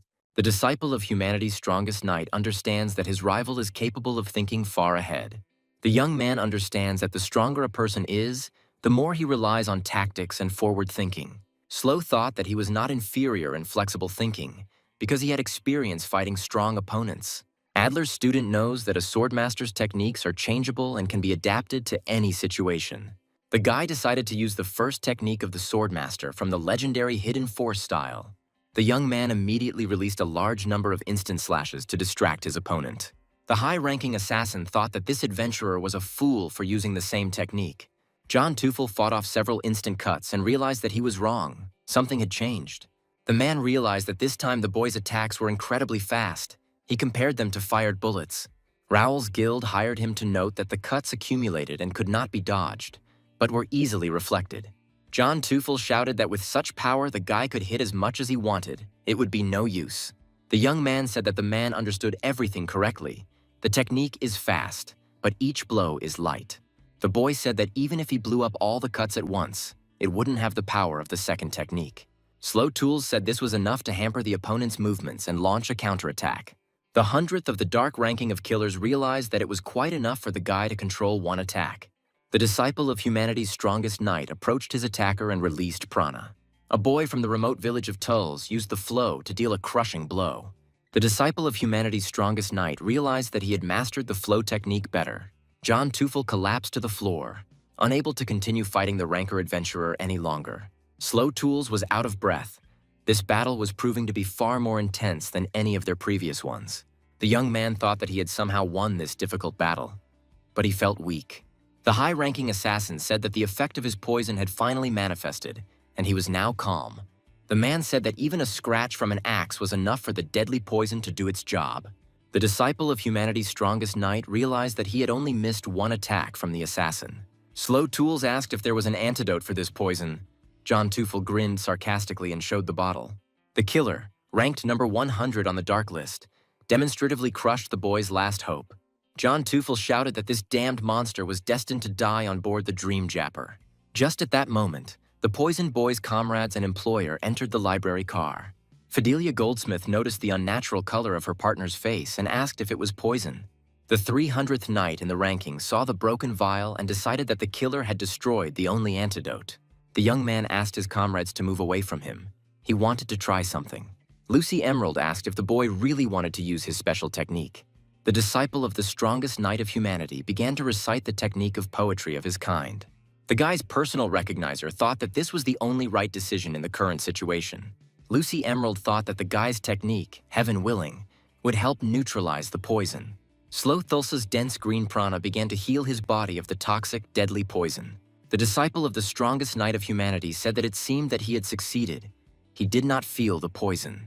After some time, an announcement was made that the surprise performance in the shopping car was over. The engineer announced that the locomotive would soon arrive at the intermediate station. Fidelia Goldsmith said the driver did indeed make the announcement as Thomas Waitking had requested. Slow Tools noted that they had solved the problem with the trading car. But what about the destruction in the library car? The co-worker responded that the passengers were told that the performers had gotten into a personal fight. The girl said that this issue could be easily resolved with a sincere apology and monetary compensation. The individual recognizer told her ranker that she seemed to have figured out the essence of his technique. Lucy Emerald said that this incident made her realize the power of his poetry technique. The girl said that the main essence of Slow's technique, may it achieve the will of heaven, is in his survival. The recognizer is confident that this technique will instantly neutralize everything that negatively affects the guy.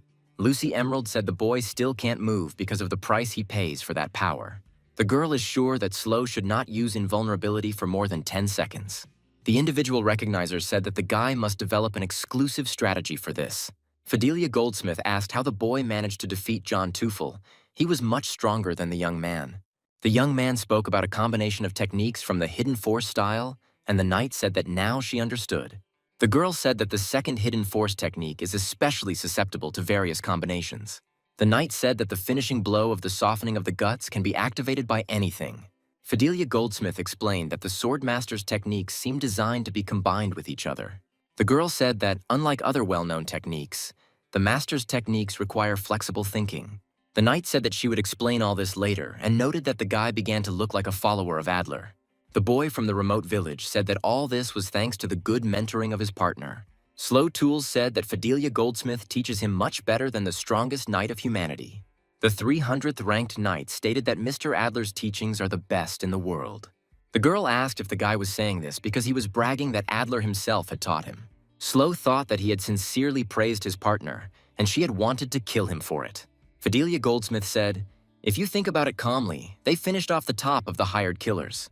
The knight suggested that the mercenaries from Despada might retreat after such a blow. Lucy Emerald said that this couldn't be true. John Teufel was definitely not the top mercenary. The individual recognizer is confident that the killer was just a rank-and-file member of the group. Fidelia Goldsmith asked if the top of Despada could really be that strong. The recognizer is sure that if John were the top killer, their heads would have flown off their shoulders long ago. Lucy Emerald said that their battle is still not over. There is no need to relax ahead of time. Meanwhile, at the intermediate station of the intercontinental locomotive Dream Japper, the following was happening. A little girl asked her mother to look at a man who was skillfully juggling. The girl's mother noticed the eccentric man and said that it was incredibly cool.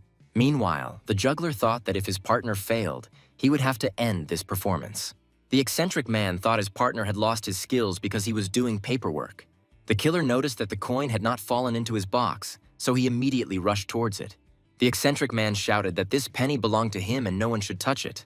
John Teufel's partner realized he had just embarrassed himself in front of a crowd because of an old habit. The eccentric man thought that habits were an incredibly terrible force. A member of the Despada group asked a passerby to be more careful as he couldn't see where he was going. John's partner apologized for his inattention, and the Ouroboros member admitted his guilt. The eccentric man said that the passerby had a rather distinctive face. Could he really be from the Republic? Adam's brother said that it was indeed so. He was returning to his homeland to meet someone. Meanwhile, on board the Intercontinental Express Dream Japper, the following was happening. The disciple of humanity's strongest knight recently woke up and decided to greet his comrades. Fidelia Goldsmith asked if the young adventurer had managed to get any sleep and rest. The young man replied that it was so and asked if that night had been peaceful, and his partners nodded in the affirmative. The individual recognizer said that Dream Japper was already halfway to the Republic. Thomas Waitking told the rankers that he would be dining in his room today and that room service would be required. The young man thought that after the recent attack, their employer had become more cautious, and that was right. Fidelia Goldsmith said she would do everything, but before that she had something to say to the high-ranking merchant. The 300th Knight rank thought that John Teufel was strong, but now someone stronger would appear. The Swordmaster candidate stated that Thomas Waitking was hiding something from them and he had to tell them. A man ranked among the top 30 merchants asked what Fidelia Goldsmith meant. The girl said that there was no point in their client's competitors hiring strong fighters for a minor skirmish. The knight asked the man to explain why he was being pursued so persistently by high-ranking assassins. The Swordmaster candidate said that she was awaiting an explanation of this part of the quest from Thomas Waitking. Fidelia Goldsmith stated that if their client remained silent, they would abandon the dangerous mission. The girl said that due to the customer's fault for not disclosing the details, they were risking their lives for an inappropriate fee. The knight said that fortunately they had a recognizer with them. The bureau would definitely be on their side. The man shouted that he agreed to increase the payment for the task and explain all the details of the order. The 30th ranked trader admitted that he wants to obtain the rights to extract insect steel in the region. The individual recognizer said that insectistyle is the raw material for Phazeris. Lucy Emerald said it was a drug made from insect stone powder. The girl said that father, this is very easy to produce if you have the raw materials, which is what it is notorious for. The employer explained that this drug is used as startup capital by several criminal groups. Fidelia Goldsmith said that from the very beginning, their opponents were not competing companies, but criminal gangs. Slow Tools asked why Mr. Thomas Waitking suddenly needed the insect stone loot. The guy asked if a high-ranking merchant was producing Father Hiss, and Thomas interrupted the ranker. The employer swore that this was not the case. He could say with absolute certainty that he did not produce Father Hiss. The rankers and the recognizer were surprised that Thomas Waitking began to scream so furiously. The disciple of humanity's strongest knight said that in that case, they would continue with the mission. Slow Tools said it would be like the Shambles Forest quest, with the difficulty suddenly increasing to critical. Fidelia Goldsmith said that they would definitely not have been given such a task at the Bureau, and the reward would be substantial. The young man asked why his partner was raising her rating, and she replied that she wanted to inherit the hidden force. The girl said that she wanted to get closer to the top of the knight ranking so that Adler would recognize her. Fidelia Goldsmith said they were still mission mates, so they needed to resume training. The girl knight said that the enemy's strength exceeded all her expectations. She needed to become stronger. The 300th knight in the ranking said that Slow Tools can already freely activate the flow technique. Fidelia Goldsmith is confident that by using this property of prana, the boy can influence the outcome of the battle. The female knight stated that the purpose of the second lesson would be to maintain and stabilize the prana flow. The 300th ranked knight realized that she had to clarify the new task for Slow Tulsa. Fidelia Goldsmith said the boy should go outside to run alongside Dream Japper. The young man asked what his partner was talking about and whether he would be able to maintain the flow right away. Meanwhile, a mechanical bug was placed on the windowsill of Thomas Waitkang's gold room. A member of the dark organization Ouroboros thought he had finally found Babis's heir. Adam's brother realized that Slow Tools was on a mission to escort a high-ranking merchant. The mechanical man saw that the young man had recently fought a fierce battle. The man noted that despite all the difficulties, the guy stubbornly continues to rise in the rankings. A member of the dark organization Ouroboros thought that the man from Despada was an extremely impatient person. The eccentric man explained to his comrades that it was all because they had botched the assassination. The Painted One declared that Despada also had pride, and that they no longer needed such nuisances as them. The eccentric man thought that their target's guard consisted of a knight and a guy with monstrous prana. The man from Despada decided that he would first deal with the knight. Usually, they were the easiest to spot. The painted assassin realized that the ranker knight was about to exit through the window. This was the perfect moment. The eccentric man thought that he should test the knight with the bright, sparkling prana. Not the last assassin from the dark organization, Despada waited for the right moment and released daggers at Fidelia. The high-ranking merchant's escorts didn't even realize that the Despada assassin was already at work. A member of the shadowy organization Ouroboros decided that the painted killer was rushing things too much. Adam's brother easily deflected the daggers thrown at the ranker knight, so as not to deviate from the plan. The eccentric man asked himself what had just happened. Someone had knocked his daggers away. The mechanical man thought that it was undesirable to interfere now. Slow's training would be to their advantage. A member of the dark organization Ouroboros noted that they respect the painted killer's decision. The eccentric man tried to understand whether the ranker knight had actually figured out his plan. Adam's brother decided to implant nanomachines into the body of a high-ranking assassin, wanting to test them. A member of the dark organization Ouroboros hoped that this would be an excellent test before action. After some time, the following happened outside the moving transcontinental locomotive. The disciple of humanity's strongest knight tried to keep up with the fast-dream Japper. Slow Tools screamed that he couldn't go on any longer, and Fidelia Goldsmith sighed heavily. The 300th knight in the ranking said that nothing could be done. The guy would have to be lifted on board. The boy from the remote village of Tools thought that he had already run quite a long distance. The ranker knight noticed that the boy's stamina, unlike prana, was not limitless and quickly ran out. The young man agreed and said that if they continued training, he would not be able to guard Thomas Waitkang. Fidelia Goldsmith asked how the training was going. From the outside, it seemed like the young man was starting to get the hang of it. The boy said that he understood the purpose of the second lesson, because it is impossible to keep up with a locomotive with ordinary running. The student of the strongest knight noticed that he concentrated prana in his foot while pushing off from the ground. The young man said that he tried to use the flow continuously to move at high speed. Adler's student noted that at such a running speed, even the slightest failure in the power of the technique is fatal. The 300th ranked knight said her partner had correctly grasped the essence of the second training session. Slow Tools said that the most important thing is the balance between the state of the body and the power of the flow. The Swordmaster candidate said that the boy from a remote village, as always, was a quick learner.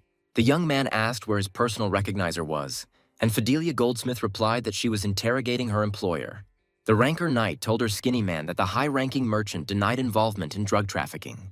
The girl is sure that if Thomas Waitkang is really planning a crime, they will have to call off the order. Slow Tulls said that their employer was incapable of such a thing, and the knight asked why he thought so. The apprentice of the strongest knight said that it was his intuition, but it seemed to him that Thomas was a simple merchant. Fidelia Goldsmith said that a person blinded by money would not praise the competitor's product.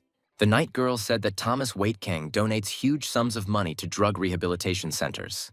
The Swordmaster candidate said that the boy's third lesson would be the fusion of the flow and the hidden force technique. The girl said that from now on, the guy should constantly use the stream in his battles. The guards of a top 30 merchant realized they had been treacherously attacked. The disciple of the strongest knight of humanity shouted, "Did they really decide to attack them openly?" The 300th ranked knight screamed that he had decided to attack at the perfect moment. The girl knight is sure that someone is watching them or listening in on their conversations. Slow Tools shouted for his personal recognizer not to stay in the room. It was dangerous here. The girl saw the man who attacked her friends and immediately determined his height and approximate weight. The recognition agency employee is sure that this pink hair color is his natural color. Lucy Emerald noted that the man was unarmed and that his forearm muscle groups were incredibly developed. The individual recognizer shouted that he was incredibly strong, as he was from the highest echelon of Despada. The Identification Bureau employee is sure that they are facing the master of throwing, Nile Shutter. Lucy Emerald warned the escort rankers that this man could throw anything. The disciple of the strongest knight of humanity managed to dodge the heavy furniture that was rushing towards him. The boy from the remote village thought that if it weren't for his recognizer's warning, he would be dead. The disciple of humanity's strongest knight realizes that he has never encountered a master of throwing before. Lucy warned that things were complicated by the fact that their opponent was ranked 20th in the kill rankings. Nail Shutter decided not to waste any time because his target was right in front of him. The disciple of humanity's strongest knight thought that the assassin was strengthening his attacks with the flow. Fidelia Goldsmith thought that every throw of this man was comparable to the shot from a cannon. A boy from the remote village of Tools told his partner to take Lucy and Thomas away. The young man is completely sure that this killer is hunting exclusively for him, and the others should not take any risks. The girl knight thought, the killer from the dark organization Despada chose the guy as his target. Fidelia Goldsmith wondered why this man's target was not Mr. Thomas Waitking. The young man said that his partner herself said that the third lesson is part of a real fight. The disciple of the strongest knight declared that with the help of this man, he would master the flow to the end. The 300th ranked knight stated that as soon as Lucy and Thomas were safe, she would return. The boy from the remote village of Tools agreed with his partner, who was already leaving the gold room. The disciple of humanity's strongest knight prepared for a very difficult battle with a high-ranking assassin. The young ranker adventurer understood that this fight would be much more difficult than with John Teufel. The pink-haired man decided to go on the attack when he realized that the boy was fully prepared for their battle. Slow Tools successfully took the flux-enhanced wooden projectiles fired by Nail Shutter. However, the throwing master did not stop and continued to attack the young ranker adventurer. The 20th of the dark-ranking assassins fired 2 projectiles at once to crush the young man. The disciple of humanity's strongest knight realized that he couldn't dodge it, he had to block. Slow Tools decided to use the flow to instantly strengthen his slow body. The young man used the prana technique on all of his limbs at once to cut through the approaching objects. The pink-haired high-ranking assassin decided that the boy had already mastered the flow technique quite well. The disciple of humanity's strongest knight realizes that his level is still insufficient to fuse techniques. Slow Tools stated that this assassin would serve the young ranker adventurer for further growth. The young man stated that this fight would serve as a good springboard for him on his way to the island of the gods. Nail Shutter was an orphan trying to survive on the streets with nothing. One day, the boy was noticed and picked up by a man working in a small traveling circus. However, the boy was picked up from the streets not to be made into a spectacle, but to be sold on the side. To escape this hopeless hell, Nail Shutter stole the tricks of some circus performers. Thanks to this, he managed to take the place of a mediocre juggler and perform in some numbers. The boy threw the juggler's clubs day and night without stopping, so as not to be thrown out into the street. Even when the circus fell apart, the boy continued to quit, not knowing any other way to survive.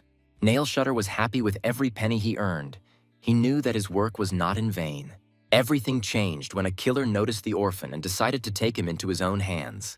The dark assassin ranking ranker knew this was a truly magnificent find. An unconscious talent for killing blossomed and merged with the throwing skills acquired for survival in the city. Thus, having killed a whole host of villains, Nail Shutter became the 20th most powerful killer. And now, thanks to a mysterious scientist from the dark group Ouroboros, he has become a puppet. The 20th of the dark killer rankings did not give Slow a chance to rest, and he kept looking for a moment to counterattack. The disciple of humanity's strongest knight could only dodge and block the crushing attacks. Forced to obey the nanorobots, he smashed a glass chandelier to use the shards. Nile was very skilled in the use of prana, transmitting incredible power through the flow to each fragment. Adler's student understood perfectly well that his opponent was using shrapnel, which meant his ammunition supply was unlimited. The young man understands that as long as the high-ranking assassin holds something in his hands, he will not be able to get close to him. The boy from the remote village of Tools admitted that in this case he had only one choice. Slow timed the moment when Nail Shutter fired his shells and was left empty-handed. The disciple of humanity's strongest knight saw that his opponent had opened up, albeit briefly. The young man decided to use the fastest attack in his swordsman's arsenal, Instant Slash. Slow Tools smashed the pieces of the gold number that Nail Shutter had just managed to pick up. Adler's student immediately jumped up to attack the killer before he ran out of ammunition. The 20th in the dark ranking of killers saw through the guy's plan, so he immediately released prana. The adventurer ranker realized that he had fallen into Nail's trap, from which it would not be easy to escape. Slow Tools realized that he would die if he did not immediately change the course he had taken with the help of the flow.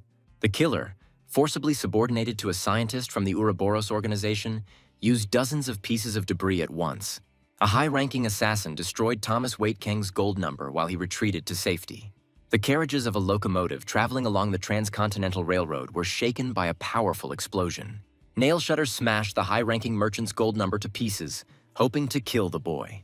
A puppet of a scientist from the dangerous organization Ouroboros froze, trying to find the remains of a guy.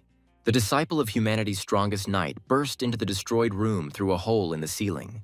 The young man thought that this maneuver was incredibly dangerous because he almost turned into dust. Nail Shutter realized that the young ranker adventurer had escaped his massive attack and survived. The disciple of humanity's strongest knight returned to the roof of the high-speed locomotive Dream Japper. The 20th in the dark ranking of killers broke through the ceiling of the room to continue the fight. The young man prepared himself to use the legendary Hidden Force sword art without fear of destruction. Slow Tools thought that the Swordmaster's technique was an excellent example of a flexible technique. The guy understands that he trained with Adril for only a year, but these trainings made a huge difference. He also met a young Swordmaster candidate and a top 20 ranked miracle killer. The young man understands that his path is illuminated by various masters who have taught him a lot. The guy realized that he had to switch his thinking and stop thinking about using the flow and hidden force. Slow Tools admits that he can't even run properly, but he wants to use the legendary technique. The young man decided that the Swordmaster technique he had been using was only a temporary form. The disciple of humanity's strongest knight decided he must create something completely new from scratch. Slow Tools decided not to adapt the flow to the hidden force, but to integrate the Swordmaster's technique into the flow. The young man thought that now he would master the true technique of the Swordmaster, Instant Slash. A devastating stream of prana from the young ranker adventurer pierced the dark scientist's puppet. The disciple of the strongest knight realized that he had just managed to use two techniques at once. Nail Shutter froze in disbelief at the incredibly devastating technique his opponent had used. Slow Tools decided that he had completely mastered the combination of the flow and the first Swordmaster technique. The young man thought that he could now move on to Adler's third technique, Storm Lord of Destruction. Nail Shutter croaked something barely audible through the power of the Ouroboros scientist that was binding him. The disciple of the strongest knight in humanity realized that something was wrong with this killer.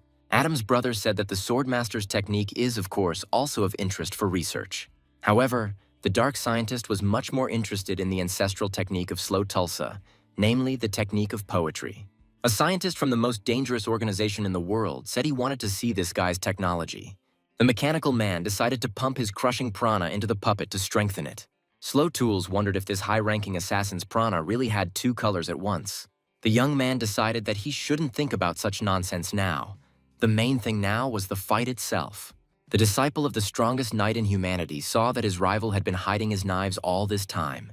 The young ranker adventurer had hoped in vain that the strong headwind would help him in battle. The man ranked 20th on the killer list prepared to attack the young man. The puppet of a scientist from the dark organization Ouroboros released blades with the help of a powerful stream. The disciple of the strongest knight decided to use Instant Slash, enhanced by prana flow. However, the high-ranking assassin easily bounced off the youth's devastating prana beam. Slow Tools decided that he would continue to press his opponent in the same spirit, and victory would definitely be his. Suddenly, the young ranker adventurer realized that he was at the limit of his abilities. The young man noticed that his body had become heavy. Did he really not have enough strength to finish this fight? The disciple of the strongest knight decided that the prana consumption of the recently mastered technique was too high. The boy from the remote village of Tools looked at the enemy, but realized that he had lost a lot of time. The young man asked where his opponent could have gone, but he felt something approaching him at high speed. Slow Tools was able to force his body to move to avoid the crushing blow.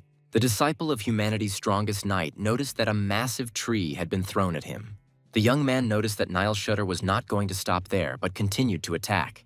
The man didn't even notice the weight of the trees as he tore them out with one movement and sent them towards the boy. Slow Tools thought that a high-ranking assassin was throwing trees and moving at the speed of a locomotive. The young man thought he was remembering the battle with the most powerful poacher, Iris Darkin. The young ranker adventurer decided that he should not drag Dream Japper into this battle. The disciple of the strongest knight decided that he should attack targets precisely, right in the air. The young man was confident that now he would not yield to this high-ranking assassin in terms of firepower. A scientist from the dark organization Ouroboros was just waiting for this moment and gave the order to act. Slow Tools saw that the 20th in the dark ranking of killers had suddenly changed its direction. The man literally flew towards the guy after he powerfully pushed off the ground with the stream. The young man was surprised that his opponent had decided to take the crushing blow of the instant slash. However, Nile Shutter grabbed onto Slow, who was unable to dodge due to the enemy's overwhelming speed. The disciple of humanity's strongest knight realized that the assassin was about to throw him aside. Slow Tools understands perfectly well that if the throwing master abandons him, it will definitely be the end for the young man. The young ranker adventurer realized that he must take advantage of the technique of his kind's poetry. A scientist from the shadowy organization Ouroboros admitted that he had been expecting this moment. The disciple of humanity's strongest knight wondered if reinforcements had arrived for Nail Shutter. The mechanical man declared that from now on he would begin an analysis of the technique of the Slow family's poetry. The young man understands that he has already activated the technique, which means it can no longer be cancelled or stopped. The devices of a scientist from the dark organization Ouroboros surrounded the boy to begin scanning. The disciple of humanity's strongest knight did not understand what was happening now, what the scientist had planned. The mechanical man realized that his sensors had detected Slow's technology interfering with reality. Adam's brother's devices returned an error. Connection to Babis's heir was unsuccessful. A scientist from the dark organization Ouroboros said that everything is exactly like this, no more, no less.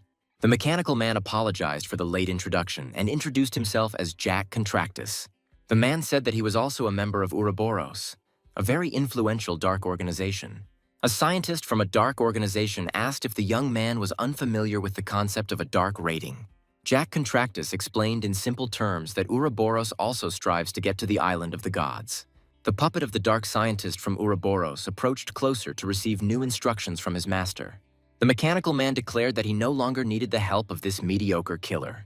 A scientist from the dark organization Ouroboros fired a devastating beam of prana at his puppet. Slow Tools saw that in the blink of an eye, only the lower half of Nail Shutter remained. The disciple of the strongest knight of humanity saw a small bug crawling out of the body of the defeated one. The young man asked what kind of creature it was, and the mechanical man asked if the boy was really interested. The dark scientist stated that this was his personal development, Samajuk, which can subjugate people with nanorobots. Fidelia Goldsmith asked if her partner was okay. He looked incredibly exhausted. The girl knight thought that Slow Tools had used a technique, which meant that she was facing an incredibly dangerous opponent. The 300th ranked knight managed to dodge the crushing beam of the dark scientist from Ouroboros.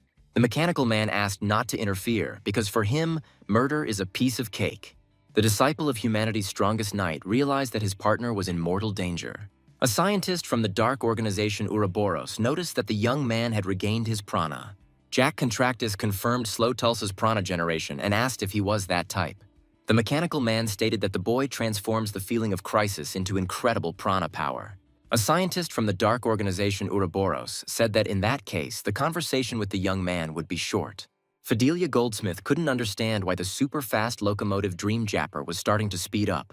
Jack Contractus claimed he had control of the train, which had just started to accelerate out of control. A scientist from the shadowy organization Ouroboros warned that Slow Tool must show what he is capable of. The man said that if he was not stopped, many of the Dream Japper's passengers would die. Jack Contractus said that all these deaths would fall on the shoulders of the young man if he did not stop him. The young man understands that a whole multitude of lives depend entirely on him, so he must try. The disciple of humanity's strongest knight understands that this time he must prevent tragedy.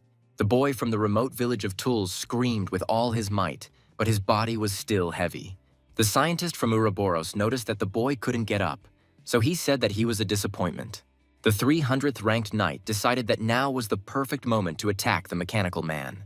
Fidelia Goldsmith realized that the unknown man had an incredible shield in his arsenal. The girl knight doesn't understand why the shield is so hard. Is the scientist's prana really that strong? The 300th knight in the ranking called for a personal recognizer of a young ranker adventurer. Lucy Emerald responded immediately and climbed onto the roof of the transcontinental locomotive. The recognition agency worker said that she would move her partner. He should be patient for a little while. The mechanical man stated that he would not persecute those who could not even use technology. The swordmaster candidate said that this man did not seem to be part of Despada. The night girl demanded to know who he was and why he had decided to attack Dream Japper. Jack Contractus asked if he killed the girl, Slow Tools would rise in spirit and defeat him. Fidelia Goldsmith said the mechanical man's skull was filled with cheap parts. The 300th ranked knight went up against the second-ranked prana scientist. The guy's individual recognizer asked if this man had caused the locomotive to accelerate. The exhausted young man replied that it was indeed so. Dream Japper was accelerating uncontrollably. The girl understands that her partner has used the poetry technique, so he needs a good rest.